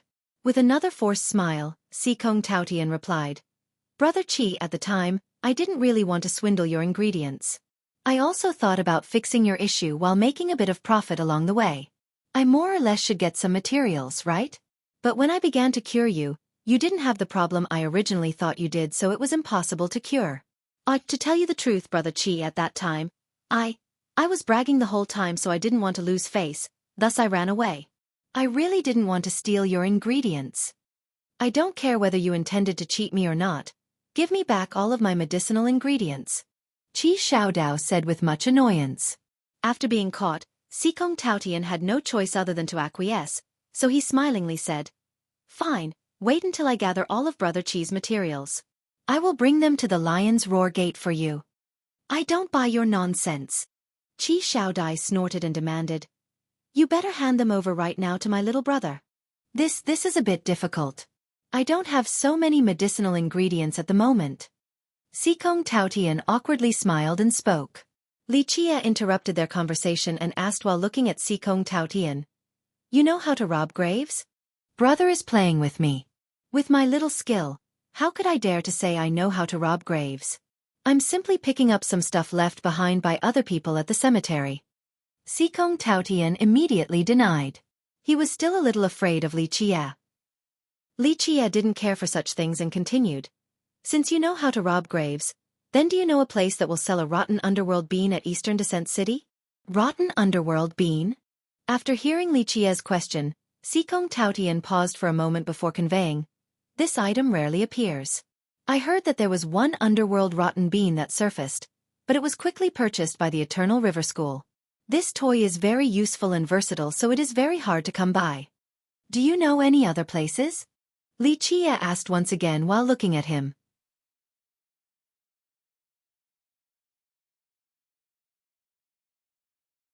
Chapter 258. Sima Longyun. Xueqi Taotian couldn't help but to scratch his head and ponder for a bit. After a while, he finally clapped his hands together and exclaimed, Yes, I've got it. There is a grave auction outside of the city at the Forgotten Wasteland. This grave contains an alchemist who was amazing when he was still alive, and he probably buried many ancient herbs with him. The grave auction will happen not long from now and many people will come. You guys can also go. Maybe there will be a rotten underworld bean there. Grave auction. Lichia narrowed his eyes and nodded afterwards to say, "Come, take me there to check it out." Xueqi Taotian was not quite willing in his heart. He wished to be as far away as possible from this god of death before him, but once he was gazed at by Lichia's eyes, he became frightened and didn't dare to say anything else. He immediately led the way for Lichia's group. "Another grave auction? I wonder if there will be anything good. Sometimes it is too hard to get anything at a grave auction." As Xueqi Taotian was leading the way, Qi Xiaodao couldn't help but murmur. The grave auction was a very popular type of auction at the Eastern 100 cities. In fact, the entire mortal emperor world also had grave auctions, but it was not as common compared to the Eastern 100 cities. The reason why it was popular was very simple. As the base of the human race and an existence that was able to be traced back to the ancient times, there were many ancient burials under the city. Who knew how many invincible characters were buried below its earth? The grave auction was really just a regular auction. The auction organizer would ask the owners of the mountain peaks or territories to buy the graves. Once the organizer managed to buy the graves, there would be two approaches. The first was simply to auction the entire grave to someone. The second was to open the grave and take the items out to have auctions right on the spot. After the auctions were over, the corpses without any value would be returned to the previous grave's owner. Outside of satisfying those who wanted to find rare and new items, this type of auction also attracted those who wanted to make some profit. Of course, a grave auction and grave robbing only had a thin line of distinction. If it was a grave without an owner, there will be those who will open the graves to steal the treasures and then begin the auction. In fact, for the organizers dealing with grave auctions, they needed sufficient power to carry out such a task. In the end, valuable graves, especially those of extremely powerful characters, carried mortal dangers. Some were even impenetrable and could not be opened. This was why any auction organizers who dared to do grave auctions were quite formidable. Without a doubt, the Inheritance Ancient Pavilion was an extremely powerful auction site. It was not only powerful but also extremely ancient. Its origin even went back to the Desolate Expansion era, or it could even be older. Legend has it that back at their peak, their auction houses spread out all across the 9 worlds. Today, the Inheritance Ancient Pavilion was number 1 throughout the Eastern 100 cities. Even though the Forgotten Wasteland was described by Xueqi Taotian as outside of the city, it was in fact almost 10,000 miles away. This was a vast wilderness with weeds and wild grass everywhere, and also a pervasive trace of human presence. However, the place where the Inheritance Ancient Pavilion was conducting its grave auction was a small green and luscious valley. It was completely different from this wasteland. So when everyone stepped in this small valley, the first thing they felt was a green freshness of life, so they couldn't help but nod in approval. It seems like this area is indeed a bit extraordinary. I can easily tell that this is the resting place of an alchemist. A truly powerful alchemist is able to give birth to a myriad of existences, so even after death, this many ancient herbs and vines will become his friend. In fact, after receiving an invitation from the Inheritance Ancient Pavilion, many cultivators traveled the far distance, including named heroes and royal nobles from the great powers. Many cultivators were very interested about grave auctions since they all held the intention of profiting from such an endeavor. An ordinary auction house would have underwent heavy selections, so there was a very unlikely chance for profit. However, a grave auction was different. Even if the appraiser had keen eyes, there would still be times when they are wrong. In the end, there will always be errors at these moments. Before the auction began, the small valley was filled with people. Vagrant cultivators and experts from the great powers kept on coming. Even if the vagrant cultivators didn't have the power to bid, they still wanted to watch the fun and increase their knowledge. I heard that this grave belongs to someone who was a legendary alchemist when he was alive. This valley used to be the property of an alchemy clan, but unfortunately, it has completely fallen. The descendants of this clan were no longer able to cultivate, so the Inheritance Ancient Pavilion was able to buy it with a relatively low price. Before the auction began, many people were discussing this matter. It is not certain whether we can unearth any astonishing artifacts from this grave or not. The biggest gamble is whether we can find any ancient medicines from it. In the end, ancient medicines are quite rare nowadays. A cultivator with some great background also talked about this matter. Another one opened their mouth and added, "I heard that the Inheritance Ancient Pavilion didn't invite the sect masters and royal lords. There is only one explanation. The value of this grave is quite limited. It is really hard to find a good grave right now at the Eastern 100 cities. However, even if people can find a good one, they wouldn't be able to open it for it would be too powerful. Didn't the Inheritance Ancient Pavilion buy a tomb last year? They attacked for 9 whole months and it was all for naught. I heard that many experts were killed.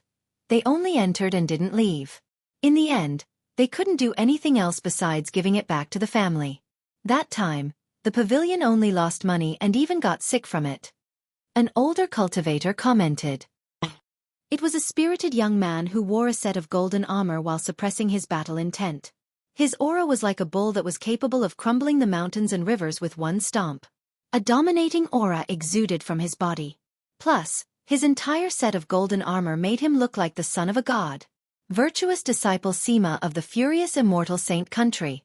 Even cultivators from the previous generations were surprised after seeing this young man. At this time, many cultivators, including royal nobles from the great powers, all came to greet this young man one after another. This young man was quite proud of his popularity. It was as if he was basked in sunshine. His elegant appearance was what other people would refer to as a dragon amongst men. Many people shuddered when the furious immortal saint country was brought up. It was definitely part of the grand countries in the Eastern 100 cities with a very old legacy. Even though an immortal emperor never came from it, its progenitor was a grand completion immortal physique and was invincible in this world. One could even say that he was comparable to an immortal emperor. It was one of the few countries within the entire mortal emperor world that had an immortal physique law. That year, its progenitor was a grand completion furious immortal tyrannical physique, one of the 12 immortal physiques. He created a supreme immortal physique law named Lower Tyrannical Immortal Physique Law. Because of this immortal physique law, the furious immortal saint country was able to create a foundation that has stood strong to this day. I never thought that this ordinary grave auction would be able to draw good nephew Sima. Many cultivators went to greet Sima Longyun, including the older ones.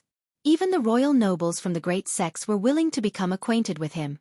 At this place, Sima Longyun could be described as a fish meeting the water and was extremely welcomed. He was also very flushed with success, so he smilingly answered, I heard that the owner of this grave is an amazing alchemist, so I hope to find ancient medicines in his grave. My golden savage bull physique is complete, so my seniors found an ancient Dan recipe for me to create a physique paste. However, it does need a few ancient herbs, so I wanted to see if I can find them here. If I'm successful, then not long in the future, it will not be a problem for me to step into the tyrannical saint physique. Everyone knew Sima Longyun was bragging. However, there was no other way. This guy truly had the ability to brag, so after hearing his words, even royal nobles from the previous generation quickly congratulated him. Meanwhile, Sima Longyun was enjoying this vanity of being the moon surrounded by the stars. Although Sima Longyun was showing off, he really was a person with some capabilities. He came from the furious immortal saint country, and was a natural-born golden savage bull physique. One had to know that the golden savage bull physique was a Xiantian physique that belonged to the furious immortal tyrannical physiques family. It was also one of the 48 Xiantian physiques. Most importantly, the saint country also had the supreme furious immortal tyrannical physique law and, with Sima Longyun's conditions, there was a chance that he might be able to be valued by the elders of the country and be able to cultivate the supreme immortal physique law. Therefore, one could say that Sima Longyun's future potential was limitless. This time, if there are any ancient herbs that are appropriate for my ancient Dan recipe, then no matter the price, I must have them. Sima Longyun released such a statement in front of everyone. This was not only a warning against those who wanted to compete against him for ancient medicines, but also to show off that he was from the saint country, a genius royal noble, and that he never lacked money. Smart people shouldn't compete against him. Brother Sima is the talented pillar of the saint country. If there are really any ancient herbs in this grave that Brother Sima needs, I trust that everyone will leave it for you. Who would be dumb enough to compete with Brother Sima, right? Isn't that the same as not giving the furious immortal saint country any face? A few disciples from other sects were flattering Sima Longyun by his side. Regarding Sima Longyun's arrogant attitude, many people were actually quite annoyed. However, what else could they do? The guy really had the capital to be cocky, and the saint country was not something that could be messed with by just anyone.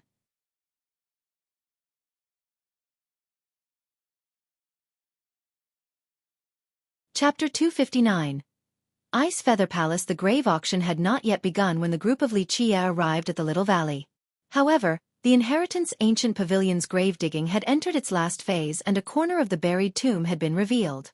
Witnessing the revealed corner of the tomb, Xikong Taotian quickly spoke to Li Chia. This grave does not seem to be that big. It clearly isn't a tomb of the alchemy emperor level. At best, it will only be the grave of a legendary alchemist.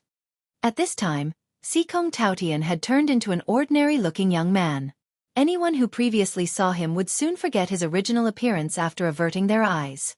This brat didn't dare to use his real figure in a place with so many people. Just like Qi Shaodai said before, this guy had committed many nasty acts, so his enemies were all over the eastern 100 cities. Li Chia didn't say anything and simply focused his gaze to analyze this place. No one knew what he was thinking. Since Li Chia didn't say anything, Xikong Taotian especially didn't dare to utter the wrong choice of words. Even without taking his remarkable background into consideration, Xikong Taotian had always been daring, but he was very dreadful of this man who was even younger than him. Since his debut, what type of trouble had he not been able to surpass? He dared to trespass the ancestral grounds of the great powers, and he even dared to dig the graves of their ancestors. However, after meeting Li Chia, he was filled with fear. His intuition told him that this young man before him was an absolutely terrorizing character. Someone who could even eat people without spitting out their bones. Messing with him would only result in a sad demise. This no-name junior daring to ignore him caused Sima Longyun's mood to sink as his eyes became cold. This person is my friend. Qi Shaodao immediately smoothed things over after seeing Sima Longyun's change in expression. They came here for the rotten underworld bean, so he only wanted to get it without any trouble. He especially didn't want to provoke someone like Sima Longyun. Is that so? This friend of Brother Qi is a bit too arrogant. Sima Longyun coldly sneered at this point. At this time, Li Chia slowly turned around and glanced at Sima Longyun. He slightly opened his mouth, wanting to speak. However, before words could come out, a majestic hymn appeared like a heavenly orchestra descending down, resulting in everyone inside the valley to be stunned into a daze. At this time, immortal flowers fluttered down from the sky like raindrops. This caused everyone to look up to the sky to watch. And this wasn't even the strangest part.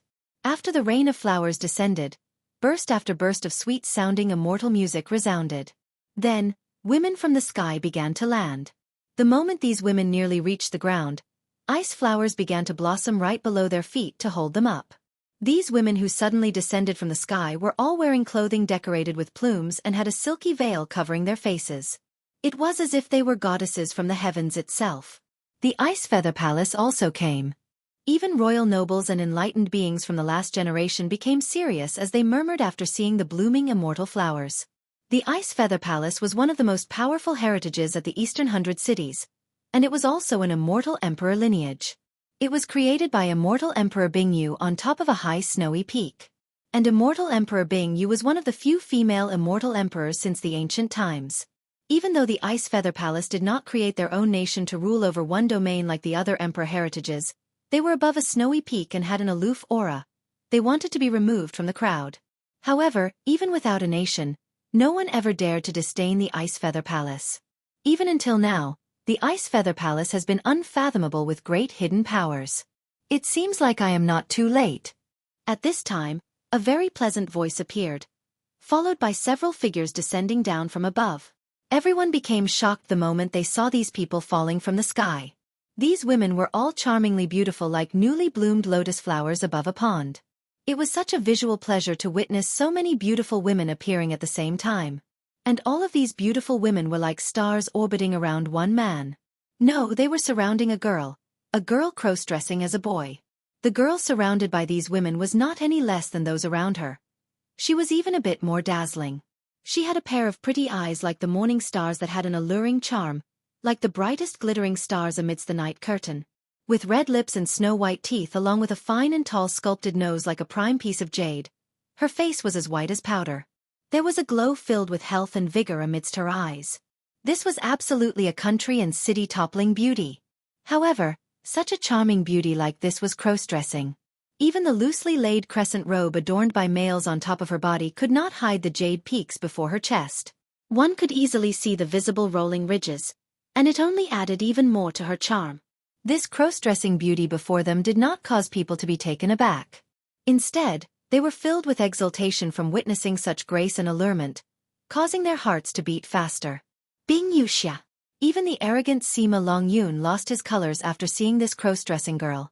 He definitely didn't want to mess with such a person. Even though the furious immortal Saint country was ancient and powerful, the Ice Feather Palace was even more mighty.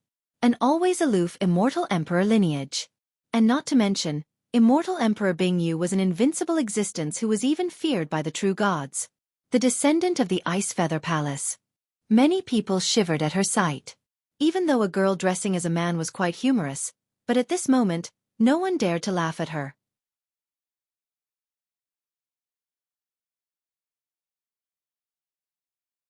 Chapter 260. Cross-dressing Bing Yuxia, Ice Feather Palace. Li Jie couldn't help but narrow his eyes after seeing this girl dressed like a man in front of his eyes. He recalled a memory from his past. Immortal Emperor Bing Yu. He couldn't help but smile after thinking about a certain matter. Everyone erred on the side of caution to avoid Bing Yuxia from thinking that they were laughing at her. At this moment, Li Jie was the only person who was smiling, and it immediately attracted Bing Yuxia's attention. It seems like this is not a tomb belonging to an alchemy emperor. At this moment, Bing Yuxia glanced at the gravesite that was still being excavated and smilingly declared. Her smile was extremely beautiful. She was initially a city-toppling beauty, yet she chose to wear men's clothing. Her smile carried 7 parts of a woman's charm while the other 3 belonged to the attractive handsomeness of men. When combined together, this smile was especially attractive. Even women could only sigh at such a scene. At this time, the female disciples of the Ice Feather Palace who came with Bing Yuxia also prepared a pavilion on the highest place of the area. Even though the pavilion was not large, it had everything from an ice stove to teapots with a soft bed. Everything one could think of was at hand. Bing Yuxia lay on the soft bed in complete enjoyment and ease while carrying a lazy attitude with an indescribable comfort. Meanwhile, the beauties by her side were serving her as she slightly smiled and hugged 2 of them, one in each hand, just like a perverted young master. She even occasionally teased the beauties next to her as waves of cheerful laughter resounded.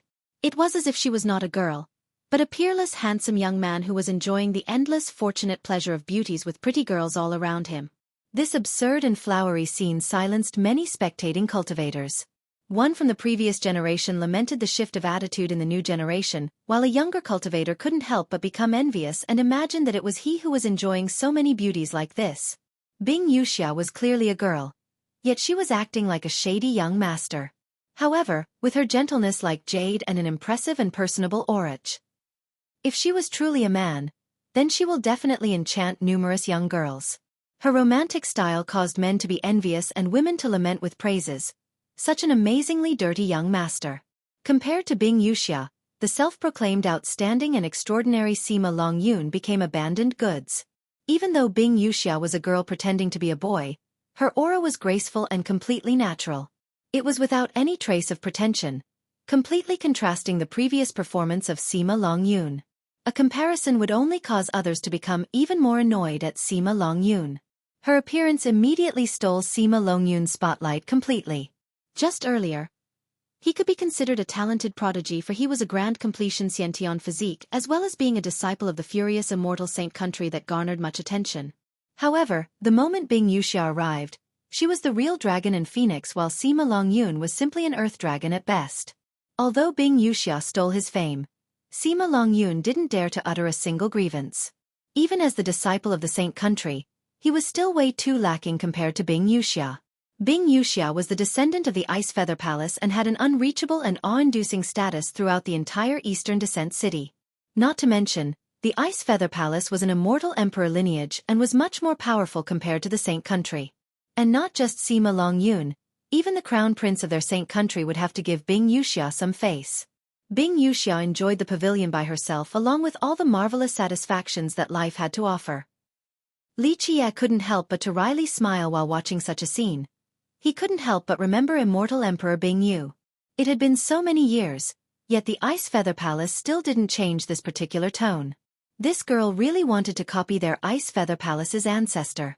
She even learned her ancestor's style, but how much of immortal Emperor Bing Yu's actual abilities had she learned? It's coming out, it's coming out. Not long after, inside the valley, the inheritance ancient pavilion finally finished digging up the entire tomb that was underground. This tomb was quite old and had experienced uncountable years.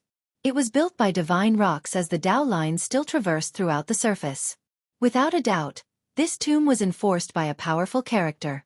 However, it had been eroded by time, so the Tao lines became much weaker.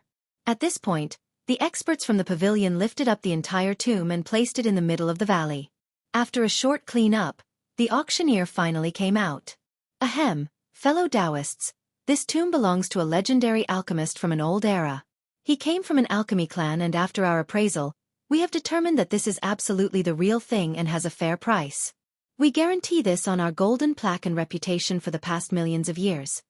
The auctioneer declared after stepping up. At this time, with great focus, all eyes were on this tomb. According to our inheritance ancient pavilion's grave auction rules, we will first start with an auction for the entire tomb. If there is no one willing to bid, then we will open the tomb to start the second auction. The auctioneer spoke as he glanced at everyone. How much do you plan to auction this tomb for? After hearing his words, a cultivator became impatient and loudly asked. Even though this tomb that belonged to a legendary alchemist did not necessarily have any invincible manuals or peerless treasures and weapons, it was likely to have some valuable ancient medicines. Many alchemists, before dying, would bury all of their precious medicines and grass along with themselves. Many cultivators with special needs, especially grand characters of the royal, noble and enlightened being levels, highly valued ancient medicines. For example, Sima Longyun needed ancient herbs to refine his body. Even though a physique paste was appropriate to temper every kind of physique and the paste formulas were readily available to the world, high-level physique pastes and their required ingredients were not easy to find. The finest ranked ones were even more difficult to obtain. Physique pastes were universal and applicable for any physique, but there were heritages with their own recipes, or they would use an ancient recipe to temper a specific physique. Because many of these ancient recipes required ancient medicines were quite a hot commodity. Sima Longyun was looking for ancient medicines that could be used for the ancient recipe to refine his golden savage bull physique. After noticing the eagerness in all the cultivators that were present at the scene, the auctioneer coughed and carefully said, I don't think I need to repeat that, outside of the forbidden grounds and ancient earths, the majority of ancient medicines can only be found underground. Good ancient medicines are well received universally. After our appraisal, we guarantee that there are quite a few ancient medicines inside this tomb. We have decided that this tomb will start at 900,000 virtuous paragon refined jades. 900,000 virtuous paragon refined jades. All the cultivators at the scene immediately exploded into an uproar after hearing this. It was not a sum that vagrant cultivators or even royal nobles from the great sects could afford. Even the great powers would not necessarily be able to come up with such a sum. Even if they did, they would have to gauge whether this was worth the price or not. What a joke! A demon monarch began to speak. This is a price up high in the sky. One could buy a finest rank saint physique paste with such a price. If I were to exaggerate a little, one could even buy an immortal physique paste. Who would be willing to gamble 900,000 virtuous paragon refined jades on a legendary alchemist's tomb? These words resonated with quite a few grand characters as they jumped on the bandwagon. Another enlightened being shook his head and said, 900,000 virtuous paragon refined jades? Even the lowest rank amongst virtuous paragon refined jades already have a monstrous price. This price is way too high. Change it a bit. Maybe 900,000 heavenly sovereign refined jades is a lot more reasonable, and one would actually think about it. However, finest heavenly sovereign refined jades will still be a bit expensive. That's right, Many other people quickly echoed. This price is too illogical. If this was the tomb of a virtuous paragon, then your inheritance ancient pavilion can name this price without anyone questioning it. However, for a legendary alchemist, this price is unreasonably expensive. Gentlemen, everyone knows that the status of a legendary alchemist has always been very high. It is not any less than a virtuous paragon. Taking into account the prestige of a legendary alchemist, this tomb is worth the price. The auctioneer was not angry and smilingly answered with a harmonious tone. This was the benefit of attending a grave auction. If it was just an ordinary auction house, then the moment an item was appraised, there would be no room for bartering. However, it was possible to do so at a grave auction. As long as one was capable, they could try to lower the price. That is only when he was still alive. Another alchemist opened his mouth and retorted. A living legendary alchemist could be said to have an even higher status than a virtuous paragon, but this is not the case when he is dead. As an alchemist, the items left behind to his future generations would only be a few ancient medicines. The auctioneer remained smiling as he said, "This price is still acceptable. Maybe there is a 9 transformations soul grass amongst these ancient medicines." Everyone is aware that a 9 transformations soul grass buried for millions of years is truly unfathomable. If it is synthesized with an ancient fate pill recipe, then it will definitely be a priceless treasure. It will have an even greater effect for virtuous paragons of the previous generation. You speak of 9 transformations soul grass so easily. Even a legendary alchemist would not be able to see a 9 transformations soul grass more than a few times in his entire life. Just 1 or 2 times would have been plenty. A royal noble shook his head and said, "It is acceptable for alchemy emperors to be buried with 9 transformations soul grass. As for legendary alchemists, this is impossible. Why would he not pass such a priceless treasure down to his descendants? 900,000 heavenly sovereign refined jades. If you guys want to sell at this price, then I will want it." An enlightened being offered. Impossible. 500,000 virtuous paragon refined jades. The auctioneer shook his head and named a new price. At this time, an ancient saint spoke after some pondering. 500,000 virtuous paragon refined jades is still completely impossible. If you guys really want to sell it, then it must be 50 virtuous paragon refined jades. In a short amount of time, great characters with some capital started to haggle with the auctioneer. After a few rounds, the auctioneer finalized the price at 200,000 virtuous paragon refined jades. 600 virtuous paragon refined jades. If you want to get rid of it, I would want it at this price. In the end, the highest bid was from Bing Yuxia of the Ice Feather Palace. The difference in price between the bid and the desired price of the inheritance ancient pavilion was too high. The pavilion would not want to do such a business no matter what.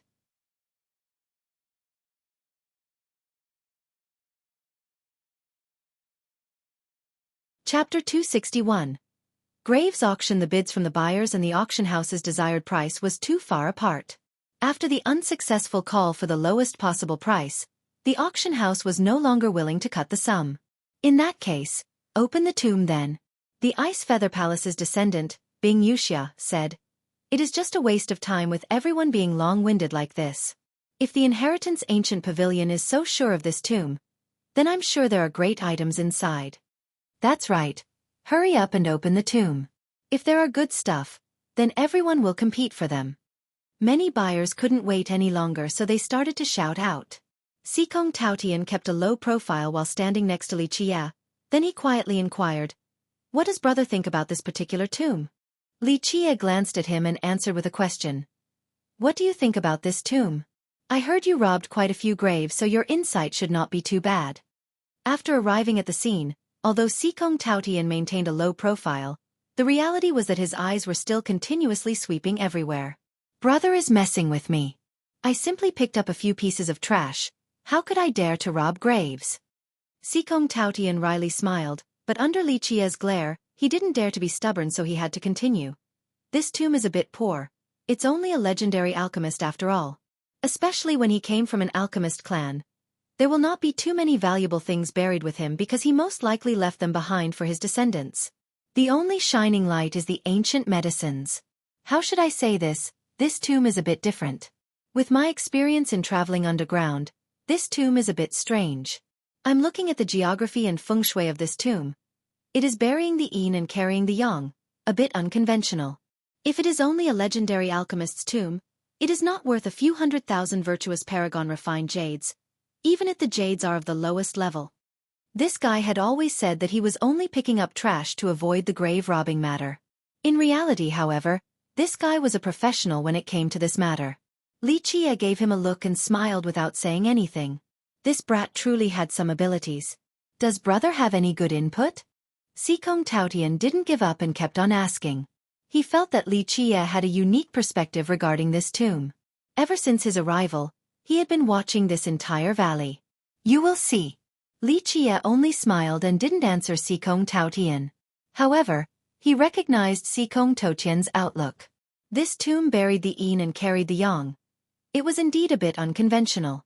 At the same time, there was one thing that Xikong Taotian was left unaware to. This was an extremely ancient matter.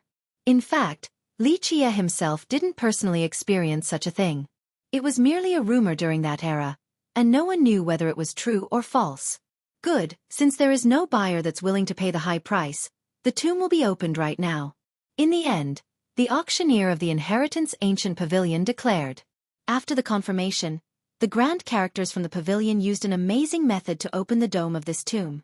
In just a second, the inside of the tomb was exposed before everyone in full view. At this time, the auctioneer went inside the tomb while the grand characters blocked it once again. He began to look at the treasures in order to identify them. Even though everyone could see everything inside the tomb through the exposed dome, the tomb itself was sealed so no one outside could hear the appraisal from the auctioneer as he evaluated each of the items. Everyone could see a coffin in the middle of the tomb. It was completely black as if it was made from gloomy divine wood. Outside of the coffin in the middle of the tomb, there were many bottles and jars laying around everywhere. In addition, medicinal racks were present as well. Whether it was because of rotten wood or some other unknown reasons, these racks already collapsed to the floor. There were a few bottles and treasure boxes scattered on the ground along with a few decayed wooden boxes. By now, the appraiser had already evaluated all the items. Even though there were many bottles inside the tomb, the appraiser's ability was of the finest level, so their speed was quite swift. At this time, the buyers in the valley were holding their breaths while gazing intensely at all the items in the tomb as well the appraiser, hoping to see a few clues. In the end, it was a test for the experience and insight of the buyers. Sometimes, an experienced buyer would still be able to pick up some good deals. It is indeed a tomb of an alchemist. Just like what everyone thought, only ancient medicines were buried. There are no life treasures nor manuals. A buyer murmured after seeing that all the buried items inside the tomb were medicinal bottles. Another experienced buyer sighed in relief and commented, "Fortunately, I didn't buy the entire tomb. Otherwise, it would have been a big loss." Of course, the buyers who came for ancient medicines were happy and hoped to be able to buy their needed drugs. Many people began to speculate after seeing all these bottles on the floor. This was a legendary alchemist, so his buried items should not be too bad. Hopefully, there will be one or two supreme immortal medicines. A person was quite excited and exclaimed. Many alchemists had a habit of burying a few spirit medicines and immortal grass along with them when they died. Even a weak alchemist would also do the same. It would be a waste of being a prestigious alchemist if they didn't have one or two precious materials buried along with them. This natural Dan fruit will start with 5,000 ancient saint refined jades, and they have to be of the grand saint level. The auctioneer spoke to all the potential buyers. Refined jades of the same realm also had different levels. For example, refined jades meant for ancient saints were called ancient saint refined jades, but when it was made from the purest world's essence within this realm, then it will be classified as grand saint refined jades. So it really is a natural Dan fruit. At this moment, everyone stared at the treasure fruit inside the bottle. Ordinary longevity medicines and this natural Dan fruit were a bit different. The fruit had been sealed underground for too long, and it had turned into a dark reddish brown. This was the sign of an ancient medicine absorbing the Een essence of the underworld. I bid 5,000 ancient saint refined jades. A royal noble of the previous generation immediately declared. I bid 6,000. A different sect master immediately shouted. There were many people who competed. Another royal lord quickly bidded 10,000. A natural Dan fruit was one of the most important side ingredients for refining longevity medicines. Having a 700,000-year-old medicinal spirit meant that it could be used to create a true medicine. This level of medicine was loved the most by royal nobles and enlightened beings, especially the older ones. Thus, it was quite sought after by the experts of the previous generations, resulting in its rarity. The royal nobles and enlightened beings of the last generation, whom had some formidable backgrounds, had most likely used a lot of ordinary longevity medicines. Maybe it was not their first time trying to extend their lifespan. To them, even true longevity medicines became much less effective due to the tolerance they built up. At this point, no matter how many longevity medicines they used, they would not be able to prolong their life for much longer. Because of this resistance, ancient medicines became their aspiration and goal. Since they have not used longevity medicines made from ancient medicines before, their resistance to it was quite little and the effect would be quite great. Because of this natural Dan fruit buried for 1,000,000 years became quite a hot item. Ultimately, This bottle of natural Dan fruit was sold for a price as high as the sky. At 80,000 ancient saint refined jades, this price was much higher than the initial starting price of 5,000. Moreover, only the old royal nobles and ancient saints with a little bit of life remaining bidded for it. Naturally, they were willing to pay a high price to buy an item that could increase their lifespan. The second item for auction. This is the profound vessel wood. The second item being brought up was a piece of treasure wood. It was stored in a jar. The moment this jar was opened, a wooden fragrance caused everyone to be intoxicated. It was quite a marvelous scene. The value of the profound vessel wood goes without saying. The auctioneer continued. Each expert will eventually undergo a fate calamity. If they have a piece of profound vessel wood on their body at the moment of their fate calamity, I trust that their true fate will never become lost. This profound vessel wood had been buried for millions of years and its wooden fragrance had been coagulating for just as many years, making it even more powerful. This piece of profound vessel wood will start at 100,000 enlightened being refined jades. A furor broke out after people heard that it was a piece of profound vessel wood. The people of the younger generation with high aptitudes were especially excited as their hearts started to beat faster. Cultivators who wanted to reach the apex would always meet two deadly obstacles. If they couldn't rise above these two deadly Tao obstacles, then they would die with their Tao lost and become mere puffs of smoke in the sky. These two Tao obstacles were fate calamity and life reduction. There was a phrase circulating amongst cultivators. A fate calamity was the devil of the mind and the life reduction was the withering of the heavens. A fate calamity was a disastrous tribulation of the true fate. Any cultivator at the grand achievement mysterious fate realm or peak royal noble must face their fate calamity. If they could not break through their true fate's tribulation at this level, then they will become nothing. This was a great disaster to all cultivators. It was extremely difficult to surpass and once they failed, then all of their effort throughout their life would go down the drain.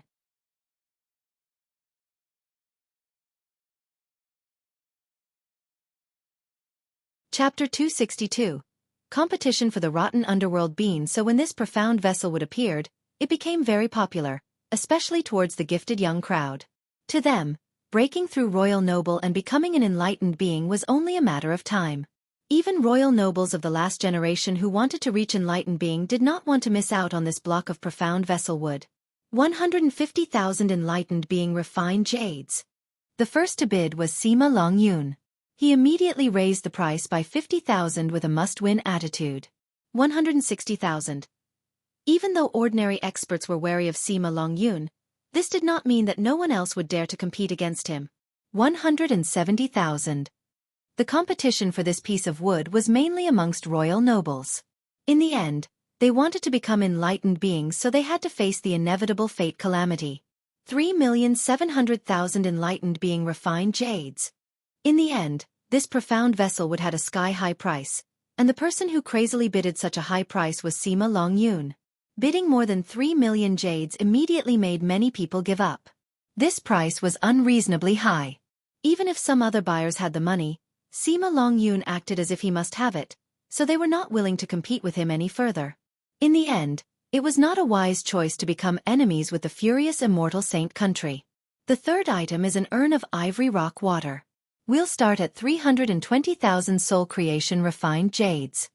The third item's value was worth far less than the previous two items. Each buried item was brought out one after another for the auction after being evaluated by the Inheritance Ancient Pavilion's appraisers. The majority of these items had something to do with spirit medicines and soul grasses. There was no doubt that the owner of this tomb was indeed a legendary alchemist. Only an alchemist of this level would be able to seal so many ancient medicines to bury alongside them. After seeing that the buried items all had something to do with ancient medicines, Qi Xiaodao and Qi Xiaodai became quite spirited. Maybe there will really be a rotten underworld bean that they needed amongst the buried items. The 45th item for auction is a pot of rotten underworld beans. Under Qi Xiaodao and Qi Xiaodia's eager anticipation, a pot of rotten underworld beans finally came out. A rotten smell rushed out the moment the auctioneer opened the pot. It was really a pot filled with rotten underworld beans. Each of them was the size of a soybean and had a brown color. Li Qie sniffed right when the pot was opened to carefully check the smell of the rotten underworld beans. This pot of rotten underworld beans will start at 4,000 royal noble refined jades. The auctioneer declared. The Qi sister and brother duo were ecstatic because this was the thing they needed. Even though the price was higher than their expectations, they were still able to afford it. I will. The moment the auctioneer finished naming the price, Qi Xiaodai was unable to hold back. However, before she could say anything, Li Qie immediately interrupted her and pulled her to the side. Qi Xiaodai, who was dragged by Li Qie, immediately glared at him and shook his hand off. She then drily said, "What are you doing? We need the rotten underworld bean." This scene was caught by Sima Longyun, who had always been watching Qi Xiaodai. He stared at Li Qie with cold glimmers flashing in his eyes, but he gently talked to Qi Xiaodai instead. "Sister wants the rotten underworld bean? How about I buy it for you?" Qi Xiaodai looked at him and said, "I will buy it myself." Finished speaking, she wanted to bid but was stopped again by Li Qie, who was shaking his head. A fiery anger flared in Sima Longyun's heart. He didn't know the relationship between Li Qie and Qi Xiaodai, but his furious immortal saint country had proposed to the Lion's Roar Gate. "I bid 5,000. At this time, someone else decided to bid on this pot of rotten underworld beans. "I bid 10,000. Sima Longyun immediately challenged the bid and then spoke to Qi Xiaodai. "As long as you need it, I will help you get it." With that said, he then snorted and glared at Li Qie. Li Qie immediately laughed after seeing Sima Longyun's attitude as he leisurely offered, "I bid 20,000. Li Qie's attitude was a challenge in Sima Longyun's eyes, and thus, his eyes turned fierce. And nobody actually dared to provoke him. "What are you doing?" Qi Xiaodai immediately glared at Li Qie. Even though they must obtain the rotten underworld beans, bidding required a particular method. If someone acted like Li Qie, who was only raising the price without any finesse, then they would only lose out in the end. Li Qie looked at her, then he nonchalantly smiled and said, "As long as you like it, I will grab it for you. Money is not an issue as long as you like it." Having said that, he then revealed an ambiguous and misleading smile. Disgusting. Qi Xiaodai felt the creeps and uttered after seeing Li Qie act like this. She didn't know why Li Qie suddenly became crazy and spoke such words. "I bid 30,000. Sima Longyun was furious after seeing such a display. A nobody was competing for his woman? Truly tired of living. Li Qie raised his eyelids once, then he slowly said, "I bid 40,000. Qi Xiaodai glared at him and coldly asked, "Are you out of your mind?" They truly needed the rotten underworld beans, but their refined jades were not earned without any effort. It was all from Qi Xiaodai's tedious gathering, completely unlike the carelessness of Li Qie's bidding. "It's no problem. I might be missing a lot of things, but money is not one of them." Li Qie leisurely answered. People who didn't know better would actually think that he was trying to win her favor. The flashy point garnered from this scene, in the eyes of the spectators, was that Li Qie wanted to please his beauty and didn't care about throwing money away like trash. And Qi Xiaodai, on the other hand, was worried about her dear lover's money, so she didn't want her beloved to spend too much. They looked as if they were quite in love. Sima Longyun was particularly annoyed by such a scene as his expression dimmed with surging murderous intent. The Saint country had proposed to the Lion's Roar country, so this matter was 80 to 90% certain. Yet at this moment, a nobody suddenly appeared and competed for his woman. He must be tired of living. "I bid 50,000. Sima Longyun looked at Li Qie and proudly said, "My furious immortal saint country does not lack anything, especially refined jades. I bid 100,000. Li Qie didn't even bat an eye and bid a higher price with complete ease. Qi Xiaodai was driven mad by Li Qie. Would they even need to buy it when the price of the bean was this high now? This was truly insanity. Qi Xiaodao, on the other hand, kept quiet. He was personally delighted to see the two getting together because he wanted them as a pair. Meanwhile, Sikong Taotian was hiding to the side, waiting to watch the fun, for he knew it was fast approaching. Really crazy. There were a few people who wanted to bid on the beans, but after seeing Li Qie and Sima Longyun's attitude, they immediately dropped the thought. This matter was as clear as day to anyone. They wanted to have a competition of wealth. Only big losses would come from this if other people were mixed in. Lacking experience, full of vim. Lacking age, full of money. Such a good thing. A cultivator from the previous generation couldn't help but lament.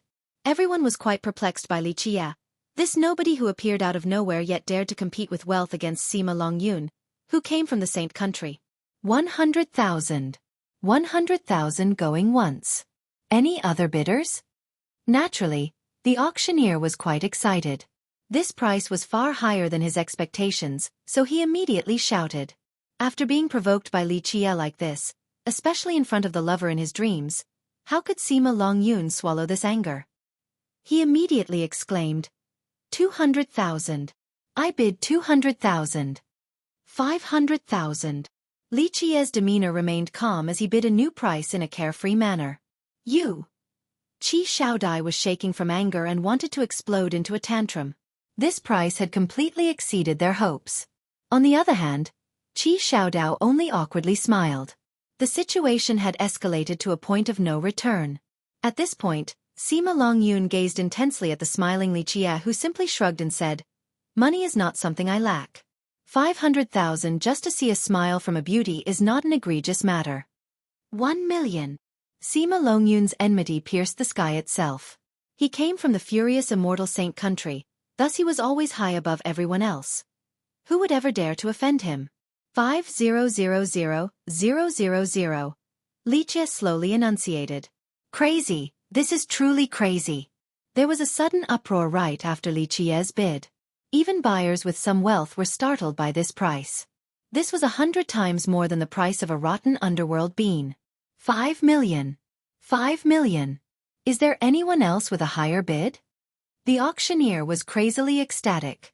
This would definitely be the most exciting scene of this auction. 10 million. Sima Longyun decisively made a decision and looked at Li Qie in disdain as he sneered. I have plenty of money. In fact, 10 million royal noble refined jades to buy one pot of rotten underworld beans was extremely insane. But since Sima Longyun's arrow had been shot, he had no choice but to follow through even if it was a big loss. However, he couldn't lose face, especially in front of Qi Xiaodai. At this time, Li Qie cheerfully smiled and leisurely gave him a thumbs up as he spoke. So rich.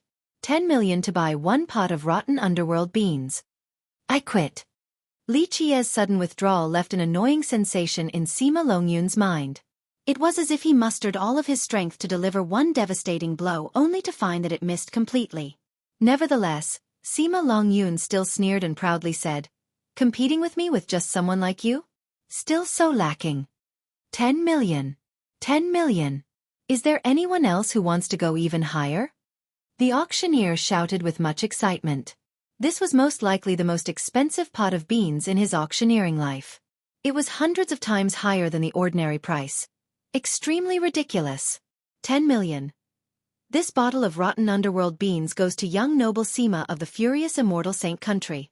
Ultimately, the auctioneer repeated 3 times without anyone else bidding, so Sima Longyun became the highest bidder.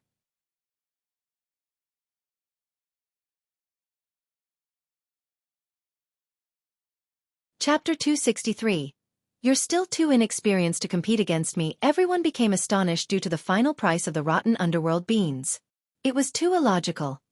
Even someone who needed it would not be able to accept such a price. In the end, the pot fell into the hands of Sima Longyun. Why did you suddenly go insane? Seeing Sima Longyun successfully obtain the pot of beans, Qi Xiaodai couldn't help but explode and shout at Li Qie.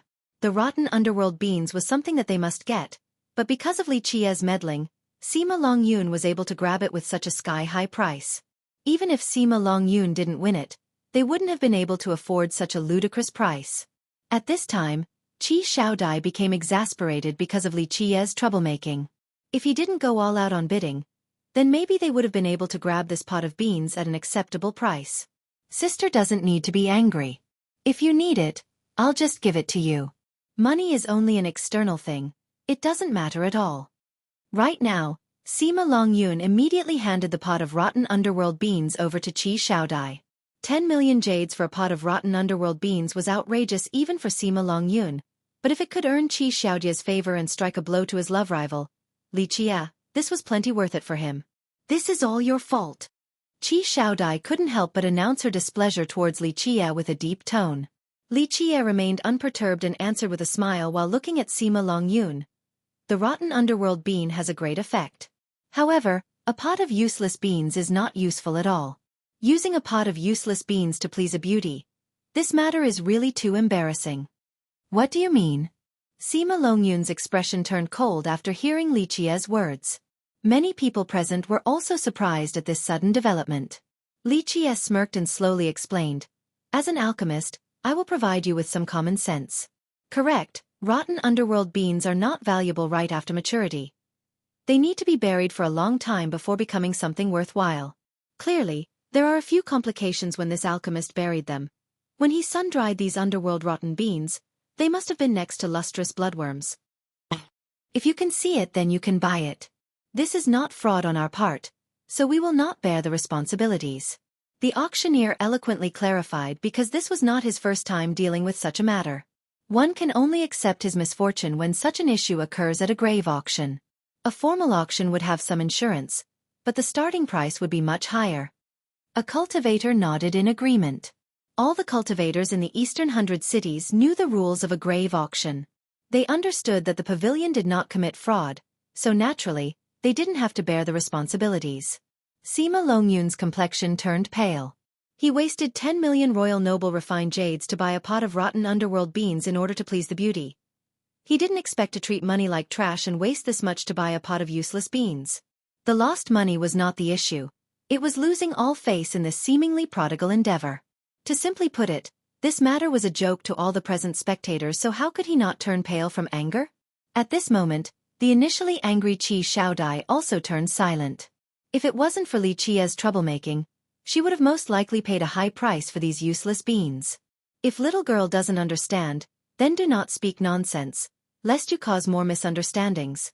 At this time, Li Qia glanced at her and nonchalantly said. Qi Xiaodai immediately became annoyed with a stomach filled with hot air, but she could only hold it in. She glared at Li Qia with quite a bit of exasperation. The next item up for auction. The grave auction continued even after such a commotion. Everyone became alive again and did not hesitate to bid just because of the rotten underworld beans matter. Afterwards, a dozen or so items were brought up for bid, and they were all buried precious ancient medicines. The items inside the tomb became fewer as many of them were sold. Qi Xiaodao couldn't help but bitterly smile because there were no more rotten underworld beans amongst the remaining buried items. At the end of the auction, there were a few buried items that even the pavilion's appraisers had difficulty identifying. Next is the cheapest item up for auction. The auctioneer declared as a wooden box was being brought up. This wooden box had completely decayed and there were many patches of rotten mud stained on the top. There was no need to look any further. Even if there were ancient medicines inside the box, they were most likely rotten. If it wasn't for the rotting mud sticking on it, then this wooden box would have decayed entirely. This item is a rotted wooden box. After our appraisal, there is a medicinal scent inside, and it could be precious spirit medicines. We will not open the wooden box to take out the medicines. This ancient medicinal box will start at 300 royal noble refined jades. The auctioneer said. What a joke! Buyers immediately booed after hearing the auctioneer. One of them exclaimed, "This ancient medicinal box looks completely rotten, yet you still want 300 royal noble refined jades. This is straight-up robbery." The auctioneer replied, "Our appraisers have examined it. The inside is definitely filled with precious spirit medicines. There is a herbal aroma of jewel sandalwood, extremely pure. This is a very rare spirit medicine." At this time, Li Qia also carefully took a whiff of the wooden box that had basically turned into mud to check the medicinal scent inside. Even if it is a precious ancient medicine, it still isn't worth anything. One would instantly know after just taking a look at the wooden box. It has decayed into mud, so any ancient medicines inside would also be rotten. In my opinion, at best, it will only be worth 100 heavens primal refined jades. Use this low price so that everyone can gamble to see if there are any remnants of drugs inside this mud. An alchemist offered his opinion. 300 royal noble refined jades. This is the lowest price. If no one wants to bid, then our inheritance ancient pavilion will have to take it back. The auctioneer maintained this bottom line and declared to all the buyers.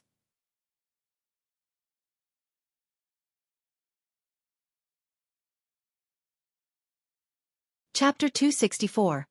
Turning something rotten into something magical. The auctioneer was this persistent because their appraisers determined that this box once sealed an amazing ancient medicine. Unfortunately, it was not sealed correctly and had rotted away. We'll begin at 300 royal noble refined jades. At this time, the auctioneer hammered down. No one made a bid. After a second hammer, there was still no one who gave an offer. It has turned into useless residue. It's definitely not worth 300 Royal Noble refined jades. An alchemist shook his head and stated. Even though 300 Royal Noble refined jades was not a ridiculous amount to most of the present buyers, there was no sense of profit from buying a slab of mud. 300 Royal Noble refined jades. Going one last time. After the last hammer, the auctioneer shouted loudly. An old alchemist immediately declared after the auctioneer finished his introduction. I'll go with 1,500. A different ancient saint hurriedly bidded right after. I'll do 2,000. Suddenly, many people bidded and were even competing just to bid. They followed in Liqia's footsteps, someone who managed to grab a great deal with the lowest price. 300 refined jades to buy finest grade rotten underworld beans that was worth more than 1 million refined jades. This caused many people to become extremely interested in ancient medicines that were not able to be appraised by the pavilion. They all wanted to be like Liqia, who greatly profited. Ultimately, all of the unidentified ancient medicines were sold with fairly good prices.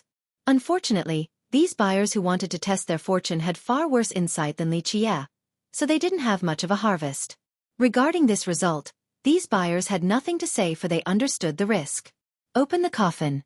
Quickly, open the coffin. Let's see if there are any finest ancient medicines inside or not. After everything in the tomb was auctioned off, the buyers present became impatient and all loudly shouted. One of them excitedly said, "That's right, hurry up and open it. As a legendary alchemist's tomb, we still haven't found any monarch medicines or even 7 transformations soul grass. This is a bit unacceptable." Medicines and grasses older than 3 million years were referred to as monarch medicines. Of course, monarch medicines were extremely rare. Countless alchemists spent their whole life searching only to never be able to see a true monarch medicine. Good, open the coffin. In the end, after the pressure from the excited mob of buyers, the pavilion decided to open the coffin. All eyes were glued on it as everyone held their breath in eager anticipation for the items inside. Keep in mind that any grand character, before dying, would bury the most precious and valuable item of their life next to them. At this point, everyone wanted to see what items this legendary alchemist buried with him. Heavenly cauldrons, immortal Dan, ancient medicines, or a manual regarding the alchemy Tao. With a cracking sound, the coffin was finally opened. There was a small trace of remains inside. Its owner seemed to be an old man when he was alive, and the bones appeared to be bent like those that belonged to a hunchback. It was as if he was curling his body when he died. It didn't feel like a spectacular nor formal type of funeral. The thing that was more shiver-inducing was that this body was completely black. It was as if he died from being poisoned. Outside of the black and tiny corpse, there was another item that was more than 3 feet long. It appeared to be a measuring stick. With an inky color and distinctive outlines, this measuring stick seemed to be made out of wood. No one could really tell the specific type of wood it was made of. The corpse inside the coffin gripped this stick really tightly as if it was extremely important.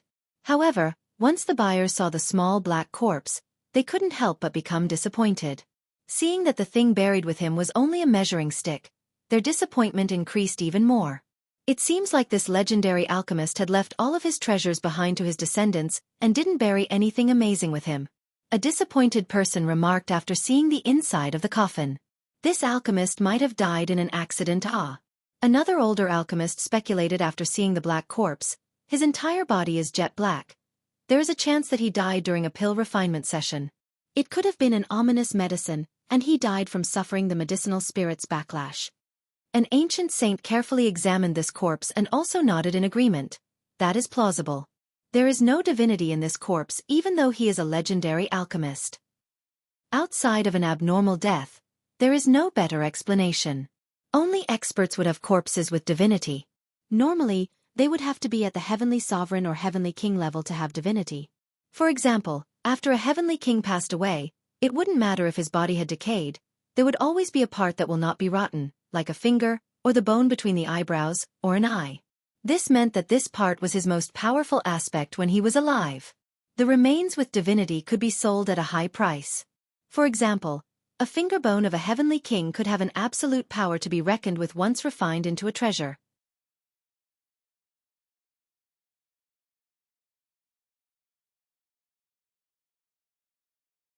Even though the ghost immortal race is considered to have 100 different branches, I really haven't seen these little ghosts before, and I've never heard of them either.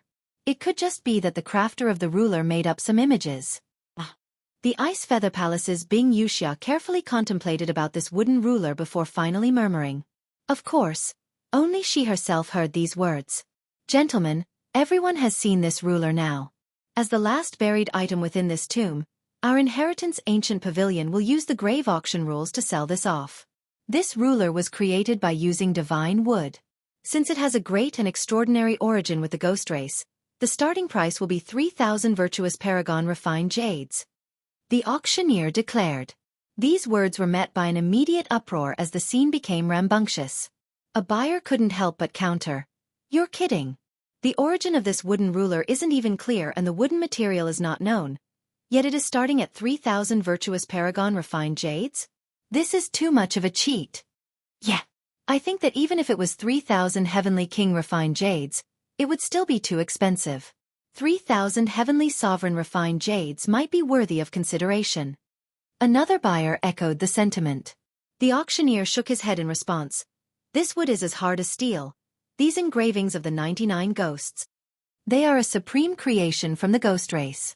Our inheritance ancient pavilion does not dare to make any baseless statement regarding this ruler, but we can absolutely guarantee that this ruler is made from divine wood. As for the type of divine wood, there is a need for further deliberation. Of course, if there is someone willing to let us know, we would be happy to accept the assistance.